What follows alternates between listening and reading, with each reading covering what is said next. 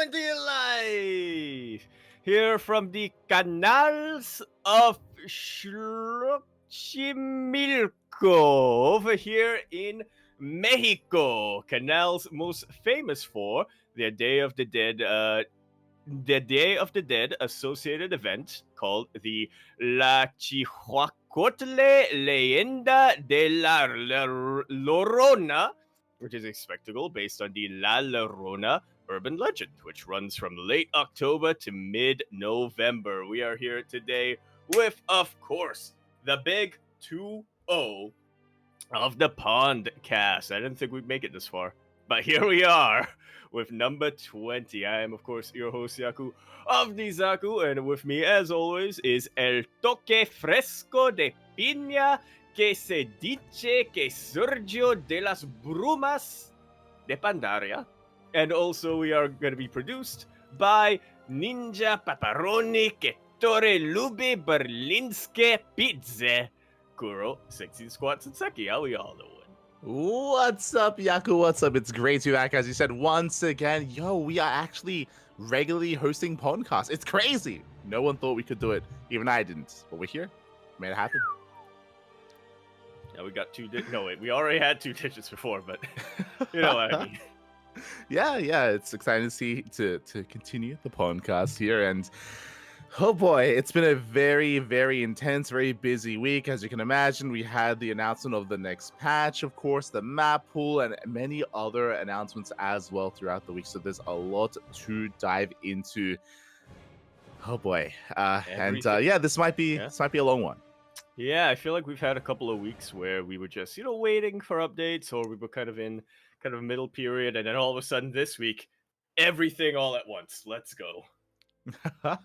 Pretty much.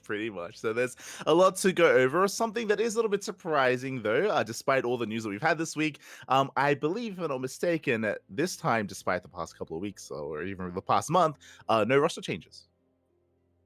Yeah, no roster changes announced yet. I feel like it's tradition at this point that we're going to get a last-minute announcement just as we start to wrap up the podcast, like a right then and there announcement. But we don't really have much of any roster changes going on. We instead, which is good because we have a lot of other things to cover. Exactly. One of the first things to jump into, of course, is we had a bit of a teaser here. We had an announcement on Twitter, a bit of a teaser from WTL regarding a bit of a partnership and potentially a collaboration between WTL and the Belgium offline event, the Belgium Gens Elite. Oh, sorry, Belgium Gens Elite. Belgium. It's Bulgaria. Yes. Yeah. Bulgaria. Look, they're like next to each other. It's fine. Yeah, I saw this. It's fine. But yeah, for those of you who remember, this was the big offline event held in Bulgaria that was supported by, funnily enough, the Bulgarian Board of Tourism. And brought in a lot of viewers, brought in a lot of local viewers. I think a lot of people weren't really expecting that much, but also had pretty high viewership as well from outside the region watching the live stream. So yeah, it's exciting to see this, and it feels like it's a little out of nowhere. I mean, the Bellum, I'll just call it Bellum Gaming for now. The Bellum Gaming team did feel like something that came out of nowhere, but it does look like they're here to stay. So yeah, it seems like a logical next step here for them to potentially consolidate a couple of things with WTL, if this teaser is anything to go off of. Yeah, they said they're going to be announcing some more news. It's going to be like a reveal stream on the 2nd of November, so not too far away. It is going to be sometime next week or the week after. And I'm really curious to see what is revealed there. I'm curious if they're going to even have a little bit of transparency, how successful the initial event was, what they plan for in the future, what they plan to bring together. And I know that the WTL SC Boy, they were talking a lot about potentially an offline finals or an offline playoffs for WTL one year or one season, and I know they've been wanting to do something like that. So the idea of them getting in talks with the Belgium Gens team might be related to that. Potentially the next season of WTL might have like a playoffs at the event. Yeah, we'll see. Fingers crossed. We'll see. I feel like that also makes a lot of sense. I remember back when WTL was still the gold something, the Gold Pro Team League or something along those lines. They did have an offline finals, but of course back then it was a lot easier because aside from I think Scarlet and Nurture or potentially a couple of other people not from the region, all of the players competing were either from Korea or from China. So it was a lot easier and a lot cheaper to get everybody in. Nowadays with WTL, it's a little bit harder, but with I think how a lot more kind of EU heavy a lot of the the high rated teams are, then potentially having an offline playoffs in Bulgaria might be a lot easier. Yeah, and it's just really cool to get some news like this, especially because we are in the off season, right? And like the future of StarCraft is, a little bit shrouded in mystery here when it comes to the next season of EPT, when it comes to the next season of WTL. So this is kind of teasing or confirming that next season to come here of potentially World Team League and of course another offline event as well. So yeah, definitely exciting news to come on the 2nd of November. Yes, stay tuned for that. Just after Halloween. Oh, no. We'll get our spooks out of the way, and then we can have some good news. Exactly. There you go. Speaking of other good news as well, we have the return of something very special, very near and dear to our hearts here on the CranKy Ducklings, the return of Olima League. Indeed. The return of the original format of Olimo League. For some of you who may not have been around that long, Olimo League was, of course, a weekly event. It was one of the longest running weekly events, at least focused in the kind of Asia and Korea region, starting towards the end of Heart of Swarm, and yeah, a good part of Legacy of the Void as well. It was a whole lot of fun. It was open signups. It's actually a format that we based our own tournaments off of initially. It's where we had the random seeding, the losers pick idea, the lower bracket stuff. Really, we owe a lot of our own stuff to Olimo League, or a lot of how we kind of evolved to Olimo League and to Olimo League as well. And so yeah, this is just really cool to hear that we're getting it back, and very much in the very same format. It did evolve a little bit after a while. I think in 2019 or something along those lines, it changed from being a weekly sign-up thing to being more of an invitational, but yeah, so at the time, if I remember correctly, they did kind of change to that invitational format because at the time things were getting a little bit stale. The same players were playing week after week after week, so they did decide to kind of shake things up a little bit to kind of garner a little bit more interest in Olima League. Of course, back then they had the most successful Patreon as well. I think still today the most successful Patreon for a grassroots crowd-funded tournament. I believe they are not bringing that back, which is why I find it a little bit interesting here. Basically, they are sponsored now by Chiswick. They are now sponsored, and now they are going to be hosting the event on that platform as well as a weekly tournament. They've already confirmed that there's going to be a monthly finals, and they've already alluded to a season finals as well, calling it the winter finals. So yeah, they have plans to go for at least a season, the first season, and then we'll see what happens from there. Yeah, indeed we shall. Yeah, so really exciting stuff. I was just gonna say, yeah, it brings me back to back in the day, right? Or back in around 2016, 2017-ish, back when we had our first offline Olimo League monthly finals coming down, which was and that was covered by Base Trade back in the day. Crank also did some coverage for that. It's exciting to see this back. We have a lot of memories from Olimo League. It's where a lot of us kind of got some of our stories and anecdotes that we bring up every now and then in CAS. Yeah, we have again, there's a long history with Olima League, so it's really cool to see it coming back in some way, shape, or form. Ollie's going to be coming back, I'm sure, in some capacity. Crank is going to be casting, of course, and yeah, of course, the one downside is that it is not going to be on the Twitch platform.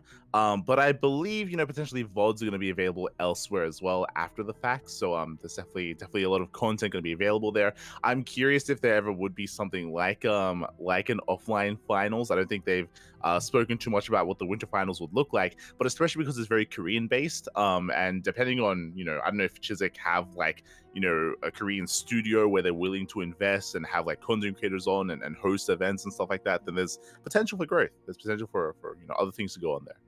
Yeah. For sure. So very exciting stuff here for the return of Alima League. So Uh, and this means we have to sign up for it. true. Do have to sign up. We also have confirmation that Maddox is going to be observing for the event as well, which is really exciting. I don't know if Maddox is actually. I can't recall if he's actually observed in other big events in the past, so I don't know if he's had experience in this before. But it's cool that he's going to take part, and he might even help out in other ways as well. Like I don't know if depending on what they're willing to do for the event, like winners, like interviews and stuff like that would be really cool as well. Where someone like Maddox can kind of like apply some of his other strengths. Yeah, I was gonna say. I mean, it seems like they may not need a translator, so observer seems like a natural step for him, Mhm. or a natural True. role for him to take up on. Mhm.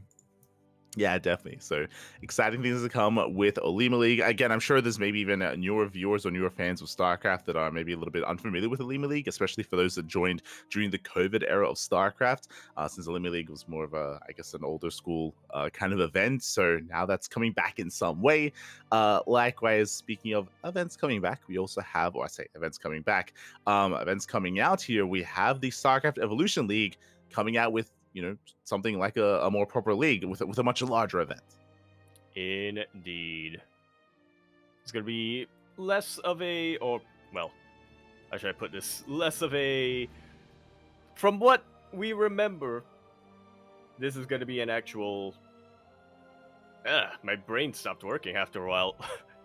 What I'm trying to say is this is not going to be the same weekly with the same open signups. This is instead going to be going to have invited players based partially on their performance in the weekly SELs, and also a couple more who were more of the organizer's discretion. Yeah. So there's going to be some invites. There's going to be some players seeded in from the overall weekly standings. I imagine players like 3 Point, Shin, they're going to be making it through that as well. A lot of players have been a little bit more dominant when it comes to their performance in SEL. And there's also going to be a qualifier as well. We can already say that we will be casting the qualifiers. Unfortunately, I don't think we'll be casting the main event live, at least, just because I think the main event is going to be clashing with some of our other casts.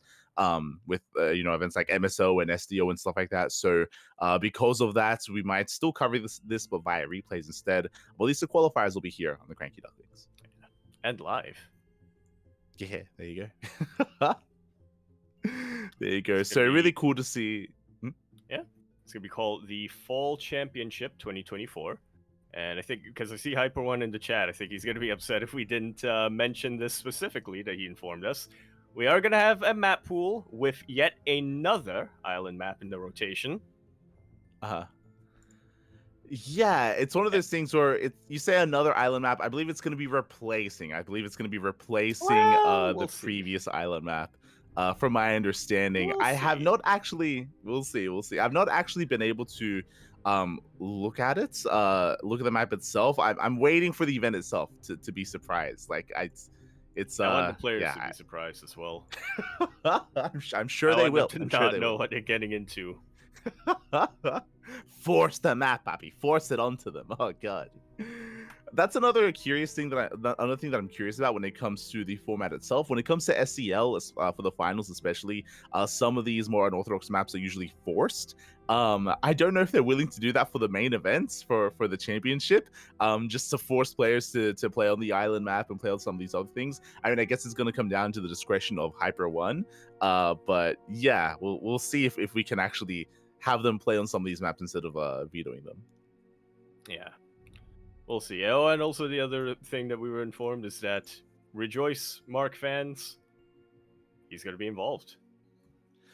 Yeah, that's interesting. I mean, I'm not too familiar with Euthermal's experience with SEL and with StarCraft Evolution, so it's going to be interesting to see kind of like how he approaches it. I know he can be a very methodical player as well, and I do think that there's still room for the meta of SEL to really be established.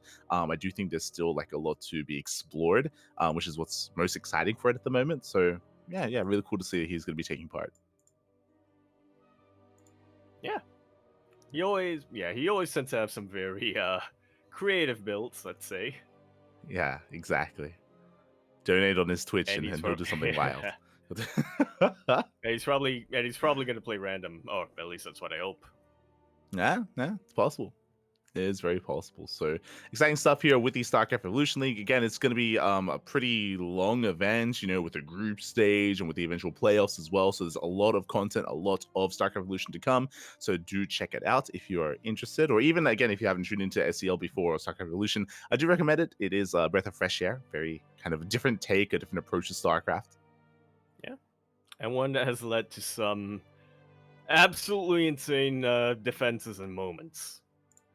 Mm-hmm. Yeah, definitely. As when it comes to some of the other news, we do have finally some invites coming out for Home Story Cup. We already have our confirmed players through the qualifiers. Last week we did go over both Clem and Nightmare qualifying for the main event, and now we're just getting a couple of invites as well. We have both Showtime and Fiant. Yeah, we're slowly trickling them in, and I think Showtime was a player who we all expected to make it through or to be invited. I mean, as he mentioned himself in the announcement tweet, he was one map away from winning last season until Gumiho decided to come in with a reverse sweep. So yeah, it's really cool to see that Showtime will be coming back in and will be able to potentially reclaim that, hopefully reclaim that, or hopefully make a play for that once again and raise that trophy. The other one that wasn't really a sure thing, but one that I don't think too many people feel are unexpected, and somebody who I think is a pretty big fan favorite for Home Story Cup, at least, Fiant, or Fajant, as I like to call him, is going to be invited as well. Yeah, Fiant is going to be there. So again, Fiant is an up-and-coming European Zerg player. So really cool to see that he has another kind of avenue to showcase himself on the big stage in front of a larger audience as well, especially on Take TV. So really cool to see that Fiant is going to be being involved as well. I mean, these invites are pretty kind of what we expect. Showtime, he was the runner-up, and he's local to Germany. Fiant as well was in the last Home Story Cup. The question becomes: are we actually going to get some invites outside of Europe? That's the real question. We'll get one or two. Well, I guess it also depends on who is on who's actually accepts the invites as well. I mean, November coming up, there might be. I can think of a few reasons why. Or this is going to be at the end of November, early December, so I imagine there are probably some holidays going on in. I'm pretty sure there's some kind of holiday going on in Korea at that time, in the Americas as well. We'll see. Yeah, we spoke about it last week. If you remember, Gumiho, he came second in both qualifiers, so that's who I'm talking about specifically. So Take TV, if Gumiho is not invited, we're going to have a problem. Gumiho, he better be in those invites. He better be flown over to Home Story Cup. It'll be a shame. You were about to say to take house. Yes, specifically. Let him sleep in your house. Yes. You're worried about prices and accommodation? Just let him sleep in your bed. It's fine. Don't worry about it. Or at least a bathtub. No. So that's what I'm at least hoping for, is that they do manage to invite Gumiho, but we'll see, just because of his performance in the previous Home Story Cup and in the qualifiers as well. Yeah, I'm hoping we get Gumiho and Showtime seeded into the same group. I hope that they both make it out of their group, and then they face again in the finals. True. There you go. That's good. That's gonna be the dream. Yeah, I guess, as you kind of alluded to, I don't know if Take TV are willing to invite too many Koreans, but if they do, Gumiho better be one of them there. As we do have another event around the corner. Like 2 or 3. I mean, I don't know how large this Home Story Cup is supposed to be, so depends on the size, because obviously Home Story Cup does fluctuate a little bit. Sometimes it's a smaller kind of major event with only about like sub 20 players. Sometimes it's a larger premier tournament with like 30 plus. So we'll see. We shall see. This weekend is going to be Epic LAN. We've had quite a lot of Epic LANs throughout the years now. It's going to be Epic LAN number 43. Oh boy. That's a lot of Epic LANs. It is. It is a lot of Epic LANs, and we were actually notified last week as well. I remember Eba being lamenting a little bit here about Sparkling Tuna Cup. He won't be able to play in our online weeklies this weekend because he's going to be here at Epic LAN. Indeed, he is. Epic LAN, for the uninitiated, is the I would almost say monthly, but it's more like a regular kind of LAN event going on in the UK. And as you can imagine, it invites. There's going to be a lot of UK players coming down there. It's not StarCraft exclusive, but I do think that the StarCraft 2 segment of it, or the StarCraft 2 scene for Epic LAN, has been very passionate, has been coming down Mhm. and really bringing a lot of bringing a lot of love and bringing a lot of passion for the game, and really representing the scene pretty well there. This time, while it is, as we mentioned, it is a UK based event, it is not exclusive to UK players, and we've had a couple of other people from not the UK who happen to be in the region at the time signing up and playing. This time, we have a couple of big fish from outside of Britain. Mhm. I'm, of course, talking most notably about Gerald and Patty Mac. Yeah, it looks like we Gerald from have Poland, Patty some. Mac from America. Yeah, we have some traveling players here. Geralt is going to be flying over, Patty Mac as well. I do know that Eva has been practicing really hard and working on his ZVP. I know that it was announced previously that Geralt was going to be taking part here, so I would even say that Geralt is going to be the heavy favorite to win the entire tournament. So we'll see if anyone can bring him down. I'm sure it's going to be some intense competition. Likewise, I know that Patty Mac has also been improving recently as well, and that he took some time off. That is true, especially because he went to China for some studies, of course, and he took a break from the game. But he's also been streaming a lot recently, and he has been improving. Yeah, absolutely.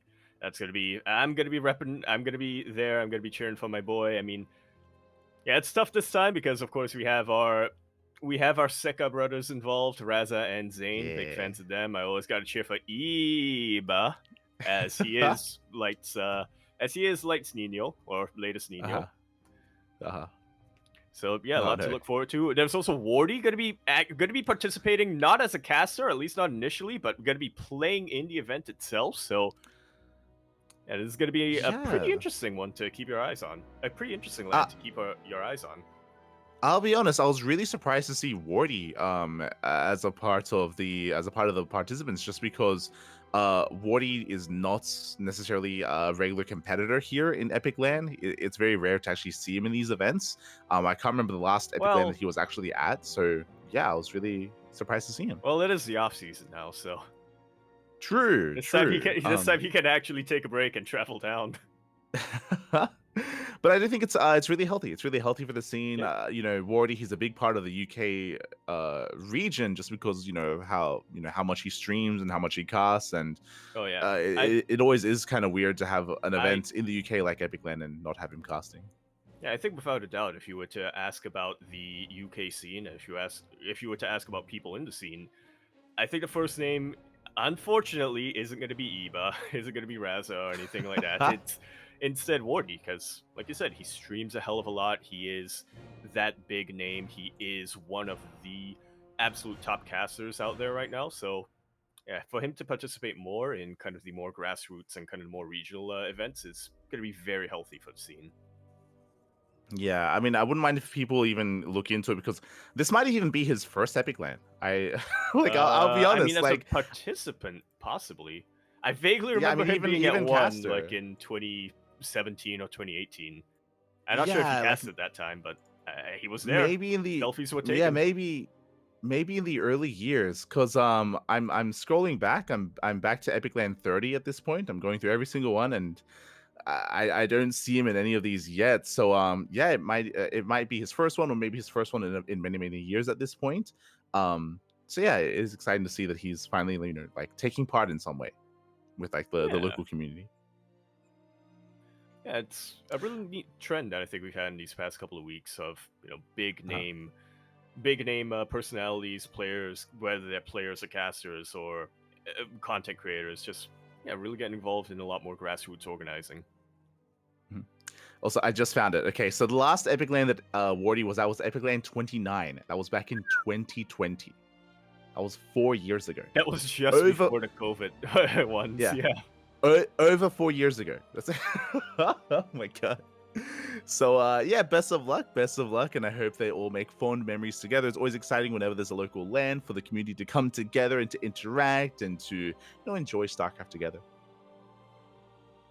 Yeah, and it's fun. They Oh yeah. I almost feel like Epic Land. I mean, it's not quite the same, but there's a very similar vibe at Epic Land to Home Story Cup in the way that everybody gets absolutely blasted. I'm sure. I'm sure. I'm sure. Oh my god. Uh, So definitely look forward to it during the weekend. If we ever can, we most likely, give them a raid as well after we finish casting some of our tournaments, as we're usually oh busy over the man, weekend. So yeah. we'll I be there in the remember chat. last year's Epic Land. We were covering first the Polish land, where we Uh-huh. saw, was it Christian? No, it was a Spirit who beat Elaser for the very first time in the finals, and then we raided, and then Iba took the crown at Epic Land for the very first time a couple shortly Yeah, after that. It was an yeah, exciting night. yeah. For sure, for sure. So do check it out.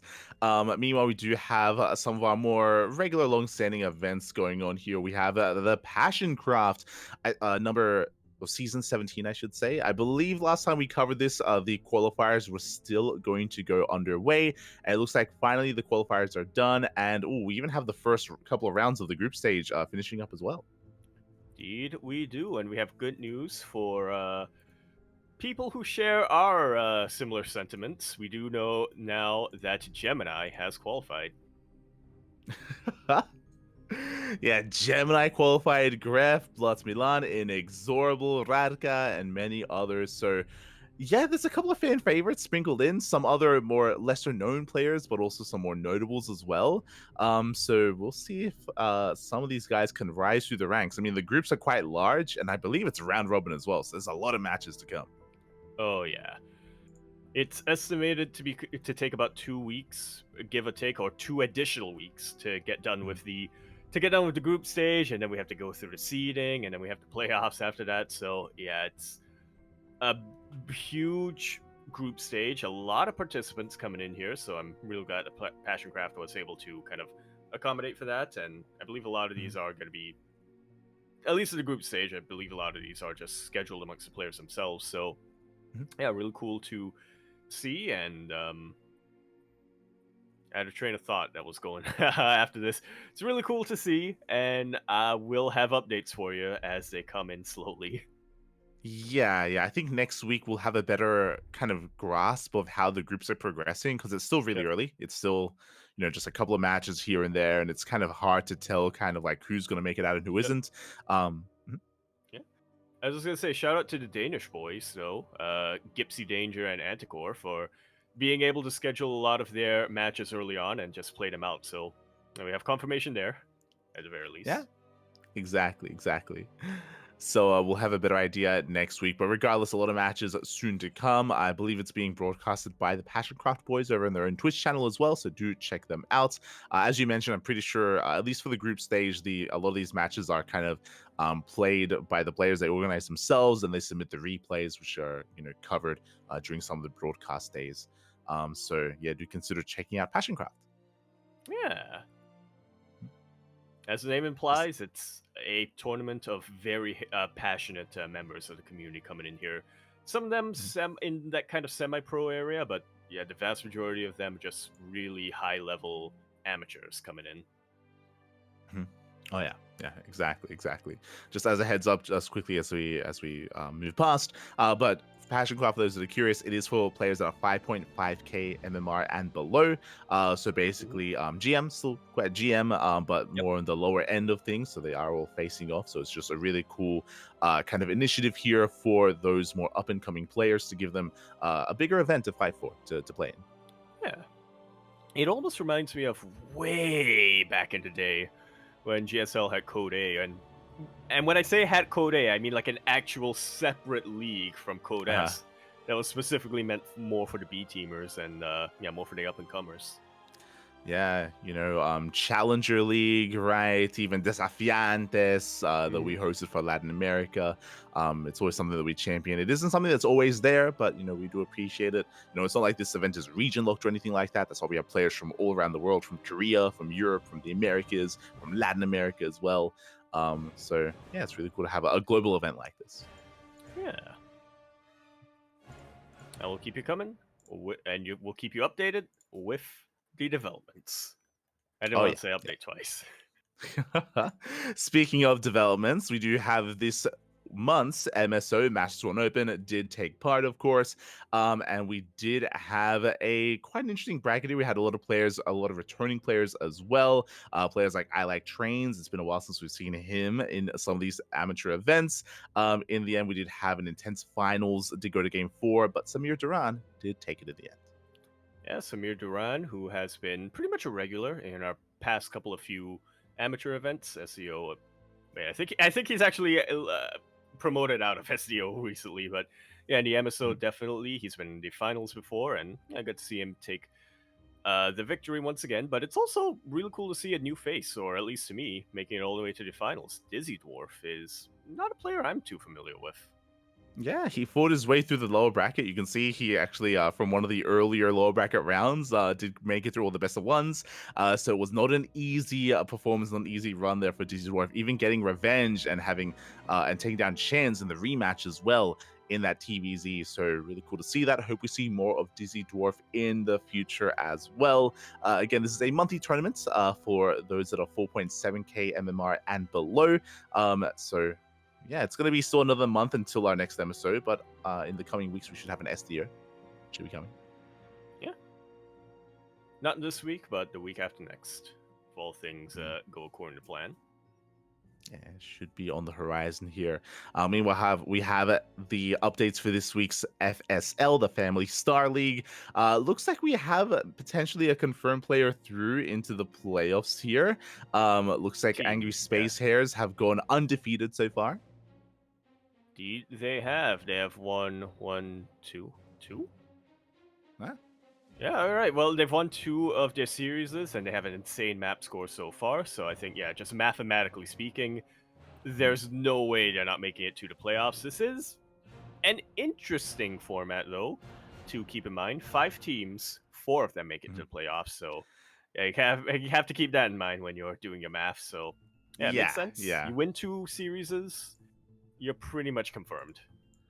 Yeah, it is a little bit awkward that of the 5 teams, only 1 won't make it, so it's a little bit brutal in that sense. But best of luck to all the other teams. I think there's still potential for comebacks as well, hopefully for Cheesy Nachos, as they have not taken a series yet, but they have taken maps. So best of luck when it comes to that. Meanwhile, just some other matches ongoing. It is cool to see that apparently KJ he's actually playing in the league as well. He's playing for Cheesy Nachos. Yeah. He played in the 2v2 with Nachos. Okay. His 2v2 partner, yeah. Do you think they formed the team name? Is that the Nachos? Is KJ the cheese? Around them? Oh, KJ's the cheese and Nachos is the nachos. Exactly. Maybe. It's possible. Yeah. So, we do have those updates. Yeah. Still more weeks to come, though. It looks like there's 10 weeks of the round robin stage in total. Yeah. So, quite a lot to come, but I think we can already form a couple of predictions based on how things have gone so far. Oh, yeah. Definitely, again, do check out the Psystorm YouTube channel for all the VODs. All the VODs are there. Yeah, I'm pleased to see that Pull the Boys isn't confirmed yet, but looks like they have a really good chance of making it to the playoffs. So. Yeah, hell, they'll get there. It's okay. They'll get there. Meanwhile, we did have this week's Platinum Hyper Cup number 10. Again, for each Platinum Hyper Cup, it is usually a different theme, whether it's like some crazy FFA or maybe like a team league format. Looks like this time that we had 2v2s.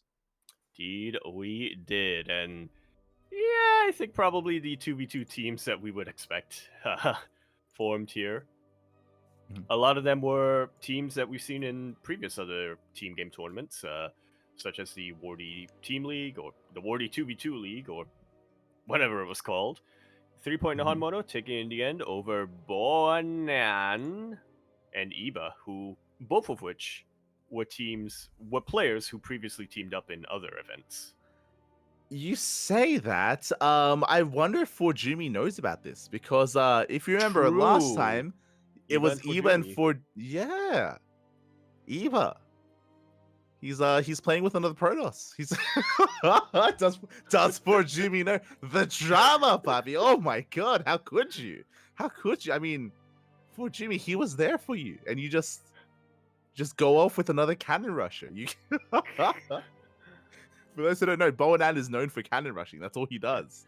And I think that was the plan from Iba from the very start. I think that's why Iba sat down with Forjumi, had a 1-to-1, a hard time, and said, "Okay, look, I know we do well in team games, but we're up against Hamono in 3-point, so I need somebody who can cheese the hell out of them." And apparently, Forjumi was not that person. You know, apparently Iba, he said, "You're not he has too many. You're not meeting my Stasis needs or something." Yeah, too many stasis wards or something. Yeah. Jesus, trouble in paradise. Oh God. So congratulations to 3-point and Homono. Interesting that Iba did find another player there to play with and to compete with. Look, so, Iba's got a deep pool. He's got a deep network of Protoss players he can pull out at any point. You know? True. For Jimmy, you thought you were special. Nah, you're just like every other Protoss. There's a full-on Rolodex. Oh no. Feels bad, man. Feels bad. So we'll see which Protoss player Iba plays with next time in the next 2v2 tournament. Shaking my head. As congratulations to 3-point and Honmono, as they will take it in the end. Iba is an anime protagonist with just oh God. Oh no. And I gotta finish that high sentence. School drama. And I gotta finish that sentence. The weeps know what I'm talking about. They know. As up next, we do have our OSC events of the week. We do have the OSC Elite Rising Star number 12. I feel like this is an event that's been happening for a very long time. I feel like since the return of the PondCast, we've been having like some slow updates to this tournament. Finally, it comes to an end. Yeah, finally we are able to crown a champion, a runner-up, and others in the mix as well. We were just talking about him. Forjumi did not win the Elite Rising Star, but he did come in second place after being defeated by Young Yakov. We've been talking about Young Yakov every single week, I feel like, in these past couple of podcasts, and there's a reason why. He is absolutely one of the top up-and-comers, and I think he's kind of proven it here in OSC Elite Rising Star. Yeah, this is also why it was very odd when we heard that Young Yakov left his team. If you remember when he left the Platinum Heroes, it's like, but I feel like he's peaking right now, right? It's like Young Yakov has been doing really well in these tournaments. You want to let go of. Yeah, so it was a little bit interesting that had occurred, but Young Yakov, as you mentioned, he's going to be the champion. I'm curious, kind of the timeline of some of these events and some of these tournaments. For Jumi making it all the way to the finals, but slipping towards the end there, did it have to do with Iba? Was that the day that Iba told him that he found another Protoss player? Did that hit home? Is it Iba's fault? I would assume so. Or did this occur and Iba watched, and then he said to him, "Oh no, Jumi, I'm disappointed." Yeah, Iba, he's like, "Sorry, I can only play with the Rising Star, and you're no longer that person anymore." Oh my God. Yeah. But also, I don't want to play. But also, I don't want to play with another Zerg player. So he's like, "But I'm the runner-up." And he's like, "Yes, and that is why." That's why I must go with the cannon rusher Boanan. Oh no. So congratulations to Young Yakov. Again, we were theorizing that, he would be one of the favorite players when we saw the upper semifinals. Despite that, he went all the way to the ace match against Nikic. If you recall, we have been hyping up Nikic recently as well. He's been improving a lot over the past couple of months. And Nikic, he almost made it to the finals. If you look at those matches, he went to the ace match against Young Yakov. He also went to the ace match against Forjumi. Absolutely. That third place is very well deserved, but I do think that if just a couple of things happened differently, if he woke up a little bit differently or maybe had more caffeine or something, I don't know. I don't know what Nikic's routine is in the morning, but on any different day, there's a very real possibility that Nikic would have become the OSC Elite Rising Star. Oh, yeah. Yeah. there is a big chance of that happening. So even though Nikic, even though he got third place here, hope he's able to take from this, learn from this, and hopefully we can see him more in the future. Congratulations, Young Yakov. Shout out to Forjumi, of course, as well, for making it all the way to the rematch. He did fall to the only player that Forjumi lost to in this tournament was Young Yakov in the upper bracket and the finals as well. But regardless, still a good performance from him, and I'm sure we'll be seeing more of all of these players in the coming weeks and in the coming months. Yeah, Eva. Still a good. It was still a good performance for Forjumi. Yeah, he still did well. Okay, we appreciate Forjumi, Eva, even if you don't. Ah, no. I. Oof. So, speaking of Forjumi, heading over to OSC King of the Hill number 188. Yep. This weekly was covered by Steadfast, and look at this, the number one player of the week, Forjumi. Oh my god. That betrayal, it fueled him. That heartache, it fueled him. That is, Oh, no. I mean, I think we normally expect Forjumi to be a player to have a little bit of a longer streak, but we usually expect that streak to last like 3-4 games or something. Not the case this week, as Forjumi took 9 games, 9 maps in a row, against players who are pretty difficult. I mean, Mixu was his first opponent that he faced, and he followed that up with GG Machine, Shameless, who I think in the past couple of weeks we've been mentioning has been looking absolutely terrifying in PvP. Forjumi beat him, then he beat Miomaika, then he beat Quanta, then Night Phoenix, then Rostock, then Nicoract, who has been getting a lot better in TVP as well, and then the final boss ahead of him. I would say the absolute favorite, aside from Björn at the start, to be the OSC King of the Hill. Forjumi beat Geralt right at the end. Yeah, very impressive performance here by Forjumi, as you mentioned. Nicoract, Geralt, very, very top players in the European region. Shameless as well, another rising star in the European region as well. So, yeah, really impressive stuff here by Forjumi. I also don't want to gloss over it, but the event started with Nightmare versus Björn. Björn got knocked out immediately by Nightmare in that best of 1. Very impressive. We have seen Nightmare, who has been popping off as of late. Yeah. A bit of a grudge match between the two of them. Yeah, they have been having a bit of a rivalry as of late. Nightmare went on a bit of a win streak, but look at who stopped Nightmare's win streak. A bit of an unlikely hero here. I can already see the Ling Flood. I can. I know that. Yep. I know that Demi. He's known for his mutas, but specifically in ZVP, is very fond of a very certain Ling Flood all in.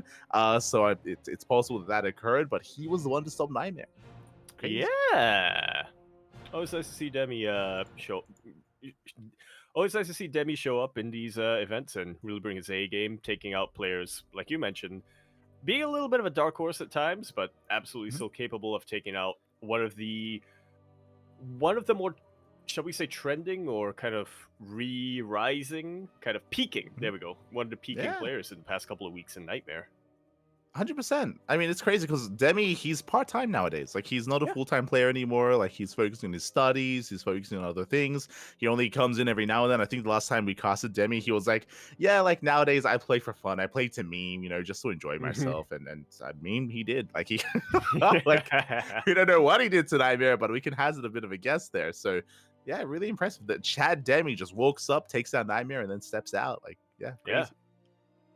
Steps in, takes a break from studying to step in, takes out the favorite player, steps out immediately after, refuses to elaborate. What a Chad. He did what Björn could not. Exactly. I mean, there's a world out there. If Demi didn't stop Nightmare, there's a chance that maybe Nightmare could have gone the entire way as well. Like, I mean, Nightmare is not. He's no slouch. Until he faced Forjumi. True. Not wrong. You know who I don't see a part of this bracket either?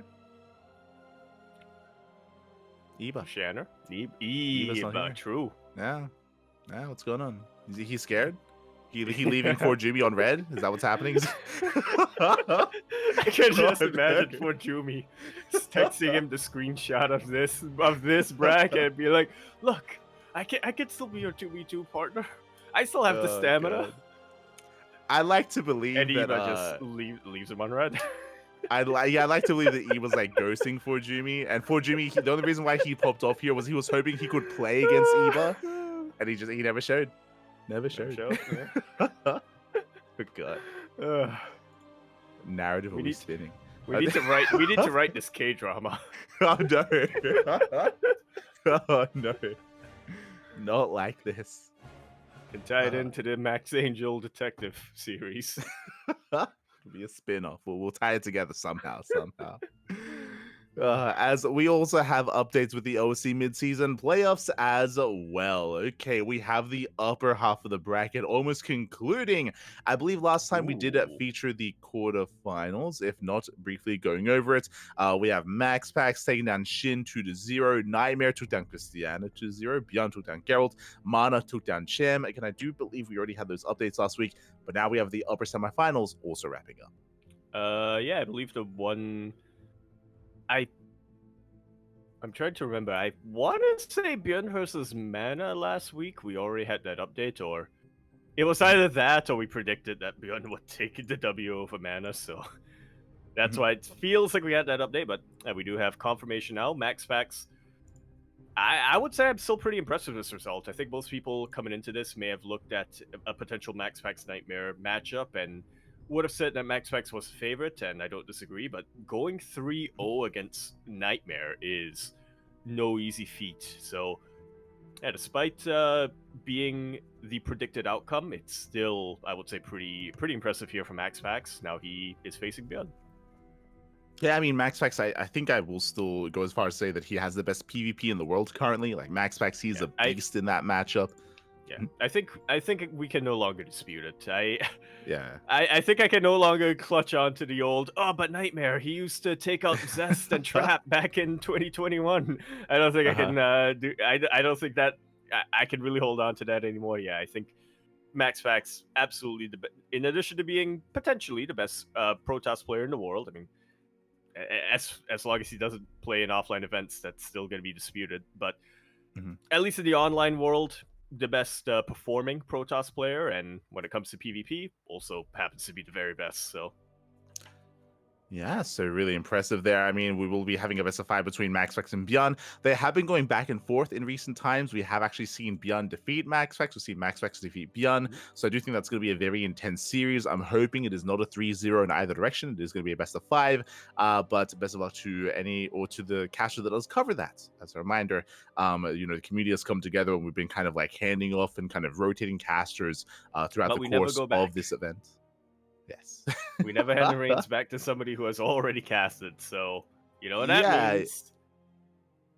Who's next? And that's the question. Who is still yet to come? Scrolling down in the lower half or in the lower brackets. I'm rooting for an Nancy Azilus comeback. It's possible. True. We have some other updates. Looks like, oh my god, some big results coming in here. So DNS, he popped off. I don't think we saw these results last time, by the way. I think the lower bracket has been progressing quite a lot. Yeah. DNS, he took down Spirit, went all the way to the ace match, and he took down Nickract as well. Damn.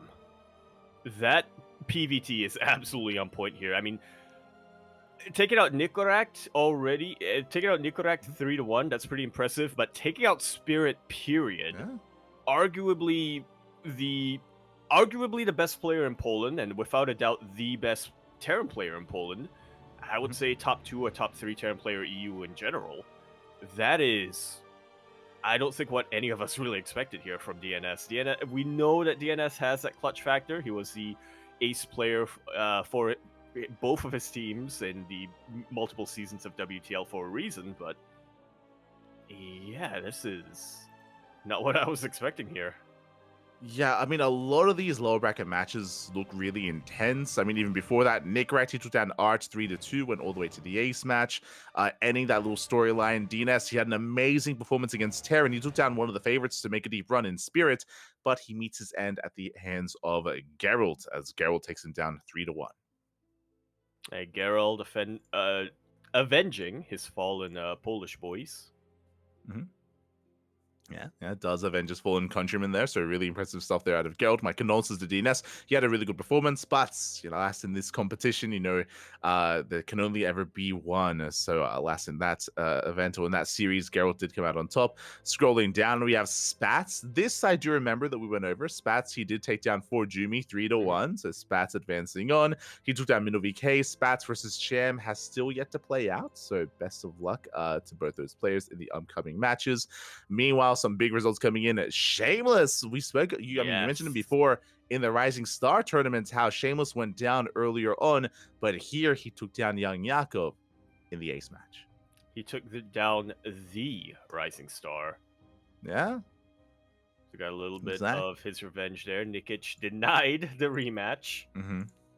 And anyway did fall to Shameless as well. Shameless, unfortunately, ended up meeting his match in the form of Shin. Yeah, I would say that Shin is, I would say, the strongest Zerg player in the tournament, so it is brutal for anyone to go up against him. So Shin is going to be another dominant force in the lower bracket. Best of luck to anyone who does face off against him. And these results also show us that, again, like a lot of these quote-unquote rising stars, a lot of these upcoming players, they do go back and forth and they do trade series. We were praising Young Yaku for winning the Rising Star tournament. We were talking about Nikic coming third place, and here Shameless brings them both down. So like they're all relatively close in skill. Like when I think of these players, I think of Shameless, Young Yakov, Nikic, Nikaract. They're all even kind of in a way catching up with Geralt as well in terms of skill. Like they're all like quite close and they all go back and forth. Yeah, it really is when it comes down to it, who is on point on the day itself. Mm-hmm. And even then, the one who isn't on point, I mean, you can take the other to the ace match, so. Oh yeah. Definitely. At the very bottom of the bracket, we have some more updates. We have Skillus, he pops off in PvZ. Historically, PvZ has been his weakest matchup. I think he himself has admitted that as well. But he brings down Dong Regu. DRG falls to Skillus, and so does Wayne. Indeed. 3-1s both times around. So, yeah, impressive stuff here from Skillus. As you mentioned, it's kind of his worst matchup. And DRG and Wayne, I mean, they're no slouches. Oh, yeah, exactly. Still very strong competitors there, but they did fall at the hands of Skillus. Up next is going to be Christiana versus Skillus. Honestly, that's going to be a very close PvP. That's a hard one to call as well. That could go either way. Best of luck. Ooh, I do think that Skillus and Christiana, they are quite close in skill. Yeah. I think on paper, I want to favor Skillus, but Christiana's had a lot of impressive results these past couple of weeks, so we'll see. Very comparable, like you said. I wouldn't be surprised if this one went all the way to the ace match, because we've had a lot of 3-1s on this side of the lower bracket so far. So I think that maybe this time we get our full series. Oh yeah, exactly. There's still a lot more to come here, so keep an eye out on OSC. I'm sure they will be announcing who the next caster is to wrap up the lower brackets and to wrap up Max Pax versus Beyond as well.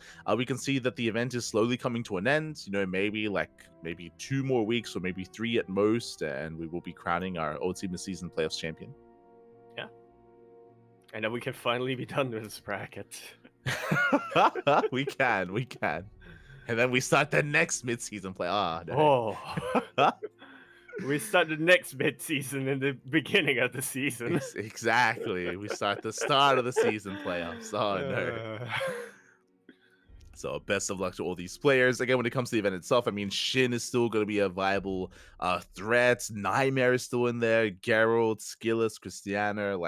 Even though we have Max Pax and Beyond as the top 2 currently, they can definitely be threatened by some of these other big names here. Trying to catch up behind them. Yeah, we've seen it happen in the past, and I wouldn't be surprised if we see it again here. Definitely, as we can now enter some of our regional events as well. Our regional events are show matches. Up first, we have the Infilet League number 2, week 2. Yes, and as a reminder, this is the Polish team league where we have one pro player captaining each teams that had, for the most part, amateurs and semi-pros filling the rest of the ranks. The team names, if you require a refresher, are Armati Trzeciny, which is the soccer club.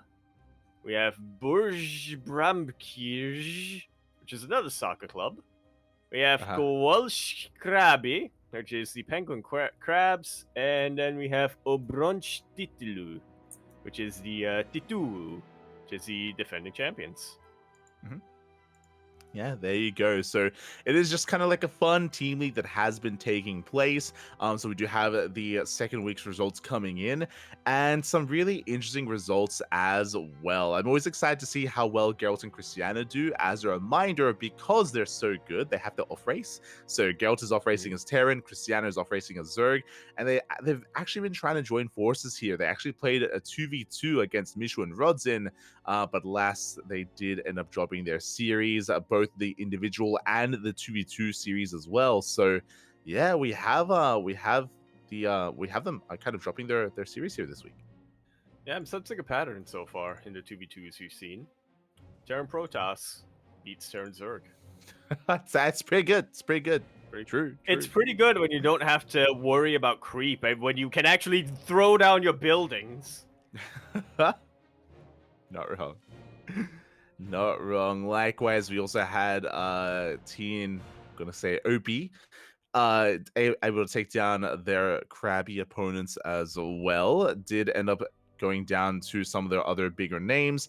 I mean, they have Art and Bappy on their teams. They have some heavy hitters playing their main races, so they're able to kind of carry and lead their team to victory there. There's still another week left when it comes to the round robin stage before the playoffs, so there's still more info left to come. Yeah, still going to be one more round of updates that we have for you. The players have already been selected, though, so we can take a little bit of a look at the lineups. And yeah, I mean, at this point, Armati FC seems to be pretty much a shoo-in. Yeah, they're looking quite strong so far. I mean, going over some of next week's matches, I'm going to be looking forward to Pappy versus Snogstar in the PVZ. Arch versus Christiana. I'm curious if Christiana has like some kind of crazy like 12 pool drone pool like all in or something. The map pool as well. They're playing on Arena. Oh my god, it's New Repugnancy. The map pool. It's crazy. Very old maps. It's a throwback coming down. Automaton, which to be honest, I don't think I don't really have any fond memories of, or any memories of. Zen is the ace match, which oh boy, I wonder how that made it through. Yeah, I just realized that every week so far they've had like a very, very different map pool. If you look at week 1, they had Whirlwind, Blue Shift, Ancient Cistern, Triton. So some new maps mixed in with some very old maps as well that they have been kind of like Crimson Waterfall. I remember Waterfall. Stargazers, Inside and Out. Yeah. I remember the Steel memes. Inside and Out. Crazy. So yeah, it's really cool to see some of these older maps again. It's one of those crazy things where like StarCraft, it's been around for so long and so many maps have come and gone. You know, once the season ends, we almost never see the map again. You know, there was that rare moment a couple of years ago now where we had the Dream Pool, where we brought back some of the older maps just for like a one-off, like kind of off season. But outside of that, we rarely get to see them. I wish we have more of that. Now that we actually have a definitive off season. Yeah. I think I wanted that. I think I was like, yo, bring back the Dream Pool, like during the off season, like that. Yeah, give me back Newkirk Precinct and Dusk Towers. Dust Towers. Fond memories on that map. But yeah, best of luck. Looks like the week 3 is going to be in 3 or almost 4 days time, so best of luck to those players, best of luck to those matches. Meanwhile, last night we did have the code for Giants Cup number 13, or yesterday morning I should say. Your bi-weekly dose of Brazilian StarCraft was a very intense tournament. Eric has been absent for the past couple of weeks, but he returned here for this tournament. Had a good performance, but in Eric's absence we've had the improvement and the rise of Inexorable. Indeed, Inexorable, who ended up taking down Eric and then winning the entire damn thing. Yeah. Yeah, I don't know if you noticed the name, but Inexorable, he's actually playing in Passioncraft this season as well. So he's Yep. also in that event. So I definitely have high expectations for Inexorable in that tournament.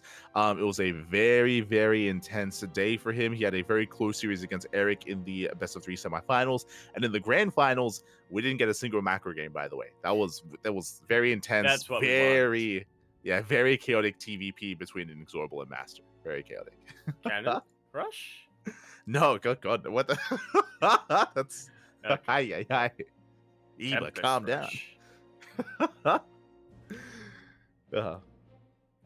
We had a lot of two-base play from the sound. He was almost doing like his best Homono impression, without pulling the boys though, unfortunately. But close enough. Wait, so it goes off racing? Oh, we'll get into that. Don't worry. So congratulations to Inexorable. Again, shout out to Cosmos for hosting this event. Likewise, Sleepy did well, or Dorminoko making it to the semifinals, Master, Eric, and so on. Meanwhile, we finally get an update here on a Vietnamese tournament on the Playa Open Cup number 5. Indeed. Playa, I believe, is a play on Pleiades. Yes. Yeah. You're right. You're correct. You're correct on that one. Yeah. Yeah, Pleiades has been hosting and sponsoring this event, so big shout out to Pleiades. Did not play in the event. I think has been covering it and casting it. And we have an old school name that we're very close to, very near and dear to our hearts. EBG actually competed. Yeah, Mbanye. Jay? Hmm. Something along those lines. Mbanye. Competed, made it all the way to the finals. Did get taken out in the end by a player who I have to admit I'm not too familiar with, Yama AI. An AI bot? Yeah. Again, we used to be really close with the Vietnamese scene. I mean, for those who don't know, I think one of, if not our first competitive pro event that we casted was VTL, the Vietnamese Vietnam Team League. Yeah, way back in the day. Yeah. Casted in it, and then at one point also played in it because there was I think like a storm going down in Vietnam or something, so only some people could have power, and then the organizer Thuc Lao was just like, do you want to just 1v1 for fun? It's bot is somewhere on our channel. It's been years. I think that was back in 2019. So again, we kind of started up in the Vietnamese Team League. We had a lot of fun with it, of course, and following that, we have the Our Die weeklies as well. So because of that, we're quite familiar with most of the, at least old school Vietnamese pros, but nowadays, a lot of them have come and gone. You mentioned him, right? Like Thuc Lao isn't around anymore. Justice Simon, for example. I remember. I remember back when we had the ESL Dare Cups and all of that, and all those other regionals. Justice Simon was like the big name coming down from Vietnam, aside from Mia Micah. Yeah. For sure. We had players like, oh god, we had Dell. I remember that. I remember Dell, and we were like, is he an Alienware? Does he use an Alienware? We'd keep doing that whenever we introduced him. I think it was Gaming Dell. I think that was his Gaming full Dell. ID. There we go. Yeah, so we just called him Alienware. Or I called him Alienware because You did. Oh my god, and many others as well. It's I'd have to like go over. God, I'm trying to think. We had like, I think it was a player called like RPG AAT or something. I remember there were a lot of players who we had impronounceable names. I remember there was Lam Jui and Jackie, who at one point were different people, but until they were the same people. True. Until they were the same, and then they were different again. Yeah. But what I was getting at, of course, is Yama AI, as you mentioned, is a new face, is a new name. I'm very unfamiliar with him, so yeah, interesting to see him kind of rise during during our absence from the Vietnamese scene, and yeah, cool to see that he was able to win it in the end. We'll definitely be keeping our eye on him as a player, and we'll see how far he can go, how much he can improve. Definitely has my attention. Got my eye a little bit. It's also interesting to see that there is a bonus incentive here for some of the more amateur players. Bonus reward for players on the who are lower than Masters League, or the best performing player lower than Masters League. Yeah, really cool kind of initiative there from Pleiades as well. So really cool to see. With that, we do have also our next Sunrise Cup number 181. Oh boy, we did have our players take part here. Silky actually able to pop off. We The are missing some of our regular. return. Yeah, we're missing some of our regular Protoss players. This time there was no Lemon, for example. There was no Lemon. Mhm. There was no Rewhite. There was no Jolliwa Loves. So in the absence of those Protoss Lancer. players, Yeah, yeah, all Silky those popped off. guys. Yeah, even takes out a Protoss player at the very end. Mhm. Yeah, really impressive. Takes down Status in the grand final. So congratulations to Silky. Again, for me, it's always just really cool to see Silky still competing. Silky, he's not the most active player outside of these regional events, but clearly still willing to compete in the Sunrise Cup. So we're definitely keeping an eye on Silky, and we'll see his rate of improvement. And if he ever, plays in some of these other events, like the Wardy TV Mondays or these other Open Cups, keep an eye out. Yeah. It's always cool to see Silky compete. As you mentioned, he's not super active, but he is still the best player named Silky right now. So True. out there. So Really, that's all. That's all that matters. yeah, he's got to There you defend it. go. Meanwhile, we also have the Horus Inviting Cup. Now, I'll be honest, after I saw the name, I was like, Horus, is he back? Horus, he's a caster from Mexico, a Latin American caster. But no, this is unrelated. Huh. It is another event here in China that actually Right. brings together some more of these up and coming players. But you skipped the fall tournament. I thought back that to- was intentional. I guess not. Okay. No. We'll get back to Horus in a bit. The full tournament. Okay. Take it away. So we I think have my our brain fall just tournament, assumed which is it was the same thing. which is like a lot of our other. Finally, like a lot of some of the other True. tournaments we've gone through, we can finally wrap it up. We've had our eye on it, and we've been going through the updates slowly but surely. And yeah, I think to no surprise, last time we ended things off, I think we were looking at the upper bracket quarterfinals that was set in stone. Nanami has been waiting for weeks for an opponent. Finally, he had one. But unfortunately, it was not the opponent he wanted, and he got taken out 4-0, a clean sweep, by Lancer, otherwise known as Cyan. Yeah, Lancer. I mean, if you remember, we were saying as we were waiting for Lancer versus Silky to begin last week or for the last couple of weeks. Really, the tournament would be who can stop Lancer because he is, one of the best players in the entirety of the Chinese region. He's up there with players like Coffee and with players like Oliveira. So yeah, the question would be, can anyone stop him? And he did drop a map to Young Zest. Did drop a map. But only the one map in the tournaments. Young Zest was the only one to really apply any to pose a threat to Lancer. Everyone else 3-0 and 4-0. Yeah. You're like, you're 3-0, 4-0. I was like, yeah, I mean, technically there was only 1-4-0, but that's all you really need in a tournament like this. Oh yeah, so very dominant performance here out of Lancer. Again, he will take it in the end. As you mentioned, this event has been a long time coming, so finally it concludes. It comes to an end. Mm-hmm. And now we can wrap it up, and we never have to talk about this again. This is why you skipped over it. Now we can skip over it. Well, now we can get into Sunrise Cup 2024 Winter. Now we can... Oh, no. Let's go. So congratulations to Lancer for becoming the full champion. Very, very nice performance. And as we were getting into, we have the Horus Inviting Cup or the Choosing Cup. Again, I'm curious if there's any kind of story behind this. If there's anyone in the chat that's a little bit more familiar, then let us know. But this does look like some of these more up-and-coming amateur players from the Chinese region taking part in like an invitational tournament. I mean, considering the name of the tournament, it is like an Inviting Cup, an invitational.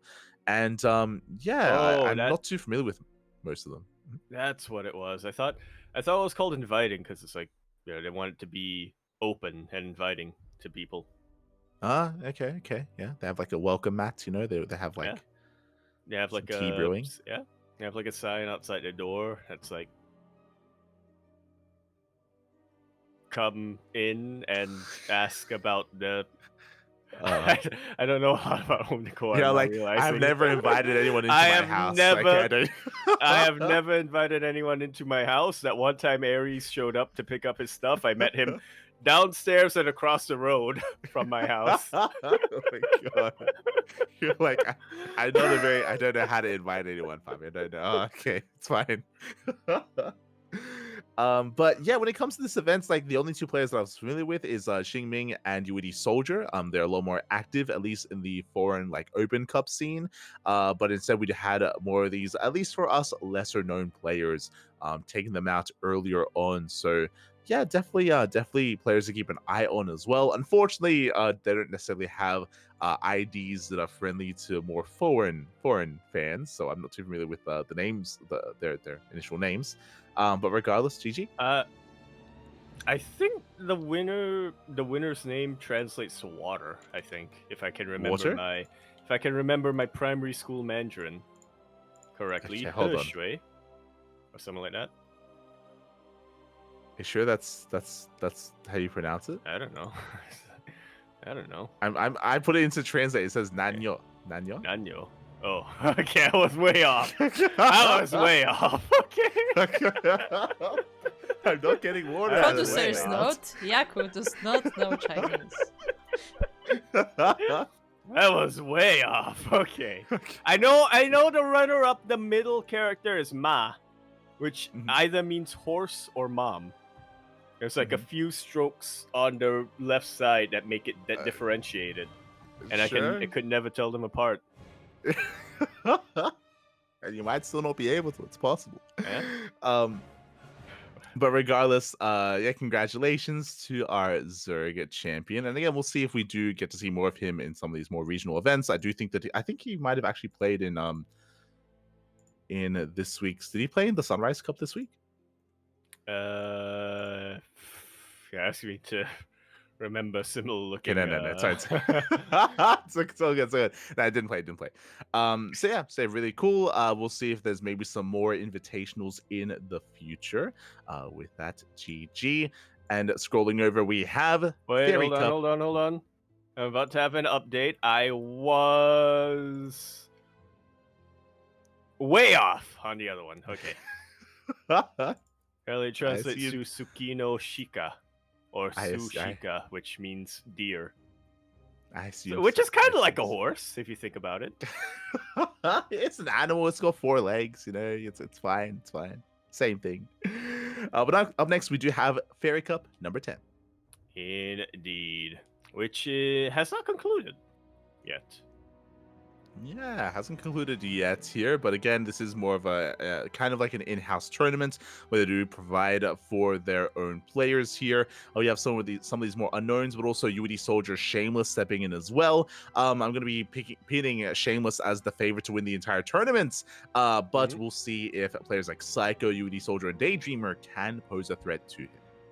Well, you have to remember that Psycho has extra motivation here, as he is the sponsor. He needs to win so that he can keep most of his money. True, he is the sponsor. Oh my god. It's like watching Homeowner play against Hyper One. It's so best of luck to Psycho. Best of luck. We'll see if he can hold on to his money and save some resources here this upcoming week. Meanwhile, we have the Little League Cup number 26 as actually going to be a best of 7 show match, an off-race show match. Ooh, okay. Yeah, the Luli Cup. I mean, we've gone over a couple of these in the past. The last time, aside from the big Luli Cup, the last one that we talked about was Oliveira versus Dark. And Oliveira, for obvious reasons, he's a pretty big mainstay coming into these tournaments. This time, however, he was up against Hero, and it was a PVT, but not the PVT that we were expecting. Yeah, I think what I really love about this best of 7, it went to the ace match. So like the off race of Oliveira and Hero are apparently quite comparable in skill. So I wish that I watched this event. I definitely look forward to seeing the VODs here. They're going to be on Bilibili. But yeah, really exciting to see that it went all the way to the ace match. I am concerned though that it wouldn't surprise me if like a lot of these games were just cheese and like really short games, like Proxy Marauder or like Proxy Void Ray and stuff like that. Like both players just being the game on animals Ghost against each other. River the game on Ghost River, I have to imagine Oliveira threw a proxy gateway right in the middle of the map and be like, how does it feel, hero? That's usually how it goes when players off race. They usually play what they hate to play against. So it could have been a short one, despite the fact that it went to the ace match. So yeah, really exciting. In the end, Oliveira did take it. More of a fun show match off racing like this. This is also one of those things where I wish we got more of that.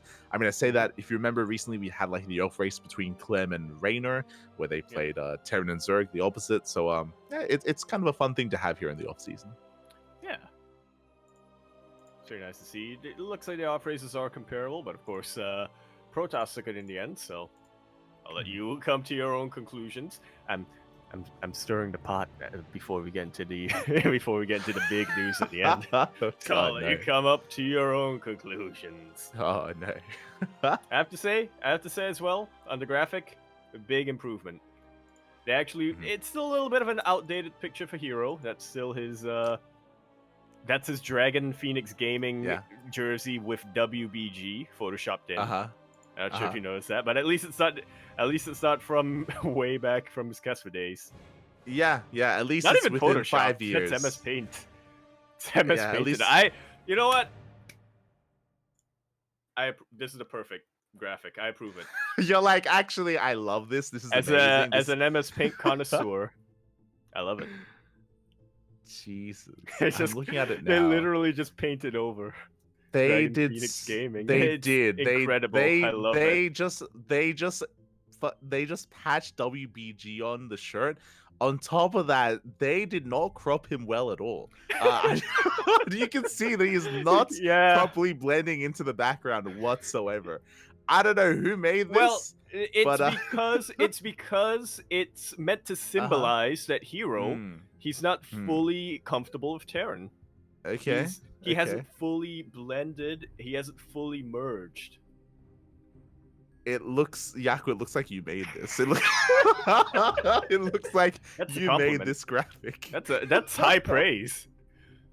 The way that it's been cropped, it looks like someone took a pair of scissors and they're like right at the top, Hero. Right at the top as well. You can see his hair kind of cut off. Yeah, they just went crazy with scissors and cut him out, like paste him on the Marine. Like, what's going on? Like, what happened here? I approve. Work smart, not hard. What this? My God. Good enough. Kuro, are you seeing this? Better than Kuro, good enough. It's good enough. Are you seeing this? And when you have a time limit, you have to go for good enough. Graphic design is my passion.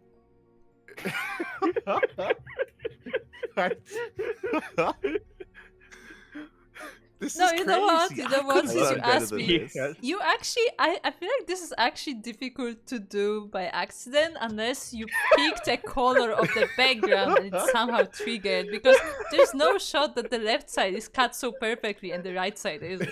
There's just something went wrong and I don't know what. That's what I mean. Something went wrong on purpose. Oh no.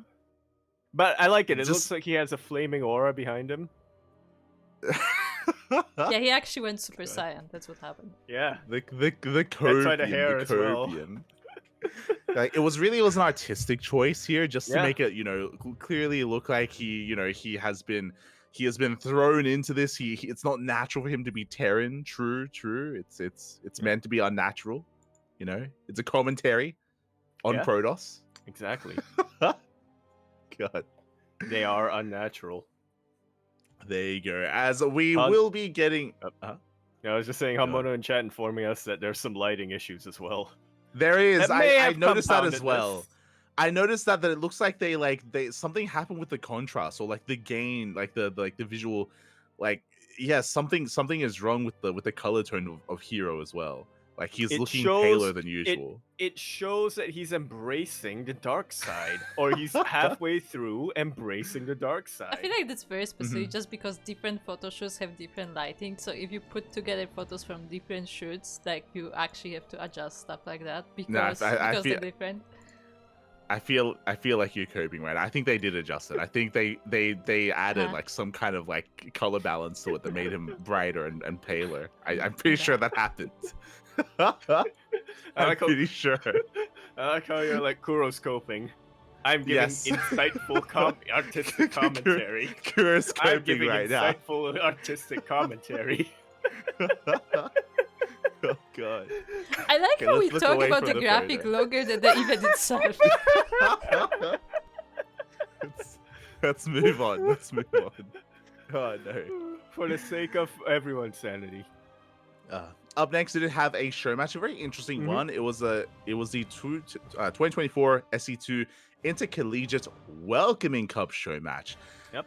Interesting. I'm curious if this was like an intro show match to the finals of the intercollegiates event, or if this was something different and maybe like the start of like the schooling like season or something. Like I'm curious. It's interesting. Yeah, it could have been either way, to be honest. I mean, it's pretty short as far as show matches go. It's just a best of 3 coming down here, so yeah, kind of an interesting choice for a show match. But like you said, if it was more of an appetizer to the main event, then it could make a lot more sense just to keep just in the interest of time, right? Oh yeah, and in the end, actually, I'm curious here. When did this take place? Oh, this is actually after. After. Oh, it makes okay. So we're doing it in the more wrong of an order. aperitif. So actually, initially we did have the intercollegiates the bracket. The bracket took place code A, or I should say the pro portion. Okay. Yes, yeah. I see. So we see how it works. Yeah, so we had stage A did conclude in the end. That was the stage that was still up and coming. If you remember, coming into it, we were like, TATP is one of the more known players. We'll see if anyone can stop him. In the end, did drop a map. He won the event, and for winning the event, he was invited into that show match. That makes a lot more sense. Still a little bit odd to have it be a best of 3, but I'm assuming that it's, these are students. TATP is a student, so probably had to have it short so that he could actually attend classes and stuff. True. But congratulations to TATP for winning the Stage A event. Did go down in the show match, but he's up against. They pin him against Coffee. Like what? Yeah. They're like, welcome to school. Just slap him down with Coffee. Oh my god! It's the best allegory for graduating college or university, right? It's like you do so well. You're doing so well in school. You're just topping your class. You're scoring A's. Then you graduate and you have to find an actual job. And I'm definitely not projecting anything. Yeah, Coffee, arguably top 3.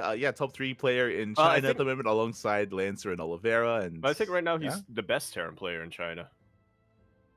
True, I think Oliveira's now that elsewhere Oliveira's playing Protoss, True, there you go. So in the end, Coffee did win it. Again, Coffee is one of the stronger players, was favored there, but a shout out to TATP for making it through the bracket. And yeah, it's just a really nice initiative to host an event like this. So many different players, so many from I imagine from different leagues, different skill ranges, all competing in a bracket like this. Really cool to see, and hopefully it inspires some of these to continue to play and to improve. Yeah, was a very big bracket, a lot of participants, and yeah, we'll see. I mean, again, this is a collegiate title, so I wouldn't be too surprised if we, most of the participants here decide not to go full time, but every now and then we get one or two who, find out that, hey, they are skilled enough, they are talented enough that they can actually, maybe defer their studies for a little bit, or even after graduating, decide to pursue more of a full-time career. Competing. Definitely. So best of luck to all those that have now been introduced to the new season of schooling. With that, we do have, it's time for the Chicken King Team League. The league, of course, has been running for quite some time. It is a round-robin group stage, and we just had round 4. Yeah, we're getting towards we're starting to get or rather, we just passed the midway point. So things are becoming a bit more set in stone, or a bit more predictable, I should say. Mhm. Yeah, exactly. We had Team Hiss taking down ASTT, Astartes, I should say. Again, Astartes more of an amateur team. There's some bigger names on Hiss like Oriana, Kingslayer, and TATP, all players that we have casted in the past, so they do take it in the end. Meanwhile, it looks like there was a bit of a draw between the Hoju project and PTB, so a little bit unfortunate there, but it looks like Yeah. I guess that was a tie? Question mark. Yeah, it looks like, I guess, both teams couldn't get their players in time, so Mhm. and because it was both teams, they both just had to take both of them had to just take the penalty there, so Mhm. that's gonna be a nightmare for the seeding. Yeah, But I'm yeah, it sure is a they'll little bit. figure it out. Yeah, I'm sure they will. We also had Starlight Twinkle up against Team IW. Now, what I find Yes. surprising is Starlight Twinkle, I would say, is one of the stronger teams in the league. IW, they are actually the lowest ranked team in the round robin stage so far, but they went all the Yep. way to the ace match. Absolutely. You were mentioning about how Astorian or ASTT were more of an amateur team going up against Team Hist, and so predictably, that went about how you'd expect. Not in the case of IW and SLT. Very, very Yeah. close names. I mean, if you look at the players who played, none of the players on IW have main space pages, so they are a bit more obscure compared to the players on SLT who we've casted on this channel and have been featured Mhm. quite prominently from that Chinese scene, Jolly Love, Singming, Triple H. So the fact that IW could really take them all the way to the ace match, the fact that one of the players took out Triple H, Mhm. that if they keep this up, there's a very good possibility of them advancing to the playoffs. Yeah, really impressive stuff there from IW, despite being, the underdogs in the league. To force SLT to the ace match does bode well. Does bode Yeah. well for them. Meanwhile, scrolling down, we had PCEC up against Little Fairy. Little Fairy is another one of those bigger teams, and they will take it in the end. And Little Fairy currently on that number one spot. They have that number one seed. As I mentioned before, a big reason for that is also that Starlight Twinkle had to forfeit earlier. So because of that, Little Fairy are ranked higher than Starlight Twinkle in the round robin stage so far. And still plenty more rounds to come though. Still at least 3 more weeks. Oh man. Yeah, we'll see how this develops, because I'm feeling a lot more optimistic, like, for some of our more obscure teams now. I mean, I think we mentioned earlier on that because of that forfeiture from SLT, things were a little bit more up in the air, and who knows, maybe IW or one of these other teams like PCEC or something might look at that and might be a little bit more inspired, and it could be a playoffs without SLT this season. We'll see. Yeah, it's possible. It's possible. So best of luck with the remaining teams here in the round robin stage. So best of luck in the upcoming weeks. Meanwhile, we have the Ursa Brawl number 5 season 1 finale. Yeah. Take it away. So so the basically Ursa's not quite Ursasaurus, but Ursa has been funding the Ursa Brawl for essentially a season, for 5 Mhm. renditions here. Both Steadfast and Upper Tree have been casting and covering the event, and this has been some more fun show matches, essentially.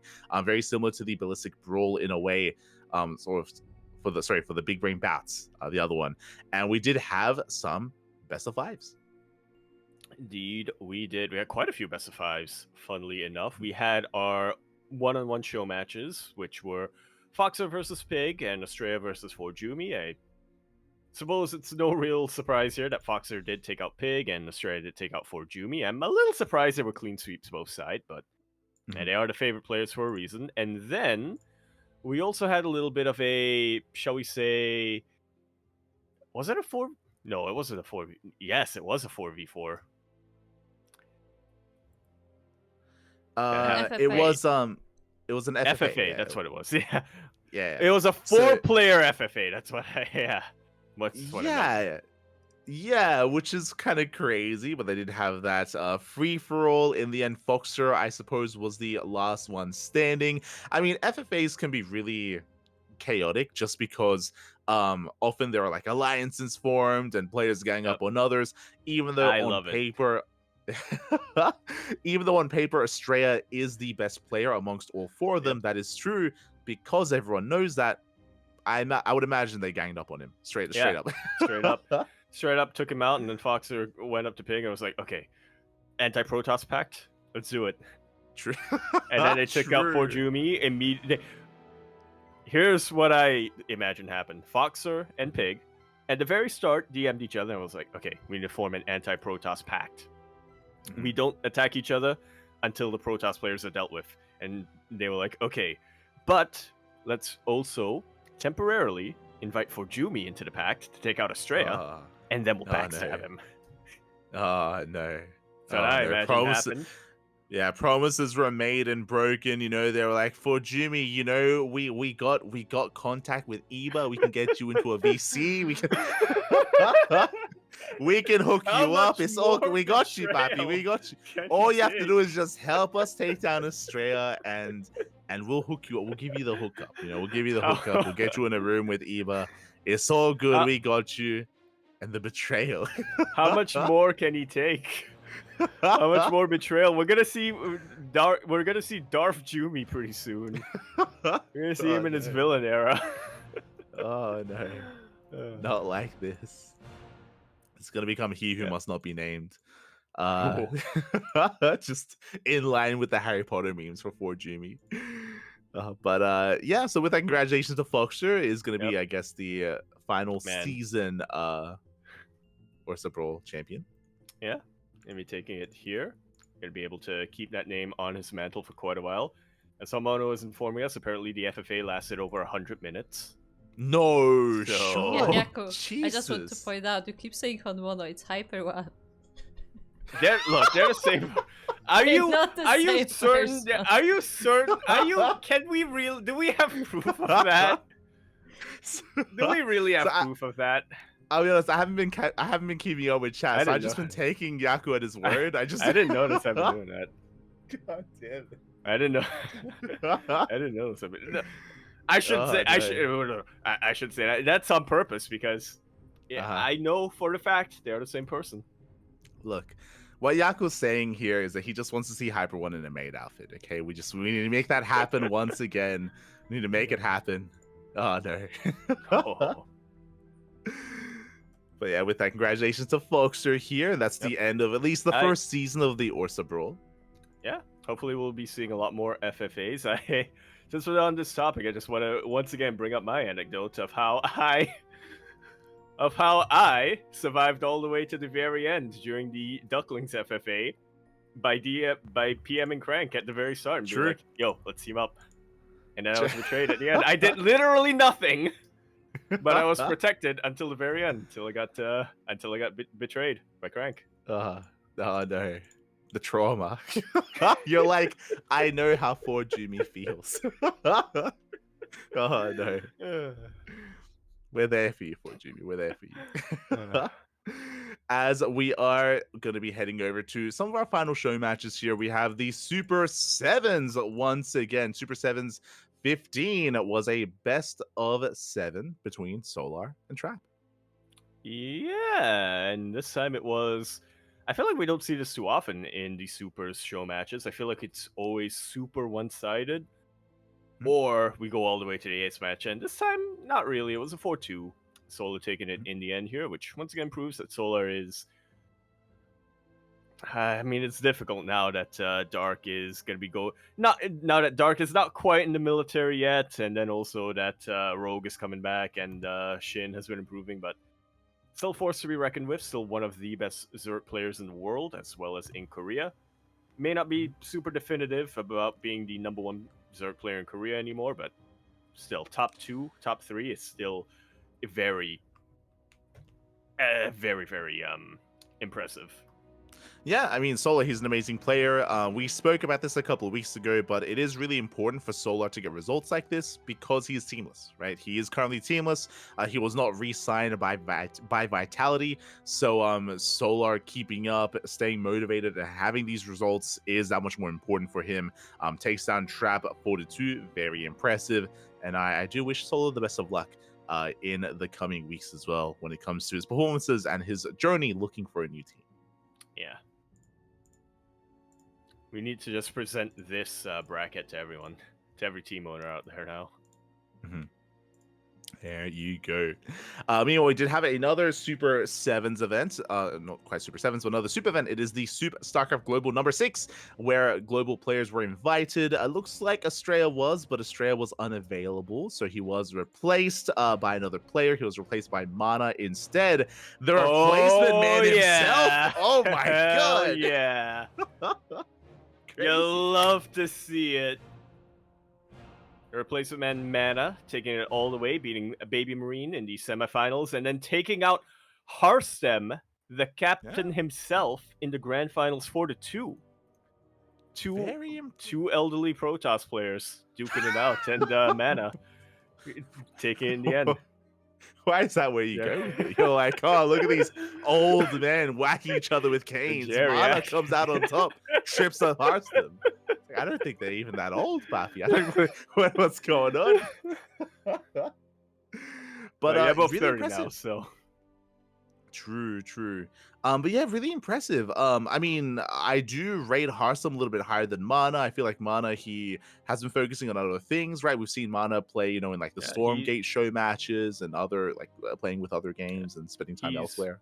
Yeah, he's been taking up more managerial roles, or at the very least doing a bit more, working a bit more on the administrative side of Team Liquid. So I'm sure that there we go, SC2 manager of Team Liquid. So I'm sure that also, those responsibilities also take up more of his time, but yeah, he's still a force to be reckoned with. He's still he's still a force to be reckoned with. He's still got it. He has always, I feel like always, every now and then, come back and reminded people why he was championship, why he is champion material.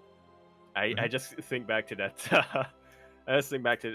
I'm getting tripped up because as I was speaking, I started to remember that meme Rainer made back in the day where Mano was like, "Do you guys remember when I won the thing in 2012?" And Rainer was like, "Okay, Grandpa, let's get you to bed." Smirch.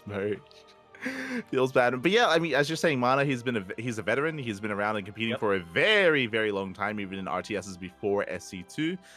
So for him to defeat Harsum here, I mean, it shows, that, of course, class is permanent, and Mana will be this week's Soup Global StarCraft champion. So congratulations to Mana, the replacement man himself. I'm sure he's very content that Australia was not available, and did win it in the end. So very well done. Congratulations. Yeah, winning the SSG number 6. It's a bit of an awkward name for abbreviation for a tournament, but we'll take it. It's fine.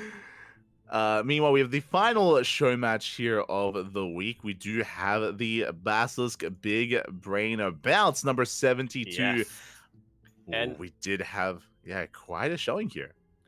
Indeed, we did. And I mean, we were mentioning a couple of times in the past how it seems like the Basilisk Big Brain Bouts usually have a little bit of a theme, but they do keep it a bit ambiguous as well. This time, though, no. Right from the beginning, right from the announcement, they said, Basilisk Big Brain Bouts Finish Zerg edition. So obviously Cyril was in here for the main event, but we also had Mixu, Zhuge and Code Bear featured here, representing the Finnish Zerg players.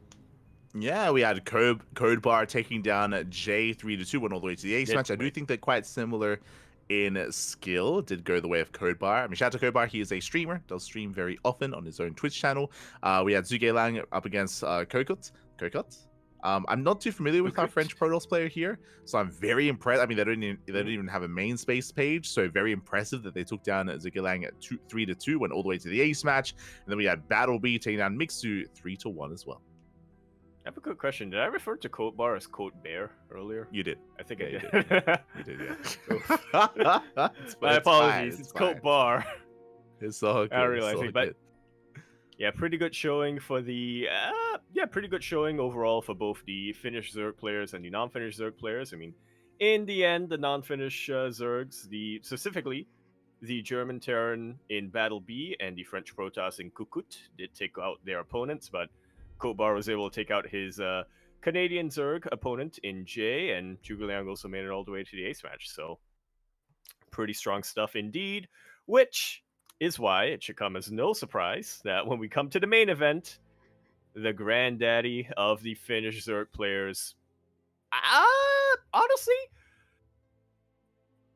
didn't quite wipe the floor with his opponent. He did win it in the end. It was a 3-1, but important to keep note, the one map that Showtime won, they played their main races. They did play their main races. Yaku brings that up because in game one, they actually off-raced. Cyril played Protoss and Showtime played Zerg. As we mentioned before, it's been happening a little bit more recently. You know, this like nice off-racing here between some of these big competitors during the off-season. So it's really fun to see that they did start off with that as well. Cyril flexing his Protoss. This also marked the return of Cyril. Cyril, after WTL, went on a break. He went on a vacation. I say vacation, still focusing on his military service, of course. But he took a break from StarCraft. That now ended he's recently, back. I believe. Hmm. What was it? It's supposed to end this week, if I remember correctly. But yeah, did his military after WTL. Just finished up basic training and all that, and yeah, I wouldn't be. On the one hand, I wouldn't blame him if he wanted to take a little bit of a break after that and wanted to just, rest for a while and sleep in his own bed for a while. But knowing Cyril, he's probably gonna, first off, go to the golf course, and while at the golf course, find a PC to just get back on that grind. Exactly. So welcome back, Cyril. He has returned. His military service has concluded, as you mentioned, and now he is back in the swing of things. Definitely looking forward to future events. Now going to be featuring Cyril and his golf course. So with that, congratulations. Meanwhile, we do have the beginning of our Open Cups. We have, to begin with, over the weekend, the KSL, the Korean StarCraft League. Indeed, we do. And I remember a meme of this being posted a while ago. Particularly KSL 61, pretty much being the epitome of the online cup experience. You go to the participant list, one Zerg player, one Terran player, whole bunch of Protoss players, but it doesn't matter in the end because the finals was still Terran v Protoss. Yeah, it was the ZVT finals. As you mentioned, Protoss representation always quite high in these online events. It was a pretty intense tournament. Shout out to Zaun. Zaun showing off that his best matchup currently is PvP, 100%. From what we've seen, from what we've casted, PvP is the matchup that he's the most comfortable in at the moment. He even takes down Nightmare 2-0. Very impressive stuff there out of Zaun. Did fall to Dark, but Dark is still the best Zerg player in South Korea, one of the best Zerg players in the world. Dark was our champion. Shout out to Estrella. Estrella was very impressive in this tournament as well. He 2-0'd Trap, and he also went to the ace match against Gumiho. Yeah. If only he wasn't, if only this wasn't meant to be, if only this wasn't a scripted event. Mm-hmm. If only it wasn't the law of the universe that, Protoss is not meant to make it to the finals. If only. I mean, still, it was a really good showing here from Estrella. Did go down to Gumiho in the end. Gumiho, we spoke about him, but Gumiho has been getting more and more in form recently. Remember, he was in the, of course, qualifiers for Home Story Cup. Did do quite well in them. Didn't qualify, but did come quite close. And even here, even made a series against Dark as well. Did fall in the end, but regardless, it was still a good showing here by Gumiho. Congratulations to Dark for winning the KSL. Yeah. Very nicely done here. You brought this up earlier on about Dark currently being the best Zerg player in Korea, and I think that's still true. I feel like there can only be one Zerg player in the military at a time. Cyril just came out, so Dark, just as Dark, is about to go in. True, exactly. So, as one leaves us, the other will be as one joins us, the other will be leaving us as well. So we'll get there. Definitely, we'll get there. Also, it's important that you point out Rogue. I don't think we've seen personally, I haven't seen enough of Rogue to really secure kind of like his current game state. So we'll get there. Yeah. We'll see. I mean, he's definitely coming back with his builds. That's true. A certainty, and that's something that has allowed him to win quite a bit. But yeah, not quite full level. 2017 winning BlizzCon and then going on to sweep IEM Katowice level Rogue just yet. Yeah. We'll get there, though, I'm sure. We will get there. Meanwhile, the next event is going to be the CSO Cup number 76. We do have, once again, a rivalry between Geralt and Christiana. The rivalry continues. Ooh. This is also why I found it really fun to see that they were actually teammates in the Infolet League. The fact that they're playing 2v2s together, despite the fact that they are rivals, like there's like a bit of like tension between the two of them. They're always facing off. They're always, meeting up, and yeah, that's why it's really cool to see that they're actually working together in the Infinite League. Their forces combined. The way you described the tension between the two, it's like, technically, I suppose. And yeah, they do go back and forth a lot, and they do swap placements, if you will. And this time, Christiana ended up taking the win, and it was a pretty clean sweep as well. Oh yeah. I didn't get to see these games, but 3-0 Geralt, that is a result, to say the least. Oh yeah. So every now and then, I mean, we do typically say that Cristiano has a slight edge over Geralt, and he does win a little bit more often. But still, we have back and forth between them. Not this time though. Not in the CSO Cup, as Cristiano has a more dominant performance, not dropping a single map in the tournament. Not one. This was also an all Protoss tournament. I'm now realizing. Yes, this is what we expect. It's so good. It's like... meanwhile, we do have this week's Sparkling Tuna Cup number 69. Yes. Nice. And this was a very special event. Maybe Kura has some more in-depth details of this, but we actually had a lot of signups this week. I don't know if this was the biggest STC that we've had in the history of STC, but it was a very large bracket. It says it was 69. Yeah. There you go. Yeah, yeah. But really... a lot of participation coming in here, and a lot of familiar faces as well. I gotta say, I did manage to catch some of this towards the end. This was the event where I think we really got to see, even though he didn't win it in the end, where we really got to see Trigger pop off. Yeah, we've been speaking about it for the past couple weeks. I want that Trigger Astray like show match because Trigger, he did they've both been doing really well. They've both been doing very, very well. Trigger, he takes down Geralt 2-1. He takes down Beyond 2-0. Coming into this tournament, it's like, who's gonna win, Beyond or Nightmare? Can anyone stop them from facing off? And Trigger did. He stepped up. He looked dominant against Beyond in that best of 3, is what I will say. He looked very strong against him. To be fair, this was also a Beyond that just came down from the mountain. I did go mountain climbing once again this weekend. Did just come back and still, maybe a little bit lightheaded from the altitude. I don't know. Yeah. But regardless, Trigger does take it. The sea level, hasn't his legs. I don't know how it works. You're like, I've never climbed a mountain. We don't have mountains here. True. You have slight inclinations. Yeah. These inclines in Singapore. We have a hill that's 100 meters tall or something like that. Oh god. But yeah, congratulations to Trigger for taking down Beyond, but he didn't win it in the end. Did go to the A smash. So it was a very close PvP. It was very close, very clutch series between Nightmare and Trigger. On top of that, I kind of glossed over it. Nightmare, he had his own run as well. Took down Eva, took down Art. Cristiano fell early on.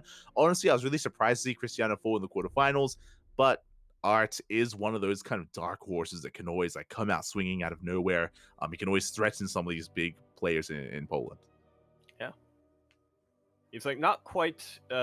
He's like not quite the king, but he can be the assassin of kings. Yeah, like Art, he's not as not consistent. Quite the Witcher, but yeah, he's not as active, unfortunately. We don't see Art as often as Cristiano and Geralt anymore. But every now and then he shows up. And he shows up like looking really good and really strong. So did take down Cristiano, forced Nightmare. Nightmare was this week's Tuna champion. Indeed, I believe his second or third Tuna Cup win. Yeah, something along those lines. So yeah, becoming a bit more of a mainstay here. Oh yeah. Very impressive stuff there by Nightmare. Meanwhile, we have our Wardy TV Monday. Very, very intense tournament here. I mean, we saw Trigger take down Beyond earlier. Here we have Max Pax. He takes down Beyond 2-1. Beyond took down Estrella. If I recall correctly, I think we were covering those series. We were casting Beyond into Estrella, into Max Pax, into lower semifinals. And some really close matches here. The finals was a little bit more of a clean sweep. Yeah. They played on Dynasty because of course they did. But both Hero and Beyond did take maps and did make Max Pax sweat on his way to the finals. Yep. In that PvP and PvT matchup, we do see Max Pax bleeding a little bit. Not quite in the PvZ. But yeah, it's pretty interesting result coming in here. Also interesting to see once again Shin denying the rematch between Clem and Max Pax, or denying the Clem Max Pax rivalry. Yeah, it's one of those things where Shin, he defeated Clem. It was a couple of weeks ago, I remember, in the Wardy TV Monday. Yep. This week as well, Wardy TV Monday, Shin, he does it again. He also defeats Clem for a second time. So Shin, we speak about him, but he has been improving a lot. He's been very active in these online tournaments, and for him to defeat Clem is impressive. Yeah, it wasn't just a fluke that first time. It was. It seems like it is something that looks to be pretty consistent. And I mean, of all the players to beat Clem, especially of all the Zerg players, I mean, Shin is definitely fits the profile, right? If we look at the players who have been, or at least the Zerg players who have been beating Clem lately, Raynor and Rogue, you got to be very tricky. You got to come in with timings that Clem doesn't quite anticipate, and you got to keep him on his toes. You can't just rely purely on your macro and your mechanics. Yeah, if you're curious as to how the series went and how it played out, what I will say, there was a long macro game on Alcyone. Alcyone did go the distance. It was Broodlord Infestor versus Clem walled up and walled off. But what I will say is that getting there, Shin was very aggressive, and Shin, he was just constantly in Clem's face. He was just constantly killing the fourth base, killing the fifth base, denying the economy. So even though Clem was taking a more defensive position on that map, he never built up a bank, and he was never able to really max out. And Shin, he had full map control, took all the bases, droned up, got into Broodlords, of course, and was able to out-trade Clem over time and kind of starve him out, and eventually overwhelm. Was a very intense game on Alcyone. On Amphion, as you can imagine, one of the more unorthodox maps, Shin went for a roach all in. So Amphion was more decisive by Shin, but that's also why I wanted to bring up that on Alcyone it was more of a macro game. So Shin, able to show off in both kind of settings. Yeah. So very impressive stuff. Meanwhile, the finals more in favor of Max Pax, of course. Again, a much more dominant showing, getting the 3-0 over Shin. I remember casting at the time. I'm sure Max Pax was very, very happy that Clem didn't make it to the finals. I'm sure he was like, phew, okay. I get to avoid him. So shout out to Shin for making that happen. Yeah. Unfortunately, wasn't quite able to keep Clem at bay for too long, as we move now to the Kalaris Steadfast Roddy Cup, the KFC. And we did have that Clem Max Pax rematch, that Clem Max Pax rivalry, and that was pretty decisively in favor of Clem. I would not be surprised that Max Pax, who was in Cure's DMs, he was like, you just needed one more game, man. What's going on? God damn it.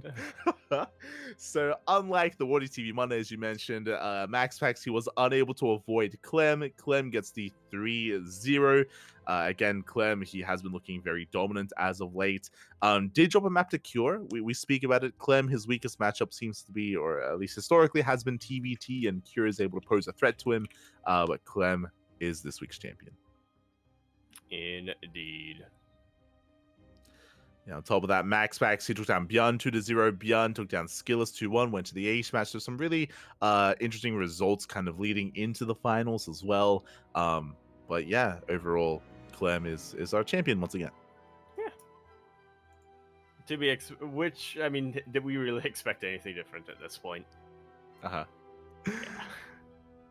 Well, heading on over, we have the Pigosaur number 3. Now, if you're curious, the Pigosaur number 3, where's the 1 and 2? They don't exist. This is the Stego Monday Cup, which has rebranded and renamed to the Pigosaur Cup instead, because Pig has stepped up and is helping to sponsor the tournament. Yeah.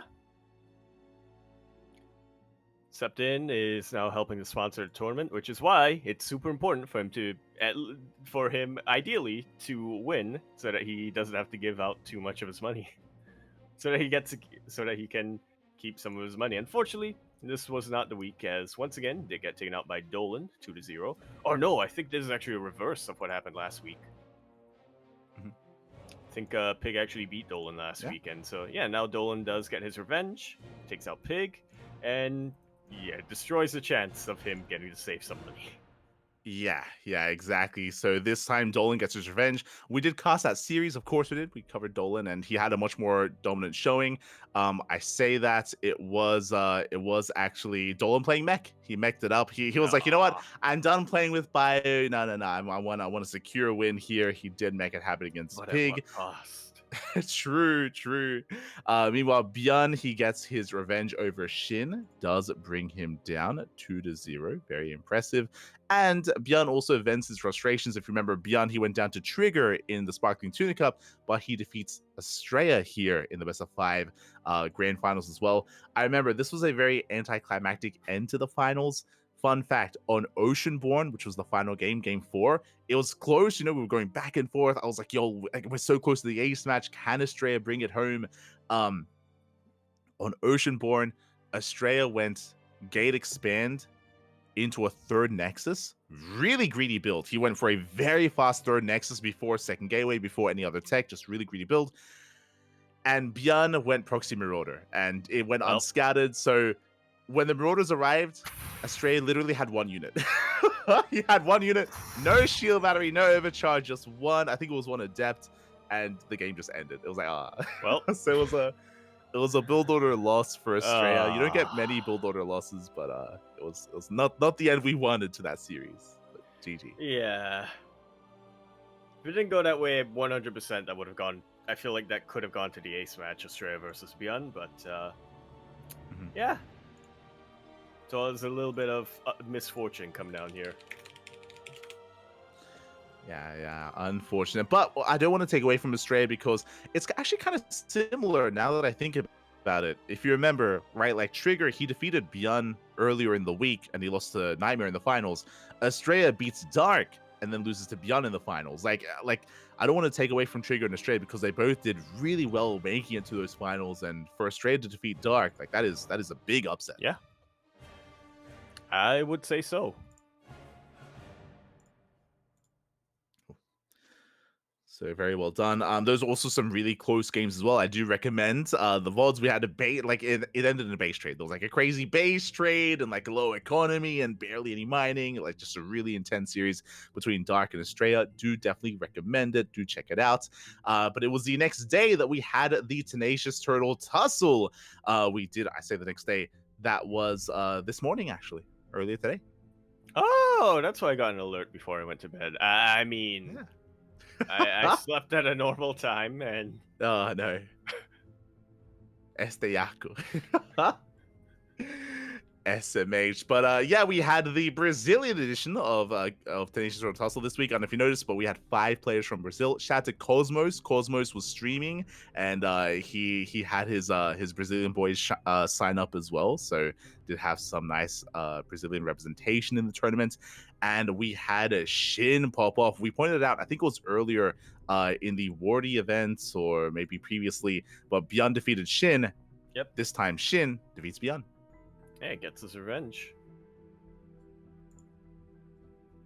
It's about 3-1. Had to beat Geralt to get to that point as well. So yeah, very impressive showing coming out here from Shin. Bjorn, on the other hand, faced almost nothing but TVZ this entire time. He played against Ares at the start, then he played against Eon, and then he played against Hanmono, which you would think would be a TVT, but apparently not. Yeah, Hanmono, he 12 pool drone pulled. It was like an 8-minute series. Hanmono, he tried to cheese the hell out of Bjorn. He even went for a roach all in game 2. Bjorn handled it all very nicely. He had a very strong defensive performance, so very impressive play there out of Bjorn. And again, even the finals was very close as well between Bjorn and Shin. But again, Shin is just so unorthodox. He's just so wild of a player. He had a lot of roach all-ins. He went into some ultra rushes as well, just rushing to Hive Tech into Ultra Tech as well. And in the end, he was able to get one over on Bjorn. So really impressive stuff there by Shin, able to win this week's Turtle Tussle. Yeah, he is a turtle. Yeah, exactly. So again, it's one of those things where Bjorn and Shin, they're both very active and they've both been going back and forth throughout the entire week or the past couple of months. They have been going back and forth. And this also coincides with Shin's performance this week. Remember, he defeated Clem. Defeats Bjorn as well. Like Shin, he has just a really interesting style of ZVT that has been catching some of these Terran players off guard. Yeah. I feel like that's an understatement, right? I mean, you're taking out some of the best of the world by catching them off guard like this, and very consistently as well. Maybe it'll get figured out, but maybe not. Oh, yeah. And as we have the final event to catch up on, we have the Wardy TV October tournament, which finally has come to an end. Indeed, and oh boy. I don't remember what our predictions were. But I think I predicted Showtime to make it to the finals, so, or at least I wanted Showtime to make it to the finals. So, yes, you predicted a Showtime Gumiho rematch, and then Showtime to make it to the finals. What I wanted. Yes. I got neither of those. I did predict Oliveira to make it to the finals. I did have that, but if you remember, we were both very kind of on the fence about Clem versus Rogue. We were very on the fence about that, just because Rogue had recently defeated Clem in the previous event and was looking quite terrifying, quite powerful when it came to his changeling style. Yeah, I think I remember we were saying, like, oh, this is not enough time for Clem to formulate a kind of counter to this. It's, I think it's going to be closer this time. I think Rogue will still take it, but it's going to be a 3-2 or something along those lines. But no, Clem, he was angry after he last faced Rogue. So I guess he's been studying those replays. He's been looking a lot more into Rogue's play. And, oh, yeah, he came into this with a vengeance, let me tell you. Oh, yeah. And if you remember, we both did agree that if Clem beats Rogue, he just wins the whole thing. And that's what happened. Clem, he beat Rogue, and then he just blazed his way through the tournament. I don't want to gloss over it, but a big upset occurred. I think we both agreed that MaxPax would have made it to the semis, and we could have seen like a MaxPax Clem rematch. But Shin, I would say with an upset. Remember, this is a rematch because Shin, he played against MaxPax earlier in the Wardy TV Monday. He got 3-0'd. In that best of 5 finals, but here Shin popped off. Yeah, a very close series, went all the way to the ace match, and Shin, I mean, I guess he took another look at his games, and he was just able to take the victory in the end here. Did fall to Clem at the end, and unfortunately for Shin, I feel like unfortunately for Shin, I feel like he was kind of caught in between the crossfire of Clem's preparation against Rogue, but there's actually another grudge match or rematch as Shin, he beat Clem in the Wardy TV Monday, and now Clem got his revenge on Shin, made it all the way to finals, and unfortunately Oliveira was not quite able to get his revenge on Clem from the Bulgaria Cup. But Clem was angry. He was motivated to win this, and oh boy, he won this. I feel like Oliveira was the one caught in the crossfires. I think like he did nothing wrong. Like Clem is coming in pissed off and angry. He gets into the finals. He's like, I'm gonna destroy you, Zerg scum. And Oliveira's like, I'm not even a Zerg player. He's like, and just Clem goes crazy. So GG, congratulations to Clem. It does take it in the end. As you mentioned, both Shin and Rogue have defeated him as of late, but here in this more prestigious event of Wardy TV October, Clem, he gets his revenge, a much more dominant showing, wins the entire tournament. Congratulations. Again, crazy upset as well for Shin. Considering that MaxPax, because he doesn't play in offline events, he does hyperfixate on these online tournaments. Like MaxPax, he brings his A game every single time, whether it's an online weekly or online invitational online tournament like this. So for Shin to defeat him is impressive. But I also noticed something. When it comes to MaxPax versus Shin, I wasn't quite able to catch the matches, but I do notice that in the map order, one map is suspiciously missing. Coincidence? No Dynasty and he wins? Look, I just want to say he played on Dynasty against Max Packs in the Water TV Monday. Just saying. And he lost. You know, just I don't know. I don't know if that's a coincidence. Probably not. Shaking my head. So congratulations to Shin for bringing down a very, very big name in just the scene in general in StarCraft, and of course for Clem for reprising his role as the best player in the world. Yep, proving it once again in not quite in all three matchups, but close enough. It proves it in the matchups that matter. There you go. There you go. So congratulations to Clem. Shout out to Oliveira as well. We kind of glossed over it, but he was able to bring down Gumiho and Showtime. Both of them went to the ace match. They looked like really, really close series. And I mean, as you mentioned yourself, like you wanted to see the Gumiho Showtime rematch, and it very much so could have happened. Like they were both very close, and we could have even seen a Showtime in the finals as well. Just really close matches overall. Yeah, I think we were both talking about it, and we were both saying that Oliveira versus Gumiho is probably the most difficult one to predict, and this is why. They're both so comparable when it comes to skill level, and they both have very unique approaches to the TBT matchup. But in the end, yeah, it really does come down to who is more in form at the day itself, and in the end, it looks like it was Oliveira. Oh, yeah. And then it was Oliveira, at least for this day, as you mentioned. So congratulations to our top players here of the tournament. And now the Water TV October has concluded. Whether there's one in November, yet to be determined. We'll keep an eye out for the announcements from Wardy. And that will conclude our tournament's wrap-up here of the week. But not the show, where it usually would end, as, oh boy, we got more news for you that we decided to keep till the very end. Oh yeah, exactly. Because some more big news here, of course, is the patch. The PTR patch has been announced, has been brought to everyone's attention, and it's crazy. It's wild. Yaku, have you actually had a look at the patch so far? Have you had a gander at what's been happening and what's going on? I did, and I immediately did the Thanos meme when I saw the change in the mothership. It's no longer minus 300, it's back to minus 400, minus 400. Oh, you couldn't live with your failure, and what is and so you came back. I like that I'm shaking my head. I like that that's your takeaway. I'm like, yo, what are your thoughts on the patch? You're like, mate, mothership, minus 400, let's go. minus 400, minus 400. Once again, we're back. We're back.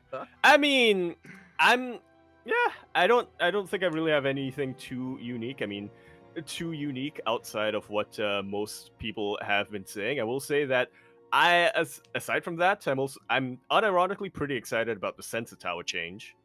I am a huge advocate for smaller ranges or smaller radiuses for Sensor Towers. I think it leads to much more dynamic and much more active playstyles from the side of Terran when we don't just have free vision on the minimap everywhere. So I'm excited for that. I'm hoping that we can get some more active TVT again and some of the other matchups. Yeah. And that's, I think, the only thing that I think that hasn't been echoed by anyone else, because most of my thoughts on every other change are pretty much in line with what everyone else is saying. We'll get into it here, because as you've mentioned, everyone has added their stated their opinions here on the patch. There's a lot of talk about it at the moment. The StarCraft community is definitely a buzz of opinion and news going over it. Yeah, I have to say, I feel like normally when it comes to balance patches, I, much like most people, kind of have knee-jerk reactions and think, what? How is this a thing? And then a lot of the time, a couple of months in the future, after the patch gets tweaked a little bit and goes live, and I'm still a little bit like, how could this have gone through? We see pro matches and other things that are going down, which are like, okay, so maybe that wasn't quite the case. Maybe I was just... maybe it was a little bit too much doom posting at the start, but I feel like with just how unanimous everyone has been with this patch, it may be that initial jerk reaction may have something to it. We'll see. We'll see. So from the top here, Yak, would you like to take us into some of the thoughts and some of the Yes. goals from the Balance Council? We'll be going over the entirety of the patch changes. We'll go over the initial like goals first, then we can discuss it, and then we'll go through each like change individually from there. So speak to us. Well, what's happening All with the right. Balance Well, Council? goal number 1 is to nerf defensive and specifically camping playstyles for all races, both in the early and the late game, specifically in higher levels of play. That's something that I would say is a bit of a long time coming, but at the same, yeah, I would say it's a little bit of a long time coming. I do think that camping and kind of turtle playstyles aren't as prominent as they were a year or 2 years ago, but if you ask me, it's still a bit of a problem. As a viewer and as a player, I'm not a big fan of watching or playing those styles, and I'm sure most people would prefer something a little bit more active, something that involves a lot more from the side of Terran drop play, from the side of Zerg run bys, and from the side of Protoss more hit and run, not necessarily hit and runs, but more movement on the map. So that's the first goal, and one that I'm glad that they are at least trying to address. Yeah. I think everyone would probably echo these sentiments. I don't think people necessarily enjoy playing this turtle style. Maybe there's like a couple They don't of enjoy a couple of playing it. They exceptions don't here enjoy and there. playing against it. It's yeah. Yeah, and they don't really enjoy watching it either. Like as a spectator, like I do enjoy a lot of StarCraft. Don't get me wrong, but these more intense back and forth are usually what we prefer to see and what we really enjoy in StarCraft. So it makes sense here that they're addressing it, but it does feel like a pretty big issue. A pretty Yeah. big issue to tackle. So we'll see how they do decide to tackle And it, how they do decide to address it. and some of the methods are leave me scratching my head a little bit, but we'll get into that later. Well, I'll be honest before we even go into any changes. I would say that a big factor when it comes to defensive play that we have seen historically, even more so than like adjusting units and adjusting like numbers here and there and the way the units interact is the maps. I think the Yep. maps play the most important part. I do Definitely. think that that the map pool here this season intentionally so was meant to actually kind of favor that kind of style with maps like little bit, Amphion, yeah. with maps like Amphion, with maps like Alcyone as well. That was intentional though, I'm pretty sure. Like it was intentional to kind of prefer to favor like other races more so than Zerg. And it worked. Like it worked very well. Of course, Clem is an amazing player and did very well for himself. But that's also why it's important to go over the map pool after this as well. But we'll get there. We'll get there. But yeah, I do think that they come hand in hand when it comes to like balancing the game and balancing the StarCraft. Indeed. The second goal that we've had here is one that I think most of us have been begging for years at this point, and that's not an exaggeration. A reshaping of Protoss tools for high-level gameplay. Still, the belief here is that there's still too much of a major gap between how Protoss plays and feels on the highest level compared to in some of the lower levels, and it's the aim here is to make Protoss more efficient, in their words, at the higher levels against Terran Zerg, while also keeping it pretty much the same on the lower levels, or ideally the same on the lower levels. Yeah, this is a really interesting kind of thing to address. I remember Mark, he posted, I want to say yesterday, regarding this a little bit as well, Euthermal. What they're referring to, and something important to bear in mind as well when they're talking about lower level and lower league, we speak about it all the time when it comes to online tournaments, is that you have like the best players in the world, right? You have like your like S tier players, your Showtime, your Maxpax, your Hero, your Clem, your Dark, your Solar, and there's this sentiment here that we do want to try to assist some of these top Protoss players to have better performances in tournaments, but at the same time, the reality is that the just below them, the A tier players, I'm referring to, maybe like players between like top 30 to top 10, which is still the best of the best. Yep. But just underneath them, that's where you have a sea of Protoss. You have Forjumi, you have Cristiano, you have Geralt, you have Shameless, you have like there's just so much representation there, and there's this balancing act where they want to help out Protoss, but they also don't necessarily want to make it They don't want to open the floodgates. Exactly. They don't want to open the floodgates here, especially because you could argue that Zerg and Terran are underrepresented in that level as well, and they need support and they need help. And if you buff those Protoss players, then the Protoss and then the Zerg and Terran that are there, they get hurt even more, and that's something that they don't want to do. So it's a really hard thing to balance, and I don't envy them trying to like approach that like perceived problem. Yeah. And we'll get into some of the changes soon, as we mentioned. And again, a little bit of head scratchers, but they also have a third goal, a tertiary goal, which is to provide more playstyle alternatives for certain matchups. So it's not always going to be tank pushes. It's not always going to be turtle mech. It's not always going to be Ling Bane into ultras or whatnot. So yeah, it's I think what we've come pretty accustomed to when it comes to balance patches of units getting adjusted a little bit to try to make them a bit more fun, a little bit more effective, and yeah, just try to nudge players into saying like, hey, there's this unit that exists that's only built every now and then. You know, maybe you might want to make it produce it a little bit more now. I feel like they've had this goal before, where it's like, we they've kind of always had this goal. Yeah. Change. I'm pretty sure. Yeah, I was gonna say I'm pretty sure that pioneered the cyclone change, and we know what happened there. So it is an ambitious goal, and it's really difficult to address. Right? Is making mech more viable. Again, that's that. I feel like that's kind of what it's approaching. Not completely. Obviously, as you mentioned, there are different play styles as well in some of these other races that can be addressed. So yeah, I feel like that's more of like a vague general kind of goal. I feel like the other two are a little bit more focused.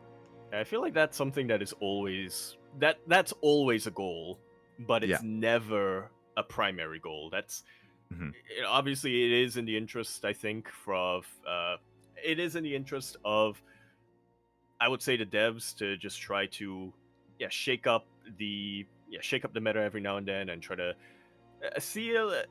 try to showcase some of the more underrepresented units, I would say, that maybe aren't the most effective, but like you said, it's never an immediate, like, we need to fix this now.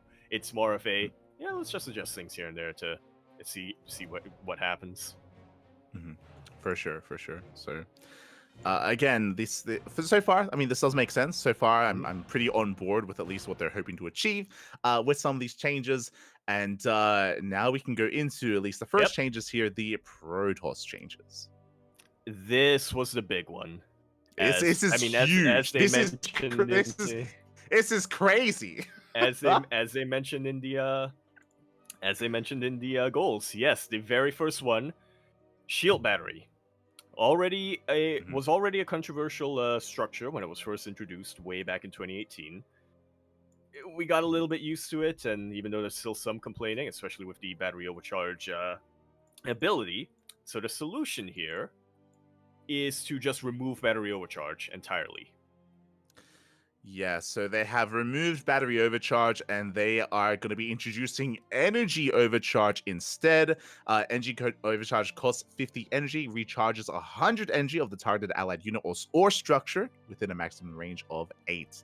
And very quickly, the developer comments, while being one of the most important tools in Protoss defense, Shield Battery Overcharge is also one of the most frustrating abilities to play against. It's overall more efficient at the lower level of play, unlike other defensive techniques like Transfuse or Mass Repair. Instead of this ability, there is a new tool which can help empower Protoss support units like Sentry, Oracle, or High Templar during defense. The ability can still be used to restore Shield and Battery energy as well, but is expected to perform much weaker in this scenario than Shield Battery Overcharge. Indeed, and as compensation, the shield battery itself, since battery overcharge is getting removed, the stats and the health specifically is going to be buffed slightly from 150 shields and 150 health to 200 shields and 200 health. Okay, so first things first here with the shield battery overcharge. Now, what's interesting is so once again, we are trying to reevaluate and readjust Protoss for what is this, the 5th time? Remember, initially it was the Mothership Core. Well, we had the Nexus overcharge. Oh, okay. I was gonna say, I think like the 5th time since the Balance Council, and maybe like the 50th time in the history of StarCraft 2. I mean, in StarCraft 2, Protoss has always kind of been a bit of a problem here when it comes to balancing. The reason for this is because Protoss units are very powerful, of course. They're very powerful, they're very efficient individually. That's why Protoss armies are usually smaller. But because of that, they also need some kind of defensive support in the early game because they have so few units to work with. Initially, we had Nexus Overcharge with the Mothership Core, then we had Pylon Overcharge, then we had the introduction of the Shield Battery, as you mentioned, then the Shield Battery Overcharge, and again, it's something that clearly not everyone is happy with, and clearly people have been trying to work around it or fix it over the years, over the history of StarCraft, and this is kind of like the new kind of version of that. Yeah, and I will say this is a very big change. I think this is the one that sparked the most alarm bells when the PTR was first announced. But at the same time, just based on what little I've been able to glean, it might not actually be the worst. Now, here's the thing. It might not actually be the worst change coming out here, because first of all, I do think that the energy overcharge change does encourage a little bit more what's the word I should use here, activity, I suppose, or more Yeah. It's a more active form of defense, right? It's a more active form of defense. It's not set it and forget it. It's more of, okay, what do I want to empower right now? Do I want more force fields so I buff my sentries? Or, in the later stages of the game, if there's, say, a whole bunch of Ling Bane or Terran Bio coming at me, maybe I can empower maybe I can overcharge a High Templar, and throw down a bunch of storms. It's basically what Kader and Amulet should have been. But yeah, so that is one thing. But also, interestingly enough, I was actually watching, I think it was Hearthstone last night, and I think he mentioned that, and this is very, very early on, people are still adjusting, but he did say that based on the testing so far, the only thing that this is worse against compared to battery overcharge in his experience is Terran tank pushes. Yeah. Now that is a pretty that itself is still a bit of a problem. I do feel like early game tank pushes from Terran we see that all the time in TVP, and it's just overly effective in TVP. But even still, I would say out of all the changes, well, this was one that really had me scratching my head at first. I think this is one that we can wait and see what develops from here.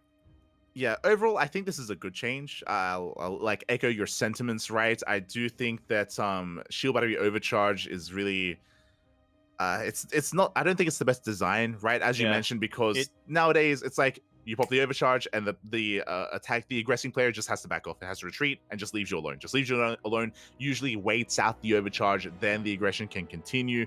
Or if they commit to a fight, we see the overcharge so powerful that it just nothing dies as well, and then pushing into it usually can be quite punishing. Or if you're up against an attack that has siege units and they just siege down the overcharging shield battery. Yeah, like it's not the most dynamic kind of defensive tool here for Protoss players. So I do like the idea. I do like this a lot more. That is true. As you mentioned, I was really curious coming into this because overall I do think that this is a positive thing, but I was curious trying to get some insight on some of these other perspective, like Hearthstone, for example, as you mentioned, and as you said, like he's really only concerned about tank all-ins against everything else, like 3 racks or like 3 racks builds and earlier I don't aggression. know if it's everything else. He just said it's based on what we tested so far, which I didn't really get to catch, which I didn't really catch what it was. Yeah. So again, I feel like this is one of those changes that we have to keep an eye on, and we have to adjust over time here. And if it needs to be buffed, if it needs to be improved in some way, maybe make things cheaper, maybe give things more energy, maybe this has to be tweaked to actually make it viable to survive something like 2-base tank all-ins. That's definitely something to keep an eye on here. But I just love how like. Yeah, I was gonna say we can lower the volume on some of the alarm bells for this change specifically. No, yeah. If you have alarm bells for this, I mean, mate, you ain't seen nothing yet. Like this is not this is not it. What I love about this is how versatile it can be. We were kind of like theorizing about it, and you even touched on some of it, right? It's like the obvious stuff is like, okay, extra force fields, sure. but some of the more unique situations here is actually huge. I was thinking about PV. Go on. I was gonna say, because it's a map-wide ability, right? You can just use it on anything. No, it has a range. It has to be Okay, it within has a the range. of the Nexus. Yeah. Okay. Yeah, it has to be within I range missed of the that, Nexus. yeah. But yeah, like it has so much potential. I was thinking of PvP, for example. Okay, without like a shield battery overcharge, like suddenly like Oracle based openers can hit a little bit harder. I was seeing some Protoss players discuss how in PvP, if you go for a Stargate opener, if you go Oracle first, you can actually use this is applicable to all matchups. Actually, you can use this energy overcharge to just max out the Oracle energy straight away and then move out, and then you have more DPS potential to harass early on, to kill drones, to kill probes, to kill SCVs. So this is actually like a buff to something like Oracle harass and Oracle and Stargate openers. Another thing, as you mentioned, is High Templar. You can morph in High Templar, use this overcharge, and then bam, High Templar, 2 storms immediately. You have 2 storms available. Like that is huge actually when it comes to reactive play and reactive High Templar warp-ins, whether it's harass or whether it comes to like a big fight as well. There's a lot of units that can actually be impacted by this, and you have to like kind of think outside the box with like other NG based units that can be impacted by this as well. Yeah. Ghost comes in, EMPs the High Templar, and I mean that's still not good for Protoss, but you can at least have a couple of storms. True. So that you're not dead in the water immediately. Yeah, like if you're defending, if you're High Templar get EMP'd, you're not wrong. You can use this, you can get energy back, you can have another storm again. You're not wrong. Another thing, bearing in mind, this also works on buildings. So in a niche scenario, if you don't have a recall available, if you don't have the energy, you can use this on a Nexus. Bam, you can recall, right? That's also going to be potential. You could use this, I guess, on a Phoenix. I don't see it being used too much on a Phoenix to lift units. Like I don't think that's going to be as maybe in PvP or in some kind of niche scenario you can use this on a Phoenix. Can you use this on the Nexus that you're utilizing? If you have one Nexus, can you use it on yourself? You might be able to. We need a test.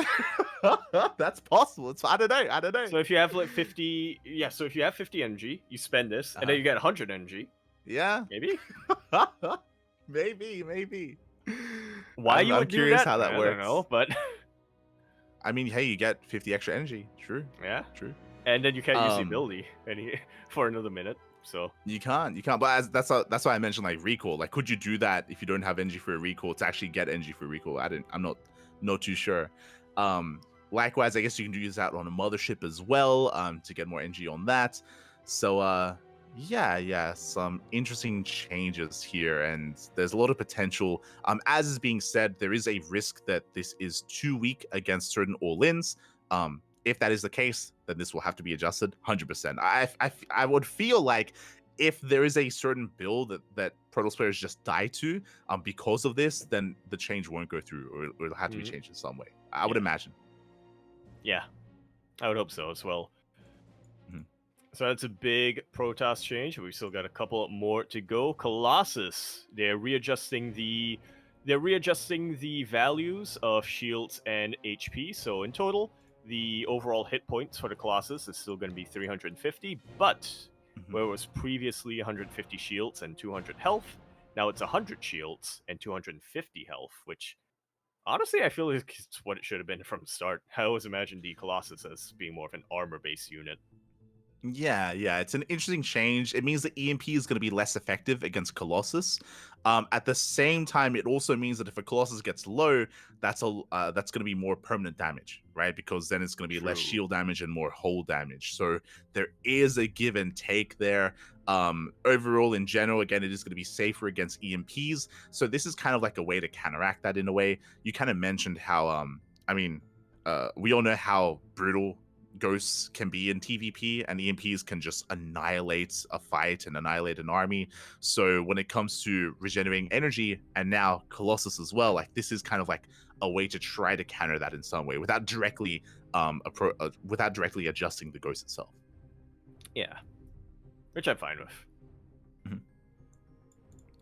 But moving on, we have the Tempest change. Supply costs decrease from 5 to 4, so you can get more of them. Attack range versus air specifically, not versus ground. has been decreased from 14 to 13. So ideally, it seems that Corruptors and Vikings are going to be a little bit better against them. And damage point decreased from 0.119 to 0.0857, a 28% reduction, which I'm going to be honest, like when I saw this, I decided to just let you take the reins because I don't understand the math.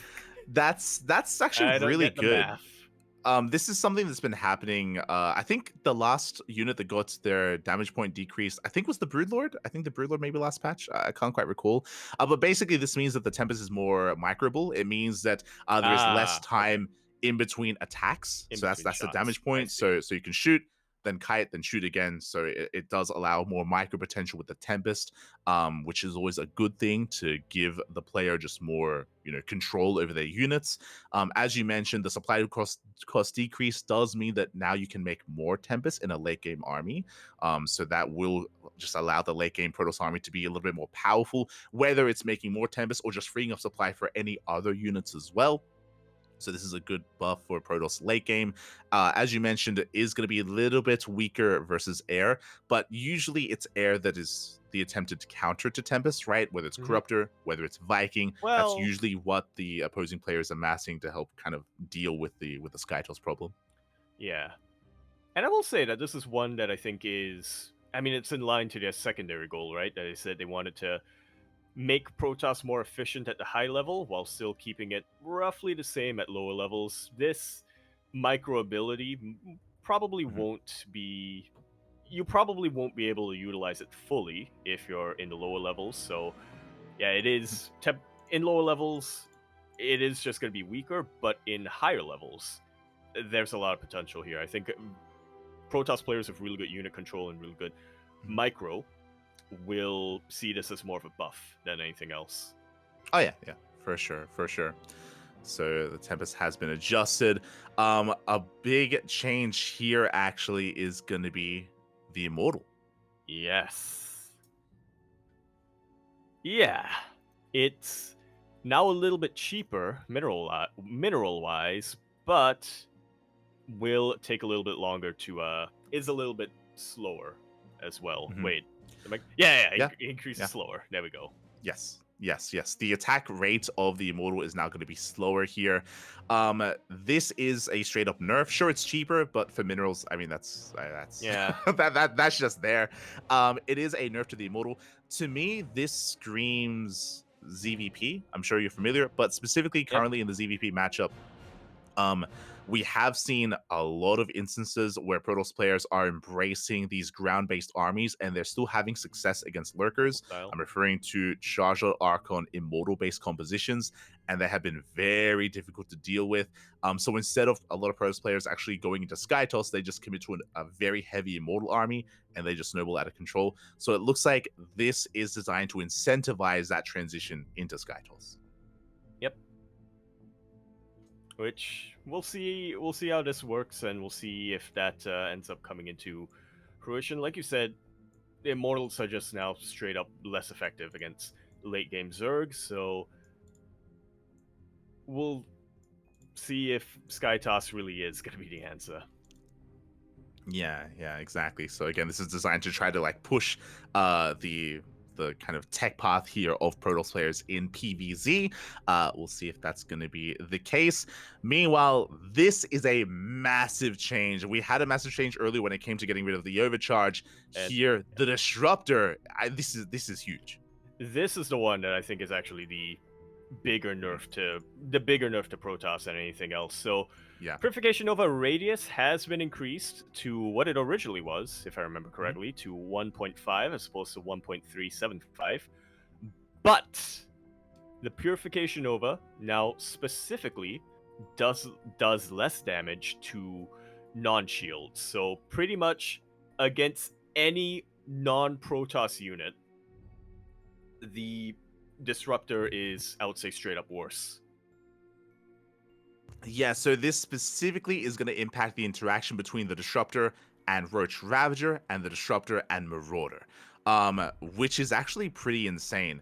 Now, it's a really interesting change. I don't know if it's the worst change overall. So basically, what we're seeing currently in TVP, for Well, example, okay. is No, go yeah, ahead, what we're sorry. seeing currently in TVP, when we have these big engagements, we've even seen it this week as well when it comes to Clem's matches, when it comes to Bjorn's matches. At any moment, if a Nova goes off and if it connects, it can just completely win a fight for you. Even if the Protoss player is behind, we speak about it all the time. The Disruptor is the great equalizer, and it can very quickly, very easily swing things in your favor with a brutal connection. So this is going to make Disruptor Novas less or more forgiving. It's going to be more forgiving because now Marauders will be surviving those shots. The downside of that, though, means that now Terran players can actually dive and commit into sniping Disruptors a lot more easily without being punished. It does mean that 2 Novas are going to have to connect instead of 1. Exactly. I was going to say, I do feel like this, like you said, may not be the worst change, but is also the most questionable change, I would say, because I don't think anybody was really complaining too much about the Disruptor, aside from, like, yeah, the Disruptor being able to completely swing things in the favor of the Protoss player if they're even if they're behind. That is an issue, but I feel like that's just something that we've kind of accepted at this point. It's you have to be active and you have to pay attention when your Protoss opponent has Disruptors. We kind of accept that the Protoss player equalizing with a really good purification overhead is the punishment for not paying attention, and is kind of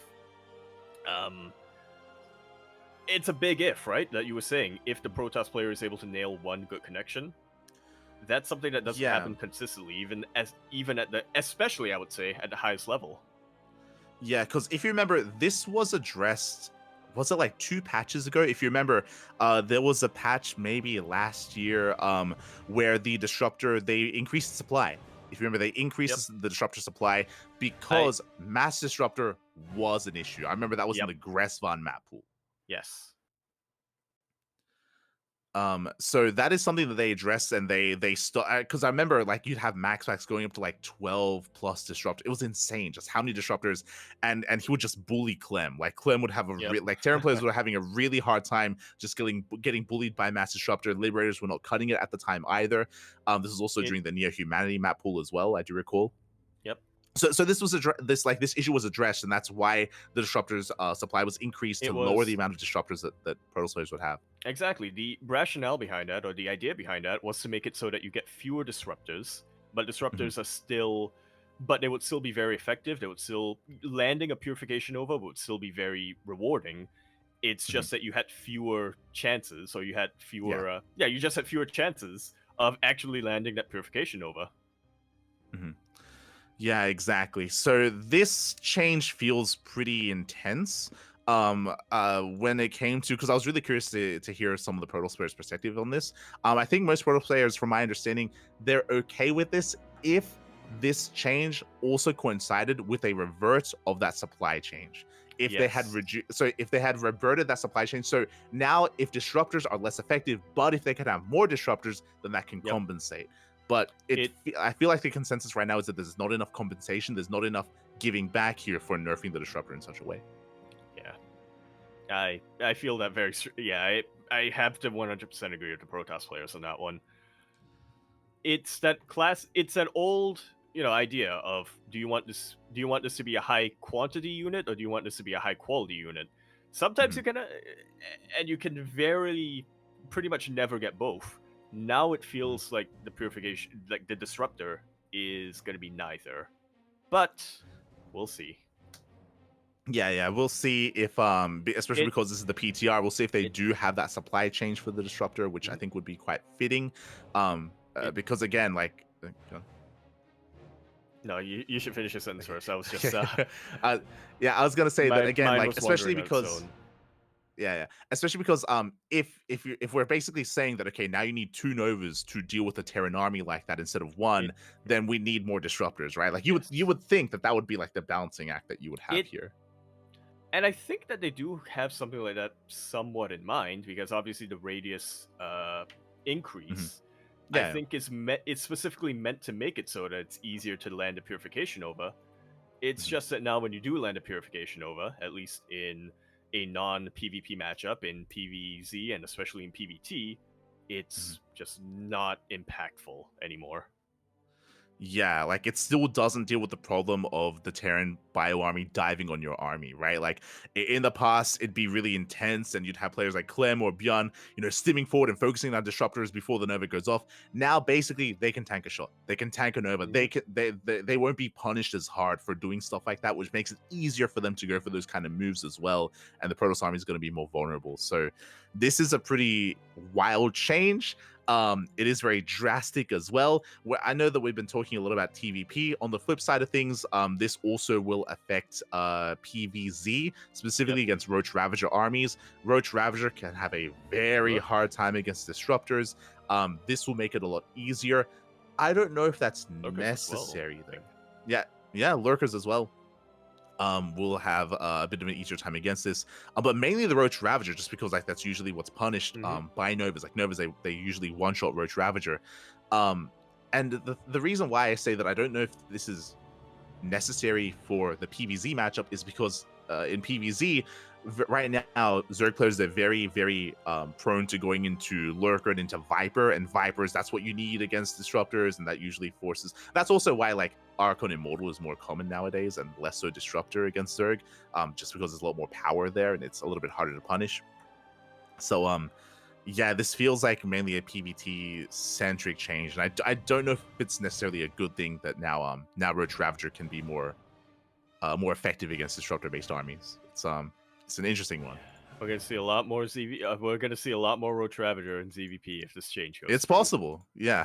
It is very possible. It is very possible that just Roach Ravager is just a lot more effective now, especially after the Immortal change, right? Like the Immortal got nerfed, and now they're nerfing the Disruptor as well, which means this may have some a lot of lobbying or... from the Roach this is like a sleeper Roach Ravager buff, that the Zerg players, they slipped in and they're hoping people don't notice, but like that is going to be a factor here. So yeah, that's kind of crazy.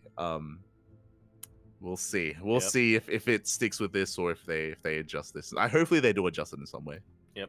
As a reminder to everyone, if you are concerned about these changes, now is the time to voice them out, as when it's still in the PTR, it's still being tested, it's still being adjusted. Now is your time. Yeah, well, what I would say is now is the time to test, right? Now is the time to actually see if this is a problem. Don't just complain and have nothing to back it up with. Have some figures and stats and whatnot. Don't go full Reddit and just start crying about stuff. Like, no. Just, I'm sure there are going to be some tournaments showcasing the PTR. Yes. I'm sure there's going to be tournaments showcasing the PTR. I would like to say that Wordy has just announced a PTR tournament with open qualifier as well, so that is on the list. Yeah, there you go. I would not be surprised if a lot more tournament organizers do go for that as well. Meanwhile, we're still not done. There's still one more Protoss change left. Yes, indeed. And you could not live with your own failures. And so you're brought back to me. I don't remember how that line goes entirely. But basically, the mothership was adjusted last season. It became a little bit cheaper, but also a little bit weaker. Now we're somewhat back. Some of the changes made to the mothership last time are here to stay. It's still going to be fast. It's still going to not have a permanent cloak. It's still going to have a lot more laser beams to shoot. But instead of -300, we're back to -400, just as I was starting to get used to saying -300. But there we go.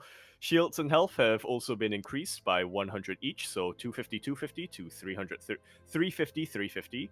And the more interesting one is the mothership attack changes, where previously we had 6 low damage beams that could be targeted a bunch, to now being a little bit increased to 4 higher damage beams, or slightly higher damage beams, if I'm interpreting this correctly, that will no longer just attack one unit. Yeah, I think the math was done, and this is an overall increase in DPS output from the mothership. I do like the change. Like in general, like the mothership DPS was like very negligible. Like it was Mhm. just not really much of a factor really, and it Yep. didn't really do much and add much to a fight, and it was more so used for its spells. So I do appreciate that now. It's a Yeah. unit. Like it can actually engage and actually It impact a fight.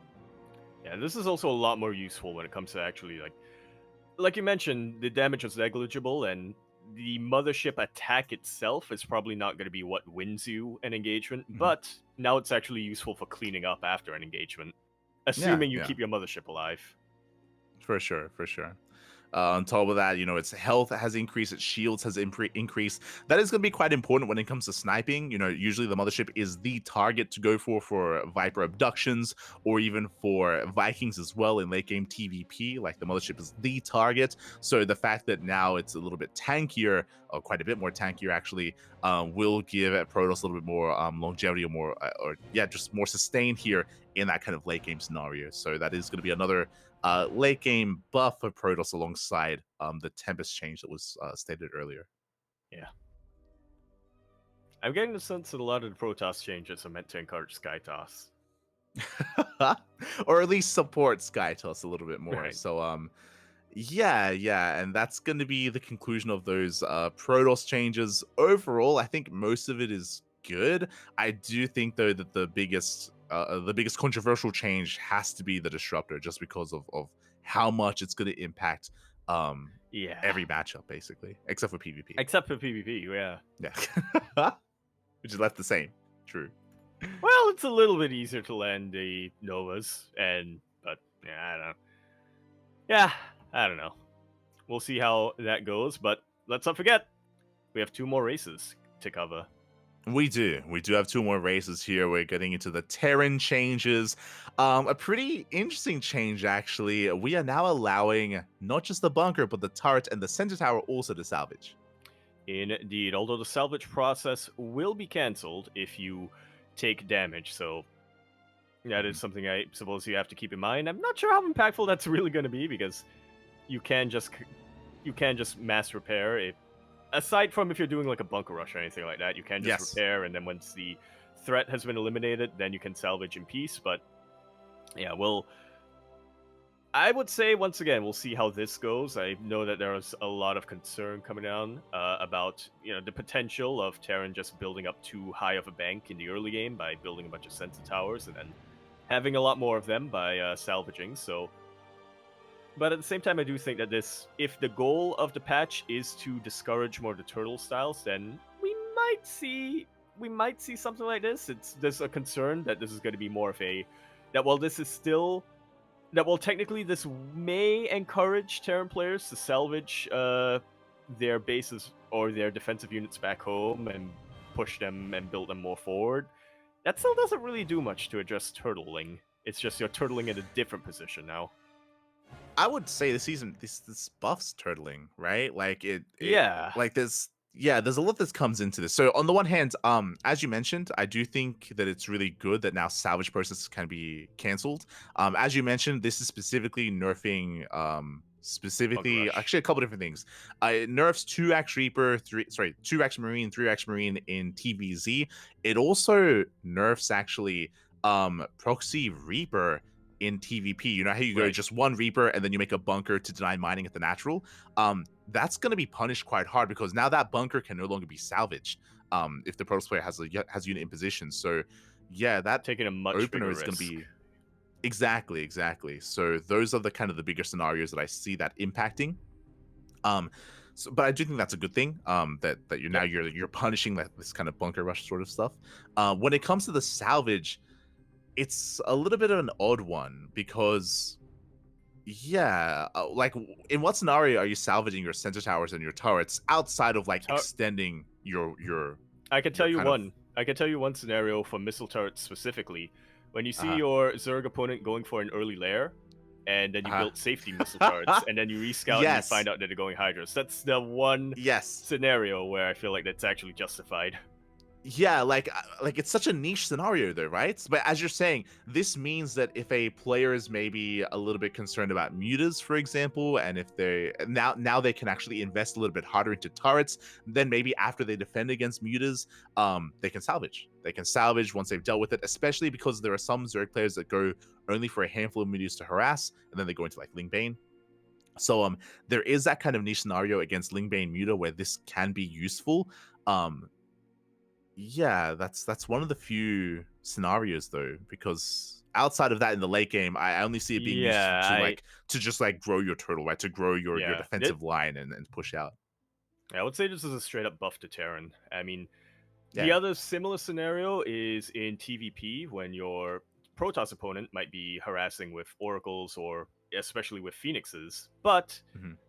that's only for the opening. So once you know that Yeah, you've gone to the mid game, then Terran, you can just salvage your missile turrets true. and now you have enough minerals to get your upgrades a little bit earlier. Now you can push a little Yeah. bit earlier, and it's like, yeah, Yeah, you're not wrong. Like I usually there's a part of me that wants to exploit that on the ladder, but there's another part of me that's saying like, no, this isn't healthy for the game in the long term. yeah, like yeah, now that you mentioned it, I agree because usually Stargate Phoenix openers you only make like around 6 Phoenixes and then you Yep. stop and then you eventually transition out of it, and then if you lose your Phoenixes, you're not getting back into Phoenix production anymore. So then turrets can be salvaged. So yeah, it is a nice little buff here for Terran. I don't know if it's like like a game ending buff or anything like that, but it is a nice, I guess, change for Terran. It's just a really weird change just because, as you mentioned, it's just really niche utility, right? Like in that scenario against like a Stargate opener or against perceived Spire Muta play or in the late game turtle style, like those kind of like are the three scenarios where you would use it. So it's interesting that that's something that they would do. Yeah, It's kind of like a change out of left field. It's a Yeah. pretty cool change, but yeah. We'll Okay. see how this goes, and hopefully there's a way to make this balance because I actually do kind of like the idea of this. I feel like that may just be my own Terran bias speaking, and just my own frustrations of scouting early layers, assuming that they're throwing down a safety turret, and then finding out that it's actually a rush into infestors or a Hydra based build. But I would like to see some players be able to utilize this. It's just Yeah.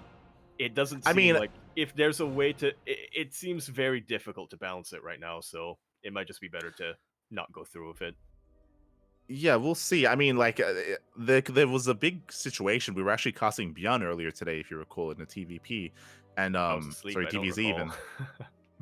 Yeah, in the Nation Turtle Tussle, and we were in the late game in like a 100 versus 100 supply, like like one base mining versus one base mining, just really clutch situation. And I was thinking at the time, I even mentioned, I was like, if Beyond could salvage all these turrets that he's got over here on the right hand side, Yeah. like, he'd actually be in a really good position. Like, Yeah. if he could salvage everything, like that'd be insane. So yeah, it's gonna be a crazy change here, but again, like it's really only gonna be impactful or only gonna be seen like in certain situations. Hopefully we get to see those situations, in the upcoming PTR tournaments, just so we can like observe and Yeah. Get a sense of how broken it is, or if it's even broken. Yeah, for sure. The other changes: Planetary Fortress armor decreased from 3 to 2. This did not have a developer comment. This is the most straightforward change. This did not need any justification. I think I think nobody is going to be mad at this change either. Yeah, for sure. I do like this change as well. This does coincide with their goal about turtling styles and trying to punish that turtle style. This means that Ling Rumbai's marine counterattacks, we see that in TVT, especially like this Marine's heavy style from Byun, and also Zealot Rumbai's as well, will be more impactful here at sniping bases. Yep. So I feel like we've all been there where we've brought the planetary fortress down to red health. It's burning up, but then it survives long enough to take out your army, and then the mass repair comes in. So yeah, this is a welcome change, I would say. Yeah, for sure. The other changes. The sensor tower change, as we were talking about earlier on, it's not a complete nerf, as Mhm. you know, it is a lot cheaper to build now, especially especially taking into account the decreased gas costs, but Mhm. it is less effective when it comes to covering the map. So 35% area size reduction. I would have to see this on the minimap itself to really be definitive, but from my estimation, it would cover maybe a sixth of the map if my math is correct. So yeah, once again, I do think that this is something that will encourage a lot more active playstyles from Terran, because when you can't just, I mean, as a developer comment say right here, the combination of Planetary Fortress and Sensor Towers were just way too Mhm. powerful for camping in the late game. So these changes are to make it so that Sensor Towers are going to be weaker against basic units like Lings, Marine Zealots when it comes to drop play and harass, but still going to be useful in the earliest stage of the game to keep an eye out for something like a timing attack. Yeah, so this is overall a nerf, and it's a good A thing. welcome nerf. Yep. Yes, exactly. Just like the Planetary Fortress change, just kind of a big part of how a Terran player can be very defensive and very turtly is them being able to keep up with your army rotations. If they know where you are, then they can just rotate with you, they can keep up, and they can just, deflect you time and time again. So affecting or reducing that vision is going to be a good thing, especially considering that Terran also have scans as well. It's not like this is the only way that they can get eyes on your army. They have And scans, and usually in that kind of game state, they've got a lot of CCs and Yep. orbitals as well for those scans. And also, I would like to point out that, as you were mentioning, scans is a huge ability for Terran, but also a more efficient way of getting map vision when you can't just blanket the entire minimap with sensor towers is drop play, is just being more active on the map to get a sense of where your opponent's armies are at. And that, when the initial nerf to sensor towers came, I think about a year ago, that led to some of the most dynamic and active playstyles from Terran I think we've seen in a very long time. So yeah, encouraging even more of that, I would say, is very welcome, especially in the TBT matchup. I know we're talking a lot about like TVP and TVZ, but in TBT especially, I think this will lead to a lot more exciting games. For sure. This is, I think we welcome these past couple of changes here for Terran. Up next is going to be the orbital command. This is a Yes. really This is interesting change. yes.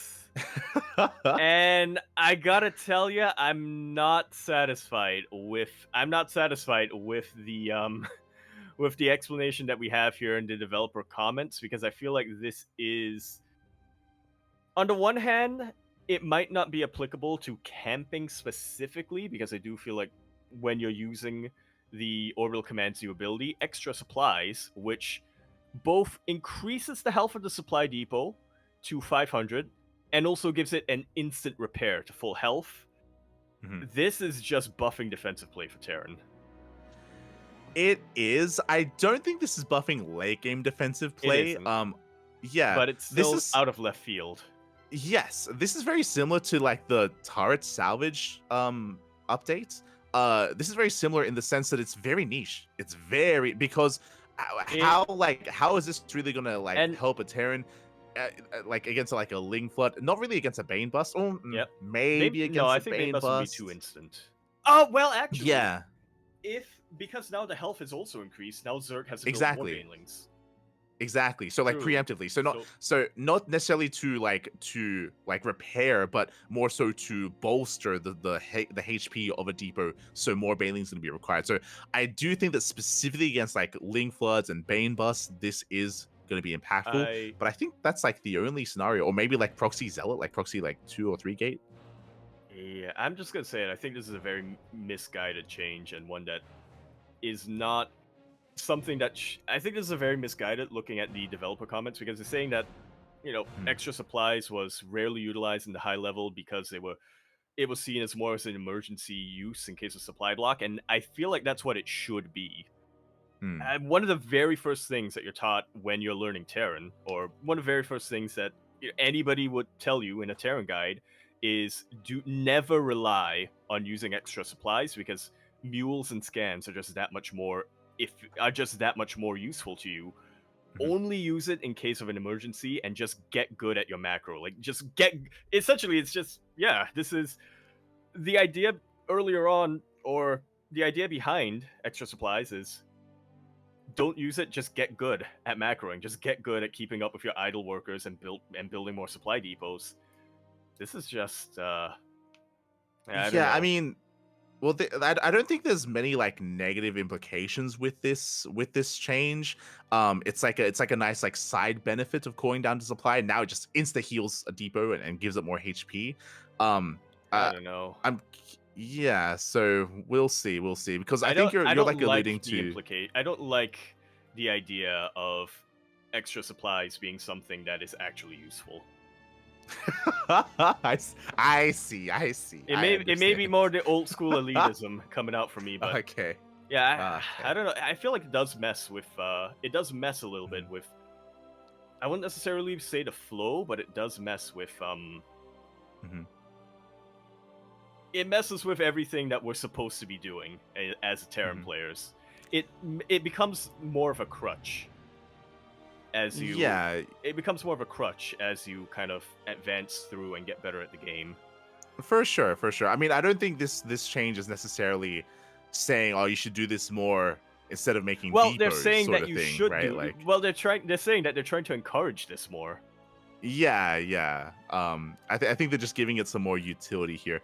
It's just weird because like even in the gift that they're showing it in, because like I was thinking, I was like, oh, like what kind of niche scenarios? Even against like an early proxy zealot or a link flood like this where there aren't banelings, you'll just repair, right? Like exactly. like the SCVs that aligned, they would just repair and it achieved the same thing. Maybe with Ravager rushes. It would be would prefer to throw down the extra. You would prefer the insta heal and the extra health as opposed to a mass repair. But you still want the SCVs to repair. Well, I would say that against Ravagers, the Depot is going to die anyway. So I don't. I don't. Yeah, I don't think this is necessarily going to be applicable in that situation. But yeah, it's just a really odd change. We'll see what happens with it. I mean, again, I don't know how often we'll see this actually impact or influence a game at the top level. Just especially because like link floods like this are very uncommon as well. So yeah, it's an interesting one. Would I be going too far if I were to say that if this supply or if this change goes through and you utilize it, you're weak? Would that against an all-in? Is that what you're saying? Like if you use this for being all-in. We used to be able to get by and survive just by repairing. True, and now you want even more stuff? Yeah, back in your days, you were going uphill both ways. Exactly. Back in my day. Uphill both ways to go to school. Oh my god. Old man Yaku. So yeah, interesting one. Even weirder than the disruptor change. This mate. No, the disruptor change is crazy compared to the disruptor change is worse, but this is weirder. Okay. Up next, we do have our Hellion change. A Blue Flame is going to be buffed from +5 to +9. Specifically, this is going to mean that Blue Flame Hellions can now two-shot all workers as opposed to only some workers in certain matchups. Yes. Now Blue Flame Hellions will be able to two-shot SCVs as well as probes and drones. This is another bit of a niche change, I would say. I'm not sure how impactful this really will be. I do think that in TBT and TBT mech especially, this will mean that run-bys are just going to be more effective, but I know that there was some concern about TVZ specifically and how this might make Blue Flame Hellions a little bit too strong, a little bit back to those early Wings of Liberty days, but I'm not entirely convinced. I still feel like it's going to take the same amount of attacks to take out those early game Zerg units. Yeah, it's interesting, definitely. As you're saying, it's meant to incentivize a little bit. It's just meant to buff mech in general here to allow you to harass a little bit more. As you mentioned, Hellion run-bys aren't really too much of a factor in TVT. This might be applicable against Protoss a little bit more, potentially. Once again, a bit of a niche kind of impact here, or kind of a niche change to the Blue Flame Hellion. yeah, we'll see. We'll see how much it really comes into play. Yeah. Like they were already roasting mineral lands anyway. Like they were like I Pretty don't think much, this is gonna overly affect You just that. need one fewer Hellion now if you're going to be playing mech and TVT. Mm-hmm. For sure. The next change I would say is one of the more impactful Terran changes. Some of the others, like they've been, oh no, it makes sense, to get rid of some of the turtling style, and it's similar here as well. So advanced ballistics no longer provides additional range. Instead, it is going to be increasing the radius of the overall freedom zone. Yeah, it's a very interesting change coming out here with the Liberator. And I mean, they got another buff, but we'll get into it after talking about the developer comments. And they were saying that despite the previous nerf, Liberators having a higher range at the late game is way too limiting when it comes to making maps, because now map makers will have to keep this in mind. They will have to, they're not going to be able to make as varied maps as they would like to. They have to keep balance in mind, and they have to change that. So instead of providing extra range, now they instead have a wider radius, which once again, I think this is a welcome change, but we'll see if maybe 56% is a little bit too much.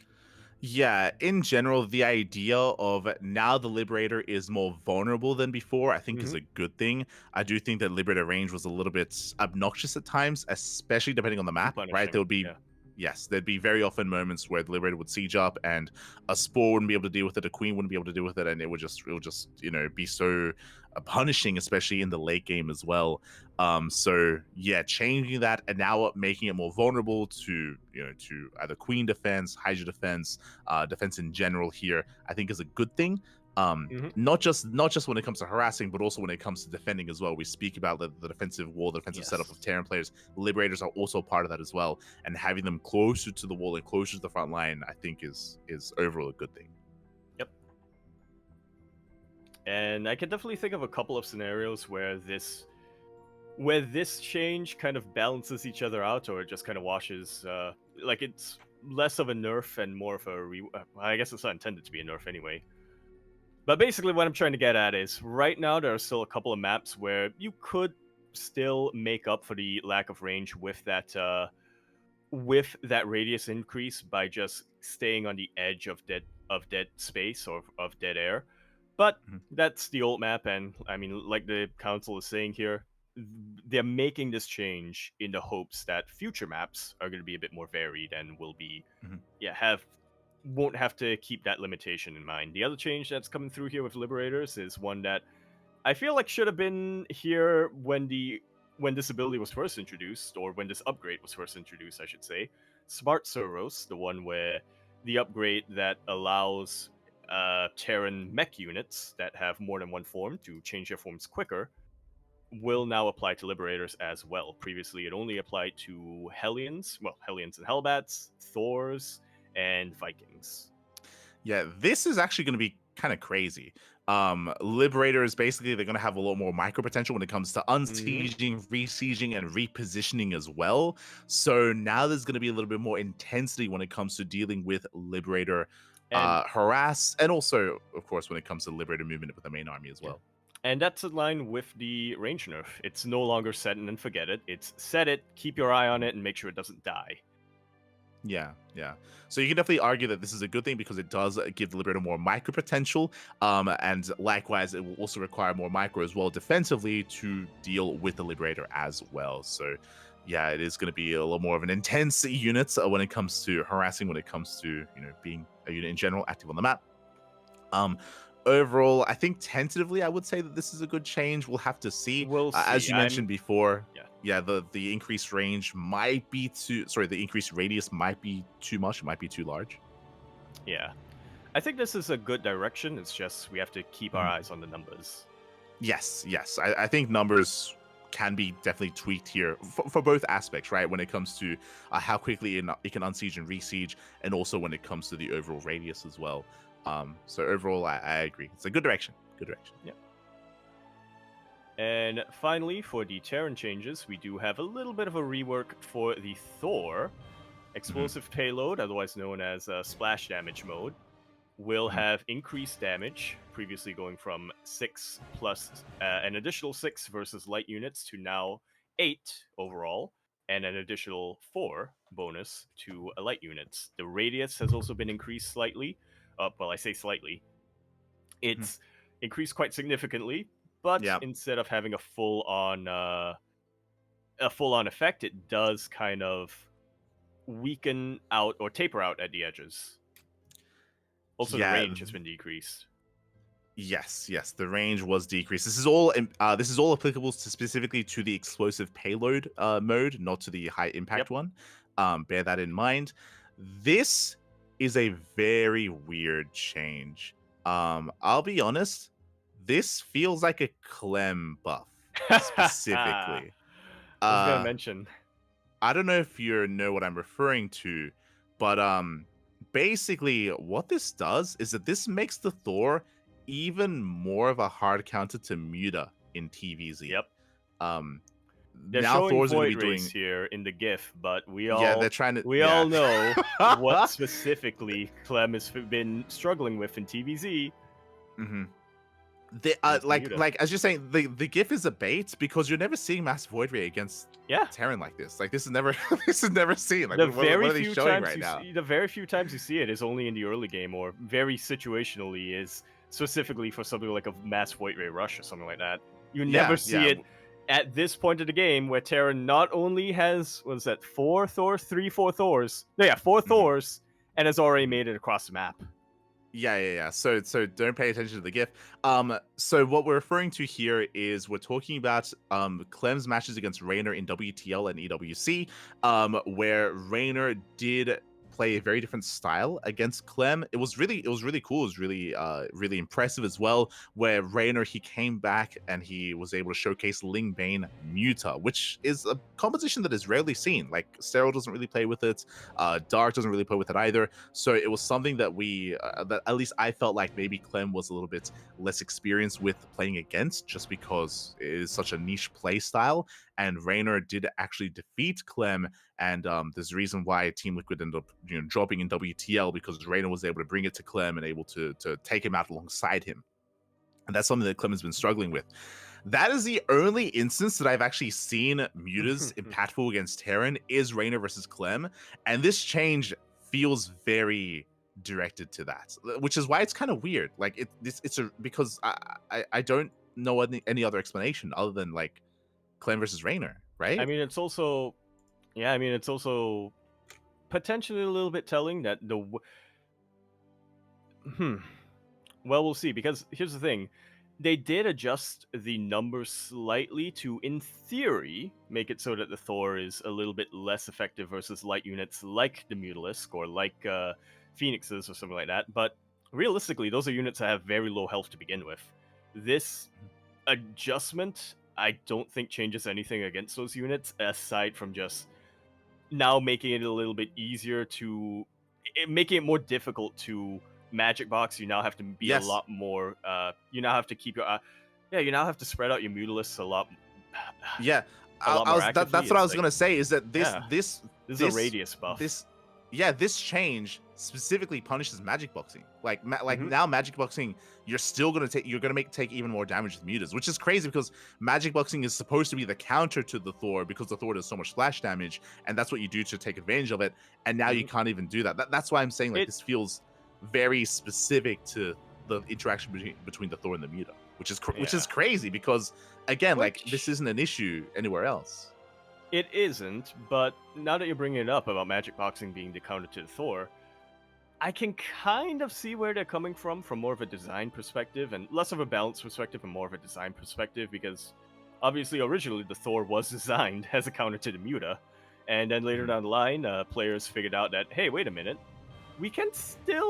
there's this one trick that we can utilize that makes it so that we can still play Mutas against Thors. Obviously, not Thors in high numbers, but we can still utilize these Mutas. So, yeah, this kind of brings things more in line with the original vision of the Thor Mutalisk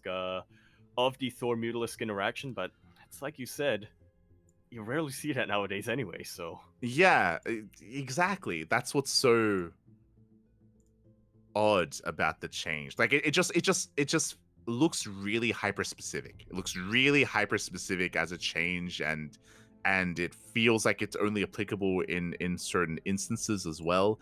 As you mentioned, right? Like it could be the case that design wise, maybe they don't like the idea of Muta's magic boxing and they want to get rid of it, and or guess they get rid of, punish it even more, and be like, Thor's, they should just shut it down. But then what you're saying is that they want to disincentivize Lingbane Muta, and it's already a rare thing to begin with. And I feel like it's one of those beloved like interactions, like Lingbane Muta against Bio, is pretty historic in SC2. So the idea of trying to shut it down here feels kind of weird. Really does. I think is the way that I would put it. Yeah. And I mean, this is a straight up buff versus air overall, because obviously the radius increase is huge, but also it does more damage versus armored units specifically. So Corrupted Brute Lord, I can imagine this still being more effective against. Sky Toss, I can imagine this being more effective against. This is... Again, I'm not sure who was asking for this change. Yeah, this is the biggest. For me, when it comes to this patch, this change is the biggest question mark for me. Like, sure, there's been other changes where it's like, did we really need this? Like, what's the purpose here? Like, referring to like, I don't know, like salvaging turrets or like the cooldown supply, right?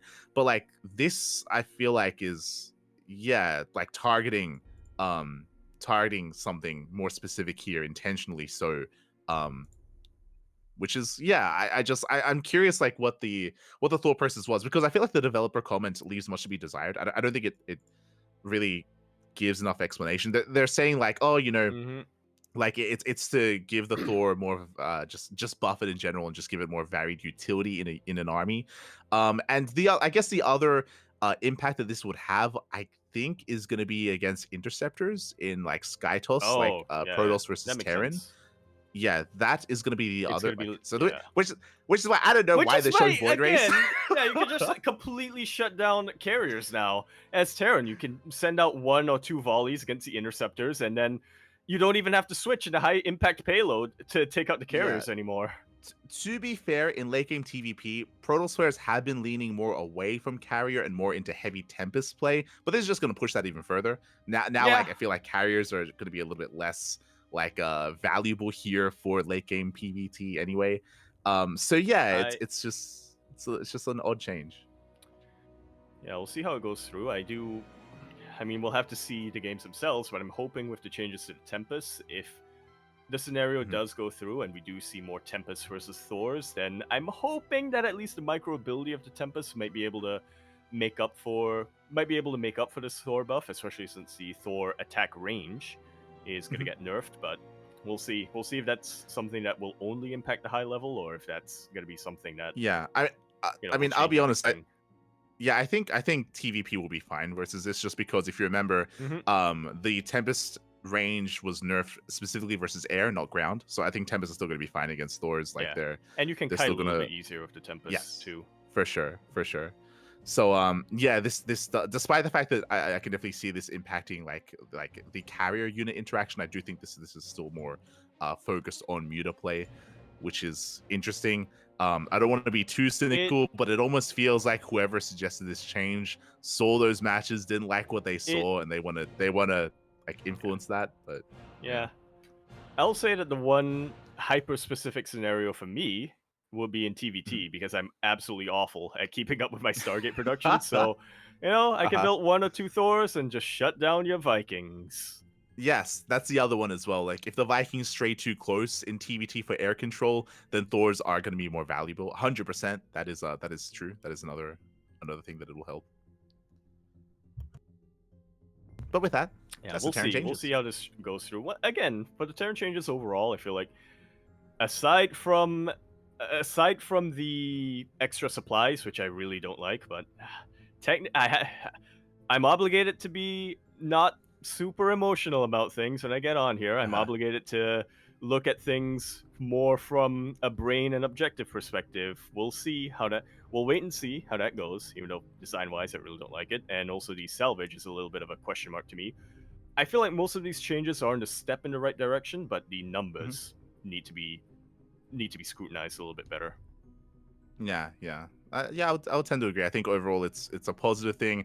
My biggest issue is still the Thor change. I'm still a little bit perplexed as to the reasoning as to why they would want to implement this change and why they would want to disincentivize mutas like that. But we'll see. We'll see what does happen as we get into the Zerg changes. Indeed, which honestly are probably the least True. Divisive. The least divisive and the least like they didn't go for any major swings here when it came to Zerg or any major reworks, with one exception. But even then, it's we'll get even there. then We'll get there. Yeah.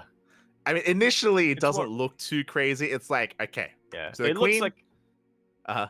Yeah, I was Go just gonna say, it looks like they nerfed a couple of things and then they buffed a couple of things. So overall, it looks like a net.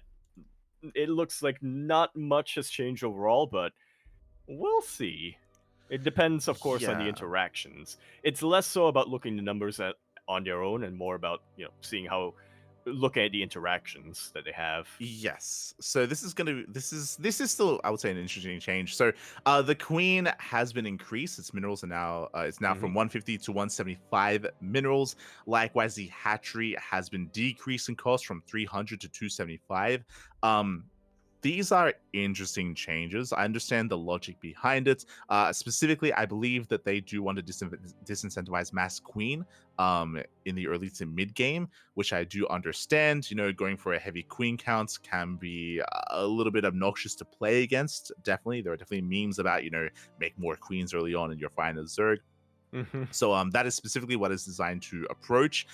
What I find interesting here, because the hatchery is going to be cheaper, I do think that is going to influence hatch blocks in ZVP. It is still very common for Protoss players to hatch block, and this means that you can get the hatchery down a couple of seconds sooner, especially with 15-15s. So that may no longer be a factor anymore. It's very possible that we're not gonna be seeing unnatural naturals. Yeah, you have to pull one more probe, or you'll have to. I don't know. Yeah, I'm curious how it works out. I'm curious if Protoss players have to send out their worker earlier, if that even does get across the map in time, specifically with 15-15. So that is going to be definitely a change in ZVP. When it comes to the Queens now being more expensive, that will mean that certain defenses are going to be a little bit harder here for Zerg players. It means that they have to invest a little bit more into Lings. I do think that this will impact specifically gasless openers the most. I'm referring to Dark, even Rainer as well has been very fond of 15-15 gasless openers against Terran, where you skip Ling speed and you defend with purely Queen against Hellion Banshee. This does mean that you will have less Queens, I do think. You're going to have one or two less Queens. So that may be enough to disincentivize gasless openers. That we'll have to testing, right? We'll have to see what happens in testing. I do want to see Rainer and Dark. I want to see if they still go gasless against Terran and if they can defend against early aggression. Yeah, we'll see. For sure. Meanwhile, the changes to the Spine Crawler and Spore Crawler, I do actually like this. Basically, the build time is decreased from 36 to 32 seconds. Because there are less Queens, this means that reactively, you can get Spine Crawlers a lot faster against something like Hellbat pushes, against early aggression, which I'm not opposed to. I think that this is... So that's kind of mainly the scenario where you're going to be seeing that is kind of more reactive play. 4 seconds doesn't sound like a lot, but that's actually quite a lot of time in StarCraft. Oh, yeah. Can be the difference between getting your... Yeah, it can be the difference between finishing up muscular augments. It can be the difference between a whole lot of stuff. That's very impactful. Yeah. So this is just going to help reactive responses to more aggressive builds. Meanwhile, the Spore Crawler is also going to be adjusted as well. I actually think this Spore change is more impactful than the Spine change. The Spore damage increase from 15 to 20 with a HP decrease overall, I think, is a buff to the Spore Crawler. And I do think that this is maybe going to impact ZVP the most. So in general, when it comes to Spore defense, Terran players with Banshees are already very careful with it. They're already just very careful and very precise with their Banshee It's harass. one of those things, right, where if you take one hit of damage on your Banshee, it's already you're like, no. I failed you. 100%, 100%. So when it comes to Banshee defense and Banshee harass, like that, I don't think this is going to impact that too much. It's just going to be more punishing now. Yeah. Specifically when it comes to Stargate and Oracle openers, Yep. it is very common in PvZ for the Protoss player to use the HP of the Oracle as a resource to get more drone kills. They're Yes. willing to tank some shots to get 1, 2, 3 extra drones and get out with the Oracle. Now that is going to be punished a lot more. Absolutely. Trying to do math and think of how many shots an Oracle can take, but the answer is fewer. And it's Mhm. even that one additional fewer shot, like you were mentioning, can be very impactful here. Oracles have a very short range, so you Mhm. can't really afford to be too careful with them if you want to get those kills. And so, yeah, it's a very real possibility. I think that we're just going to see Protoss players be more careful with their oracles, make it out Mhm. with fewer kills. We'll may see in the beginning a couple of Protoss players just lose their initial oracle to the spore Yeah. crawlers, which in a lot of cases it may not be a death sentence, but it's practically putting yourself behind in the PvZ to lose that one oracle, because now you're opening up, Yes. now you're a lot more vulnerable to counterattacks. Now you have a lot less utility. Now you can't really keep your Mhm. eyes on your Zerg opponent with whether it's with Revelation or just by flying around the map. Yeah. I'm not sure how I feel about this change for ZVP specifically. Yeah, I think this is a pretty big change just because, like, how often in ZVP, Yaku, do we see, hero, trap, max packs going with an Oracle, get like 4 kills and barely escape with like red HP, right? Like with Yep. that Oracle. And now that Oracle's either going to be dying or they're not going to get that many kills. They're not going to get that many drone Mhm. kills. They have to be more careful with their Oracles just because they're going to be punished so much more. So this is going to be a pretty big change in dynamic, I feel, between ZVP. Either Protoss players are going to get even better, like this may just force them to be much more efficient and much more decisive, and maybe they can still try to keep up, or it may just deter some Oracle harass as well, and maybe they're just going to use it more for scouting and more for defending. I'm still on the fence as to whether this is a good thing or a bad thing, because we have seen Protoss players just kill Zergs. Like I still remember like Max Yeah. Pax killing Solar purely off of triple Oracle harass, where he just goes to town and just pulls Solar apart. Like that's happened before, and I don't know if we want that to be a good thing or a bad thing. But this is going to be, yeah, specifically I feel like mainly impactful in ZVP. Yeah. Well, we'll see. We'll look at a couple of games, and like you said, very much on the fence about this. But Mhm. I, I don't know. I don't think it's a good idea to at this stage of the game or at this stage of StarCraft 2's lifetime to remove or disincentivize openings from Protoss, because I do feel like that was something that Mhm. is, yeah, that's one of the things that Protoss has going for it, right? Is that it does have multiple options in the early game, or it does have a couple of options when it comes to openings. And Mhm. if you make Protoss more predictable, I think they're going to be in a lot of trouble, because Protoss does rely quite a bit on keeping their opponents on their toes. Yeah, I don't think this change is going to be enough to deter Stargate openers. If you remember, there was a change to the Widowmine last patch, which almost Yep. completely killed Widowmine drop openers, right? Like we For the rarely first see, few weeks. yeah, or even nowadays, we rarely see Widowmine drop Okay, well, builds as much as we used to. But I don't think that's gonna happen here. We could be wrong. Oh, I could be wrong. Which is why we'll see what happens in the PTR. We'll yep. see if this is enough to just stop Oracle harass, and maybe Protoss players, instead of going triple Oracle, they just go double Oracle into faster Twilight Council. We'll see what happens. Yeah, we'll see. Mhm. Meanwhile, we have our Uh-huh. big change coming down to one Zerg unit in particular, the Hydralisk. They do have a little bit of a reduction when it comes to their movement speed on creep. It went from 5.11 to 4.83.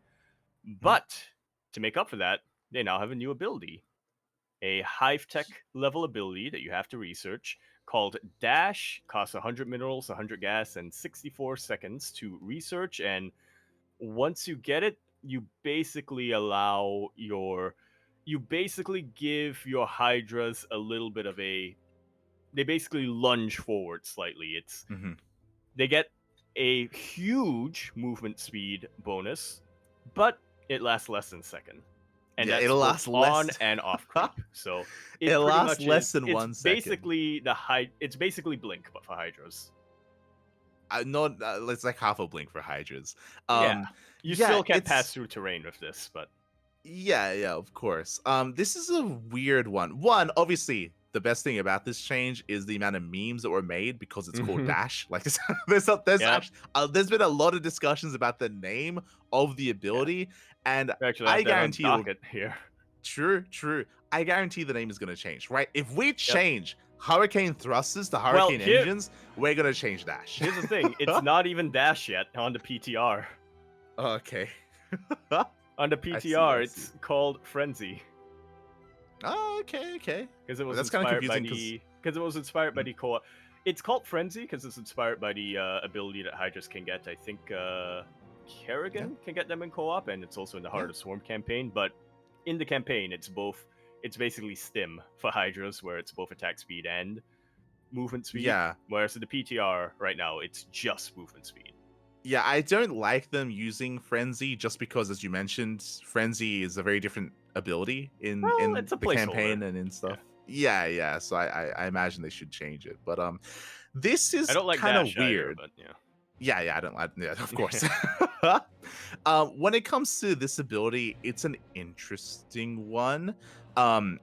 It's a pretty wild change, and it is a buff here to the Hydras. It does allow them to dash and avoid novas, for example. It's Yep. going to make it easier to avoid purification novas. It's going to be easier to punish drop play and dash Mhm. under a prism, dash under a medevac.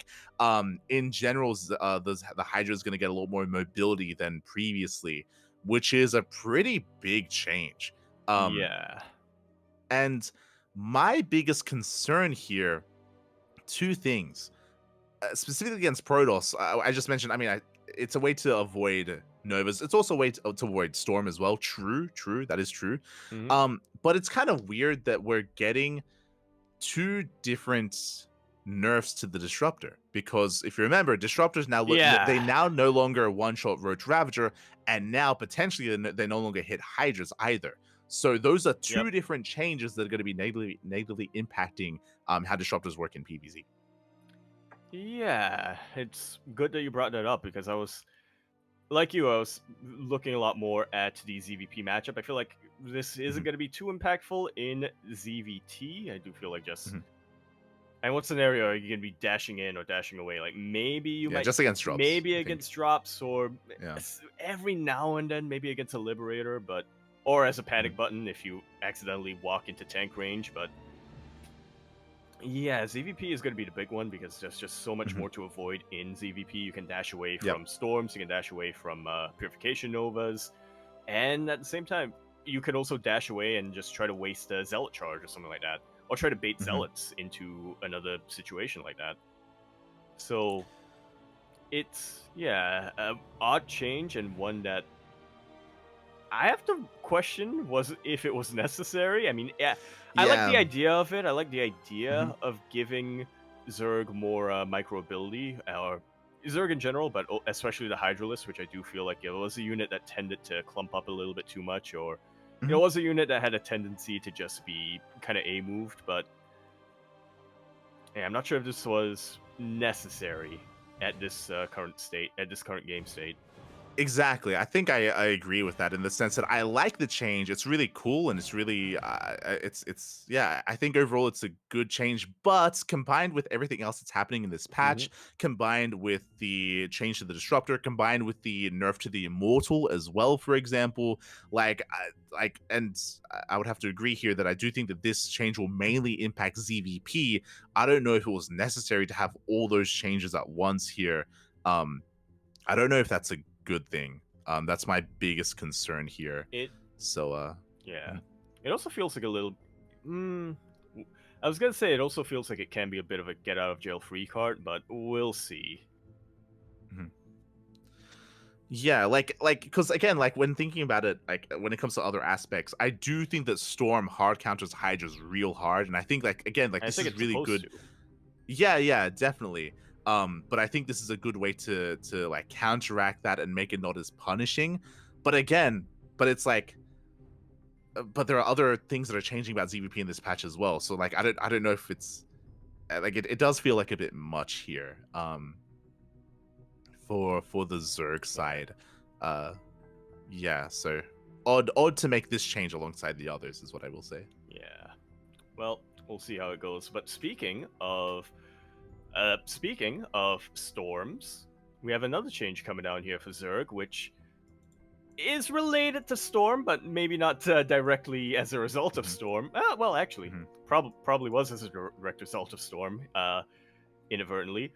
Infestors, the Microbial Shroud ability is now adjusted slightly. It's still, you throw down the Microbial Shroud and Zerg units under the Shroud take less damage specifically from air units, but now it will stick to the units for about 3.6 seconds after Shroud has dissipated or after you have left the Microbial Shroud, which is pretty huge and one that, like you were saying, on its own, I do like a lot. I feel like a very big weakness of Microbial Shroud earlier on is that it was counteracted too hard, but what it was intended to do was kind of make it a little bit easier for Zerg to kind of go toe-to-toe with Skytoss specifically. I mean, it still impacts ZVT as well, but specifically it was meant to allow Zerg to fight against Skytoss. But the problem with that is that Microbial Shroud, since you had to be in the Shroud, and since that it had a small radius, it just became a target for Protoss players to throw down Storms or to throw Purification Novas. Now that you can actually micro away from Storms and Novas, but still go toe-to-toe with Skytoss, this feels like in a different patch, this would have been welcome. But right now, with the other changes going down, I'm not convinced. I would say that I think that this change should have been here from the beginning. Absolutely. Like Microbial Shroud it's like a nice idea, but as you mentioned, it's almost never used because it is so easy to punish. So the idea of Microbial Shroud sticking to units is good. I think this is really good. I think this should have been here from the beginning of the introduction. Exactly. This should have been here from the beginning of its introduction. So I think this is a good change. As you mentioned, now we also have dashing Hydras alongside this, and this is specifically designed to buff Hydra against Skytoss Microbial Shroud. I mean, it's meant to be allow for Hydras to be an answer to Skytoss units. So having them both in the same patch is kind of weird. Like I'm welcoming the Infestor change. I think it's good for the Microbial Shroud to act in this way. It's just again, I feel like it's kind of weird that this is also alongside dash as well, because it also means that okay, you can Microbial Shroud your Hydras and then it's 6 of them and then you can dash forward as well and then you can chase down carrier. Like it all sounds really cool and stuff, but like it's a lot at once, which is kind of crazy. Yeah, speaking of a lot of at once, and speaking of counters to High Templar and Disruptors, Ultralisk got a buff. It feels like a little bit more of a quality of life change. It's that now, previously, if Ultras were behind other Zerg units, they would just be stuck there unless they found a way around. Now they can go through allied units. They will push them away, and they will just get on the front line. So it is a bit of a quality of life change, but it is also one that does have legitimate balance implications as well. Yeah, I think similar to Microbial Shroud, I would say this should have been here from the beginning. And when you say from the beginning, you mean the beginning of the game, back in 2010. The beginning of time. Similar to like the Colossus, where the Colossus can walk over units to micro away. Here, Ultras, they can push through to get on top of an army. So now they're no longer kind of like stuck behind Lingbane or stuck behind Roaches. So I do think this is a really good change overall. They're showing this kind of weird dynamic with Roach Ultra, but like in general, for Ultras to push past like Lingbane and to get on top of an army, I think this is a good change overall, especially because Ultras are very niche units currently. There's a reason why I think last patch Ultras got buffed. Remember, they got smaller. They became smaller units, which made them a little bit more microable as well. This is adding on to that as well, allowing them to be more effective just because of how clunky they can be. I like how you mentioned that this is a weird dynamic because it's Roach Ultra. What I find weird about this GIF is that if you look at the end, the bio still wins. Usually, when you True. see these things, it's the unit that's getting buffed will be the victor. Yeah. But It's here it's interesting just that they- mass marauders killing everything. Oh, there's a Yeah, couple of yeah. Marines over there. Yeah, it's a couple of Marines. But yeah, I do like this change as well. I think this is mainly going to. I was gonna say mainly going to impact. No, yeah, I agree. I think it mainly impacts ZVT. CVT? Yep. Ultras are used against like Mm. late game Skytoss. That is true, I- but often Ultras don't really have this problem in late game against late game Skytoss because usually you don't. Your ground army is True. quite small. You don't have this kind Usually, of your ground you know- army is only ultras. yeah, ultras and like links and like that's kind of it. Yeah. Just because you're so like corrupted broodlord infestor viper heavy, right?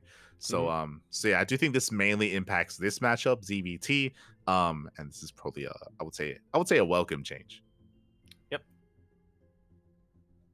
I'm gonna be seething, as I'm unable to get my snipes off on ladder, but like you said, I think this is probably a good thing and healthy you can for, still the get them competitive off. game. You'll be fine. Yeah, it's probably Uh-huh. good for the health of the competitive scene overall. Meanwhile, our final balance change that we have here is for the Brute Lord getting a bit of a buff. Health on Brutelings have been increased from 20 to 30. I believe this also is for Brutelings from Zerg buildings, but I mean that's not that big of a deal. And also the weapon cooldown, so the time in between shooting the Brute Lords at enemies is slightly reduced from 0.57 to 0.46. Decreased by 0.11. Math. Mhm. There you go. So in a way, it's kind of similar to the damage point change that we had with the Tempest, where now because the weapon cooldown is decreased, Broodlords are going to be a little bit more kiteable as well, so they can unload, they can back off, they can shoot once again. Yeah, and the Broodlord being buffed here, I do think this is mainly going to affect ZVT as well, specifically against like this more turtle style. We saw it earlier this week as well, where you have the Terran player who's got mass Ghost, Lib, Tank. They've got their planetaries, and it has to be Broodlord Infestor that contests against it. I was curious what some Terran players were thinking of this, and from my understanding, they agreed that the Broodlord was a lot weaker nowadays after certain changes applied previously. So this is probably a good thing. Again, I feel like this is mainly addressing late game ZVT. I don't think this is going to be. I mean, Broodlords are used in late game ZVP as well. That is true, but it's usually like using Broodlords against High Templar and Archons, and I feel like their dynamic is a little bit different. Yeah. I have to agree with you. Yeah, I have to agree with you there. I don't really have too much to add onto that. I'm not sure if I'm quite ready to see more Brute Lords in the game. I have flashbacks, and I get Brute Lord PTSD to those hour-long games back in 2019-ish, and even way before that. But yeah, this seems like a good compromise. Yeah, and that's going to be the final Zerg change. I think overall, like, I'm pretty content we- with the Zerg changes. I'm still very tentative, like, even though I'm a Zerg player myself, and even though I do think the Hydra change is, like, it looks like a lot of fun. It looks like really, really good, really powerful. I am concerned about its impact on the ZVP matchup the most here when it comes to the Zerg changes. Yeah. We'll see. And we will see. Likewise, we also have some general quality of life changes here. I remember I was watching some Yes. reactions to this, and there was so many people hyped Hogging about. for Yep. for the third change specifically. The third, The second the change. fourth, the second Well, change. Fourth Like, change, sure, fourth change mostly, yes. it's crazy. It's insane. Yes. Go into it. Workers waiting for refinery, extractor, or an assimilator to finish no longer count as idle. Mate, biggest change of the patch. Huge. Like that's great. That's crazy. I love it. If you're Oh my God. if you're like me and you see the idle worker tab and you're immediately like, oh no, I need to send them back to mineral lines, or oh no, they should be building supply depots, and then you go back or you tap your camera to the idle workers, and you see that they're actually just waiting for gas to finish so they can start mining gas, and they're like, well, that took me away from my build order for 1 second. Uh-huh. You're gonna This be is very pleased with this. This should have been here from the start of the game. It should have.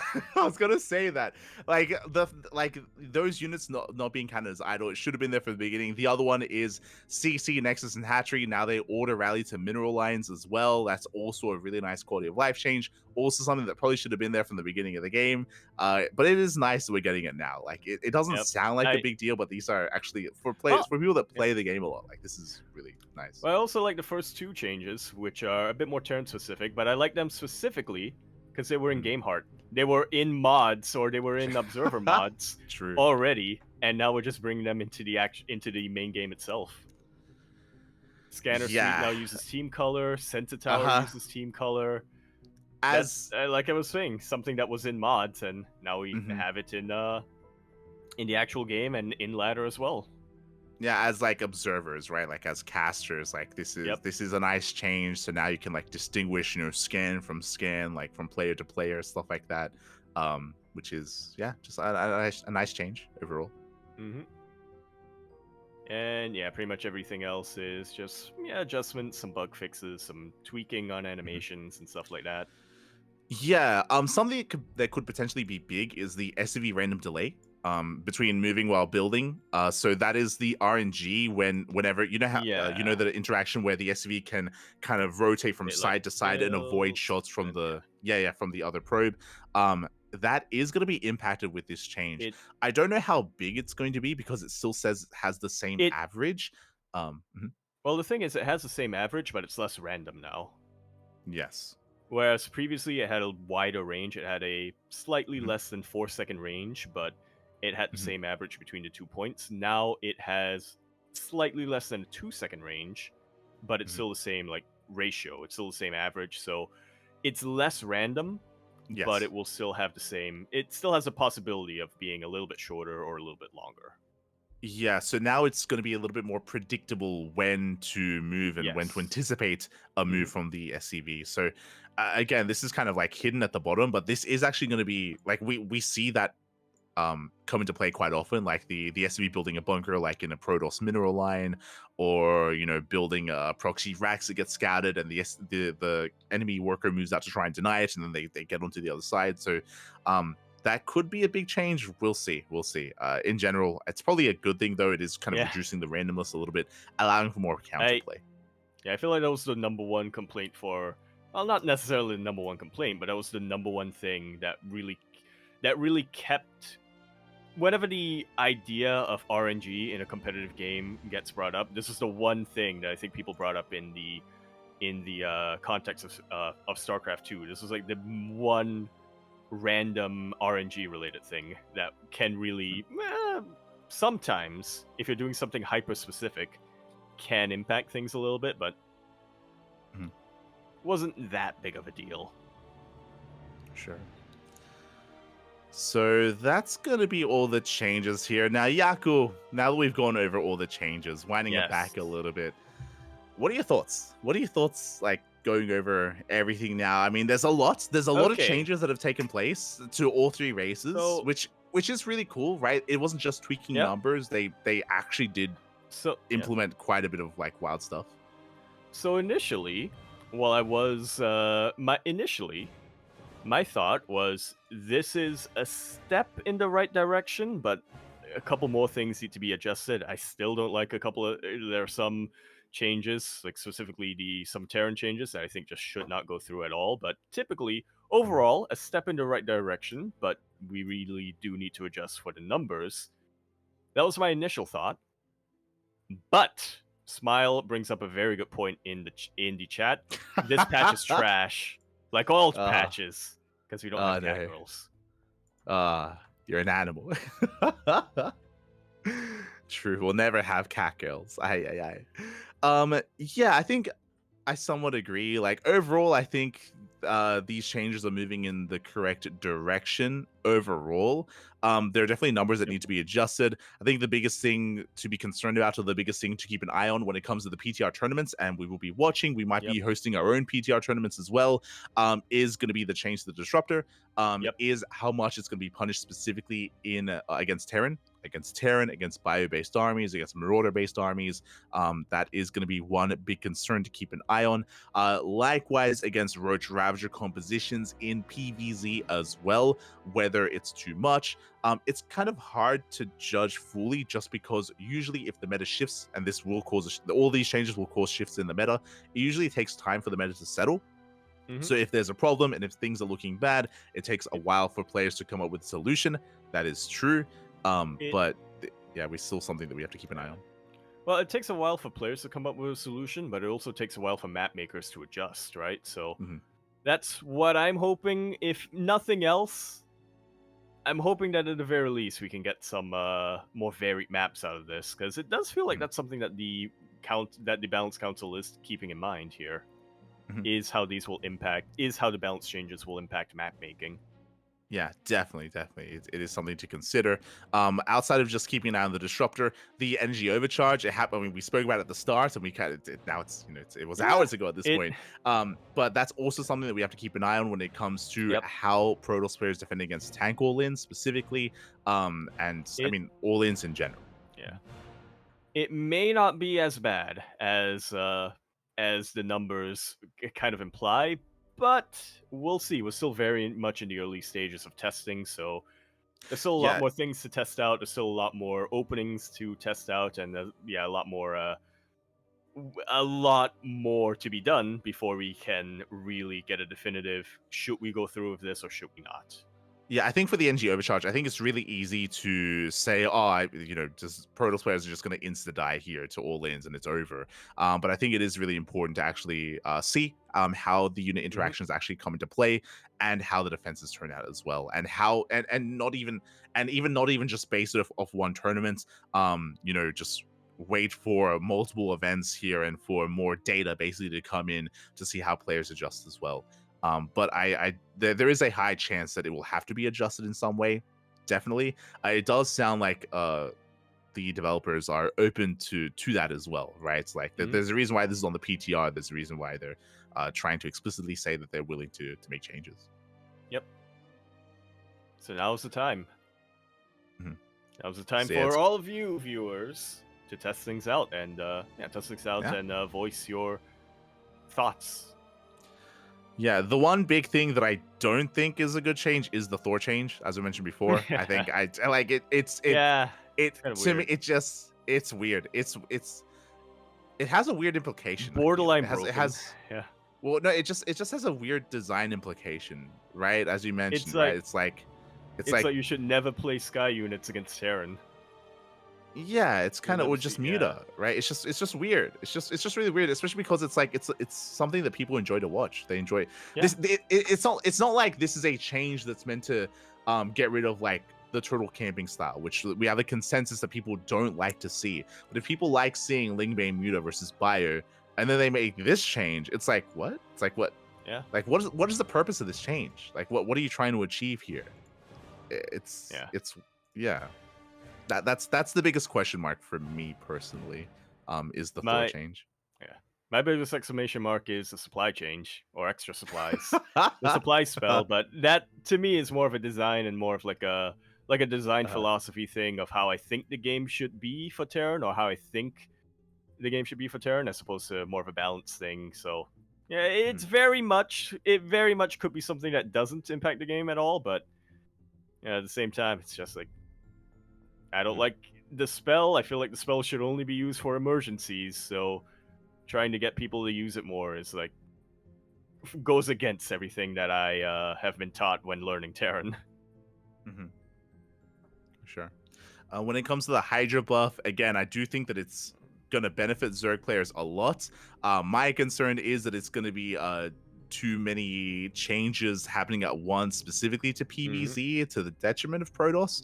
But we'll see. We'll see. Again, we'll see how Protoss players do adjust. It's possible that they might just shy away a little bit more from Disruptor play, and they might just embrace more Storm, more High Templar based compositions. Then you have this more back and forth. It's very possible that it still works out anyway, and the Protoss players are able to adapt. So definitely a lot to keep an eye on, definitely a lot to watch over. The other big change, of course, it wasn't just the PTR patch notes. We also have the map pool as well. Indeed. 6 new maps are going to be designated as ladder candidates, are going on to the PTR to be tested and to be seen if whether or not they will be added to next season's map pool. Yeah, and we have our list of maps. It's going to be Amygdala, it's El Dorado, Ley Lines, Snowpiercer. That's how it's pronounced.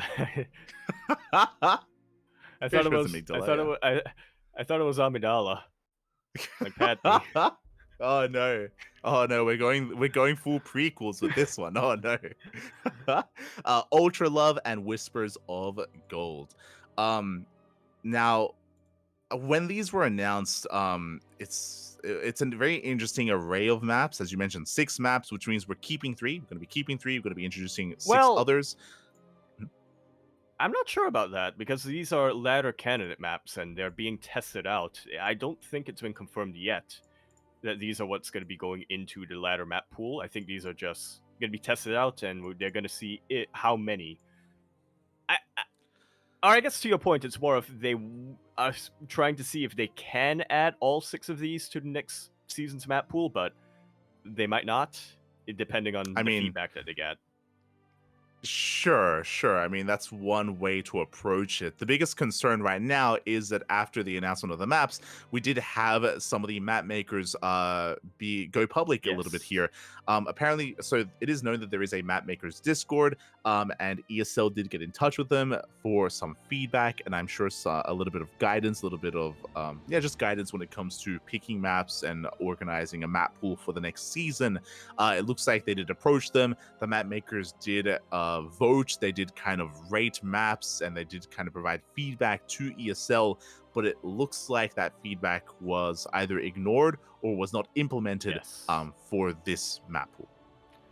Yeah, because I mean, we're talking about the possibility of these maps being added to the ladder pool or to the competitive pool, but that's not quite why.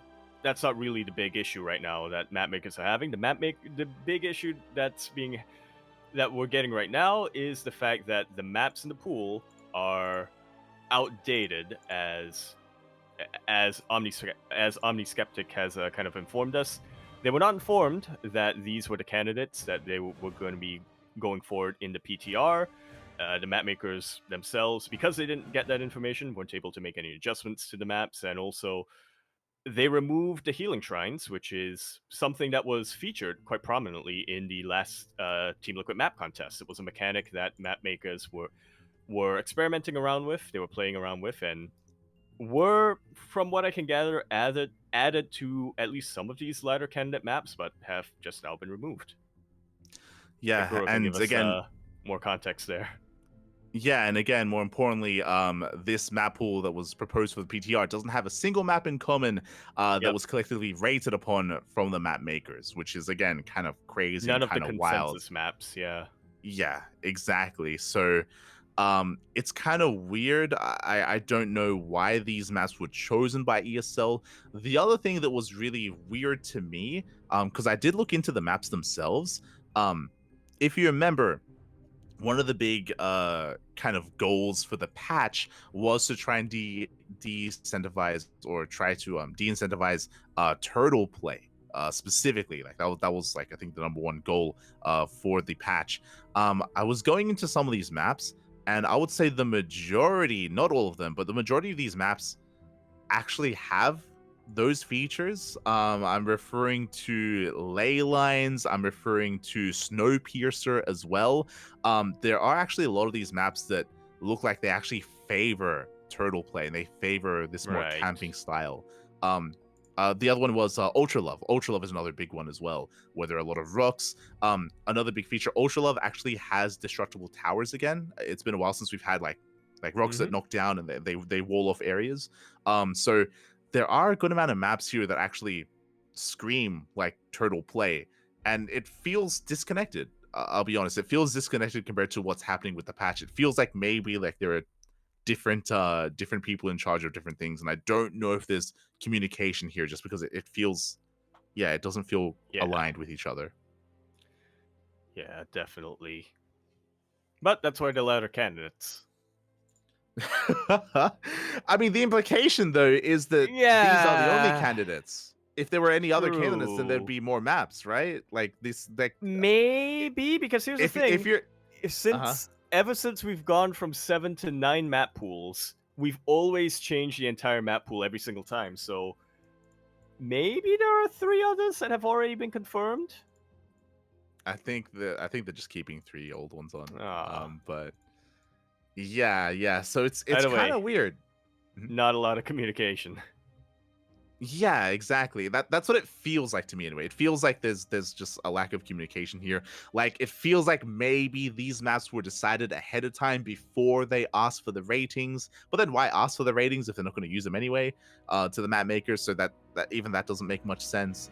Likewise, yeah, when it comes to the goals of the patch, that should have impacted or influenced the decision of what maps were going to be made as well. I mentioned before at the start of this like patch discussion about how I feel like the maps are sometimes more impactful than the patch when it comes to dictating the meta.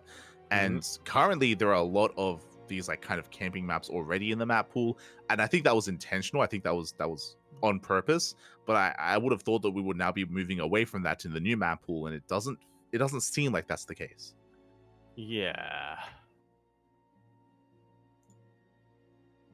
Well, I'm hoping that my interpretation is correct, and it's just that, and it's more so that the communication has broken down, and we're not going to be getting all of these maps, but I don't have any evidence to base that off of. It's very likely that what you said will also be what comes to fruition.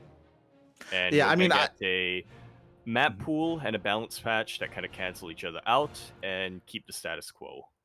Yeah, which is why like I would assume it's just miscommunication. I don't think that's the intention of ESL. I don't think they want to do that. I think it's just how things have turned out. I don't think there's any kind of like I don't think there's any kind of like yeah, exactly. There's no like malice behind it, and they're like, oh, screw like these changes. We're gonna have these maps and have turtle style anyway. Like I don't think it's intentional for that to be the case. So yeah, we'll see. I mean, potentially we could get a fresh set of maps. Potentially ESL will see this feedback, and they'll see that clearly like map makers are upset about this, and there's controversy here, and they'll address it.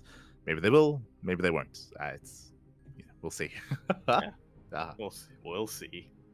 It's still the early days of the PTR. Yeah, I gotta say though, I out of all these 6 maps, the one map that I would love to see go through is El Dorado. It's giving me Golden Wall vibes. It is, yeah. I actually loaded into it earlier today to have a look at El Dorado, and it screams small Golden Wall. That's what it is. So it's like Golden Wall, but like if they like squeeze it into like half the size. Yeah, because it is a smaller map. It is, yeah, it's fewer bases, smaller map, shorter rush distance. That is something that I was checking here. There's 3 gold bases as well on El Dorado, so yeah, it's kind of crazy, yeah. Which I'm fine, but like we usually always have like 1 or 2 crazy maps in the map pool, but yeah, the other more standard maps, there are so many choke points, so many rocks that can be knocked down, so many ramps as well. Yeah, it's a lot more of what we were supposed to be moving away from. How many rush maps are there here? I think there's 2. No, 2. There's El Dorado and the other one, Amygdala. Yeah, Amygdala. God damn it. Which is also weird. Fun fact: I couldn't actually find that. I couldn't find Princess Amygdala on in game. Like I was looking for it and I couldn't find it, so I actually couldn't get in game. But I think there are goal bases in the center, and I think there are rooks that are denying them. There's a lot of rooks going on there, so I'm a little bit less certain about this map just because I didn't get to go in game. Weird. Yeah, it is a bit weird, but yeah, with that is the upcoming map pool. I mean, again, so like for the most part, I think the patch is definitely moving in a positive direction. I do think that it's important for the community and for people to watch and digest and engage with the PTR tournaments, regardless of who hosts them, whether it's Wardy, whether it's Steadfast, whether it's ourselves, whether it's Rotterdam, Pig. I do think it's important that we try to keep an eye on the potential of these changes and try to provide feedback wherever we can. Yep. Can't always rely on the first reaction that we get. For sure.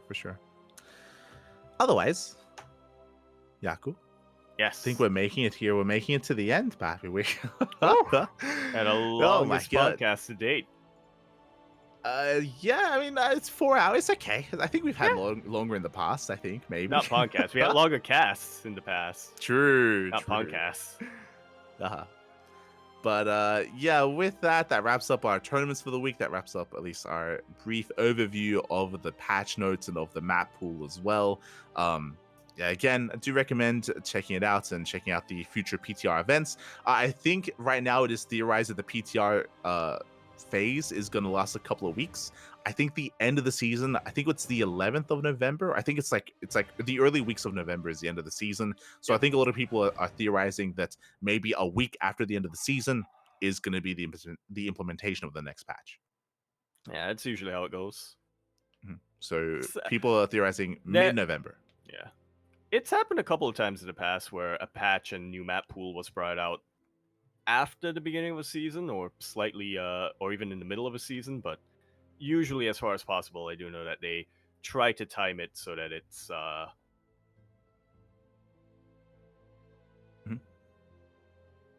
yeah, so it's lined up with the new season, right? Yeah, so that lines up. Yeah, that also means that we're kind of in crunch time. I think that leaves us like just under a month, so we have like just under a month to test and to break all of this down and to give feedback and to implement changes. That's not actually that much time. I mean, depending on how you think about it, it's like 3-4 weeks. So yeah, we got a lot of work to do. Yep. As a community, I should say, as a community. Yes. So we're all in this together, like it or not. We are. We are, and with that does wrap up our coverage so far of what's been going on. But what is coming up next here for StarCraft, Yaku? Quite a bit. Would you like to wrap things up with the upcoming events? So upcoming tournaments here, we do have an event list on Wikipedia, and in 2 days we have the StarCraft Evolution League number 5. We are going to be casting that on this channel. We have Sparkling Tunic Cup 70, we have Wardy TV number 8, we have the Pig or So Monday number 4, so all the online tournaments, all the open cups. Meanwhile, we spoke earlier about the Wardy TV PTR tournament that was announced. The first qualifier is in 5 days. Yep, 29th of October. See when that happens, and yeah, that's all that's coming up in the next week, at least when it comes to the open tournaments. Do keep your eye out on the open tournament list that we're going to be putting into the chat here, as it does get updated all the time, and like maybe something after the podcast that gets scheduled a little bit in there that we're not quite able to cover right now. Yeah. Lima League comes back next week as well, or in a week and a half, basically. So Lima League is also on the horizon here. When it comes to the Wardy TV PTR tournament, I'll actually look into it.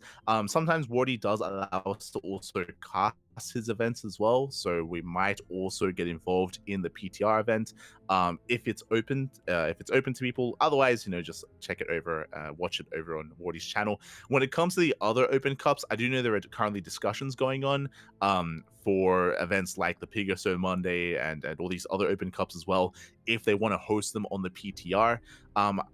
I also don't know if there's a mod. Ideally, if there's like a PTR mod in game, that'll make it so much easier, Yep. so people don't have to download the PTR.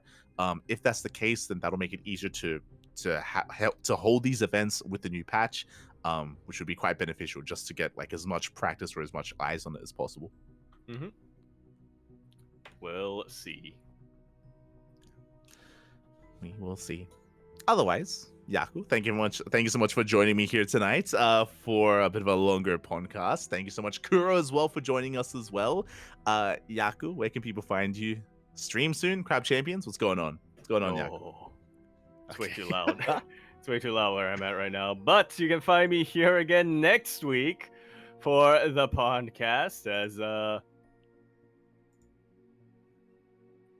I'm always here, apparently. Yeah. Uh-huh. You can also !Discord in the chat if you want to find myself. Light is also there. Kuro is also there. Everyone is there. You can also follow me on Twitter and Blue Sky at Empora Yakuzaku on Twitter, Yakuzaku on Blue Sky. And I probably am not going to be streaming anytime soon, but if I do, twitch.tv/Yakuzaku1. So all the places you can find me. What about you, Light? Other than in my shower crying. Oh no, not like this. Our next cast on the CranKy Ducklings is going to be in 2 days. It's going to be Saturday night with StarCraft Evolution, so we don't have a cast tomorrow. So no cast tomorrow here on the CranKy Ducklings. You'll find me on my own personal channel, Light_VIP. I'm going to be streaming, ideally streaming both Friday and Saturday, just some cheeky ladder sessions, maybe some Final Fantasy as well. That is going to be the goal here for myself, for my personal channel. Otherwise, you can also check out Kuro. Kuro does from time to time stream on her own channel as well. Also is handling the production for the podcast. So thank you so much to Kuro. Is showing off everything on the screen as well, showing off all of the maps, for example, the PTR patch notes as well. Just making sure nothing catches fire. Yeah. Providing making sure nothing catches fire, making sure that we're on schedule. Exactly. And with that, we are going to be wrapping up for the time being. We'll be back tomorrow. We'll be back next week for the next podcast. This is a weekly podcast where we go over the news of the week in StarCraft 2. Again, if there's anything that we didn't discuss, if there's anything that you want us to go over, then you can, of course, let us know over on Discord. Just let us know if there's any news that you want us to go over here that we didn't miss. Otherwise, thank you for watching. Yeah. We'll see you. Okay. Thanks for watching, everyone. Bye. Ciao. Bella.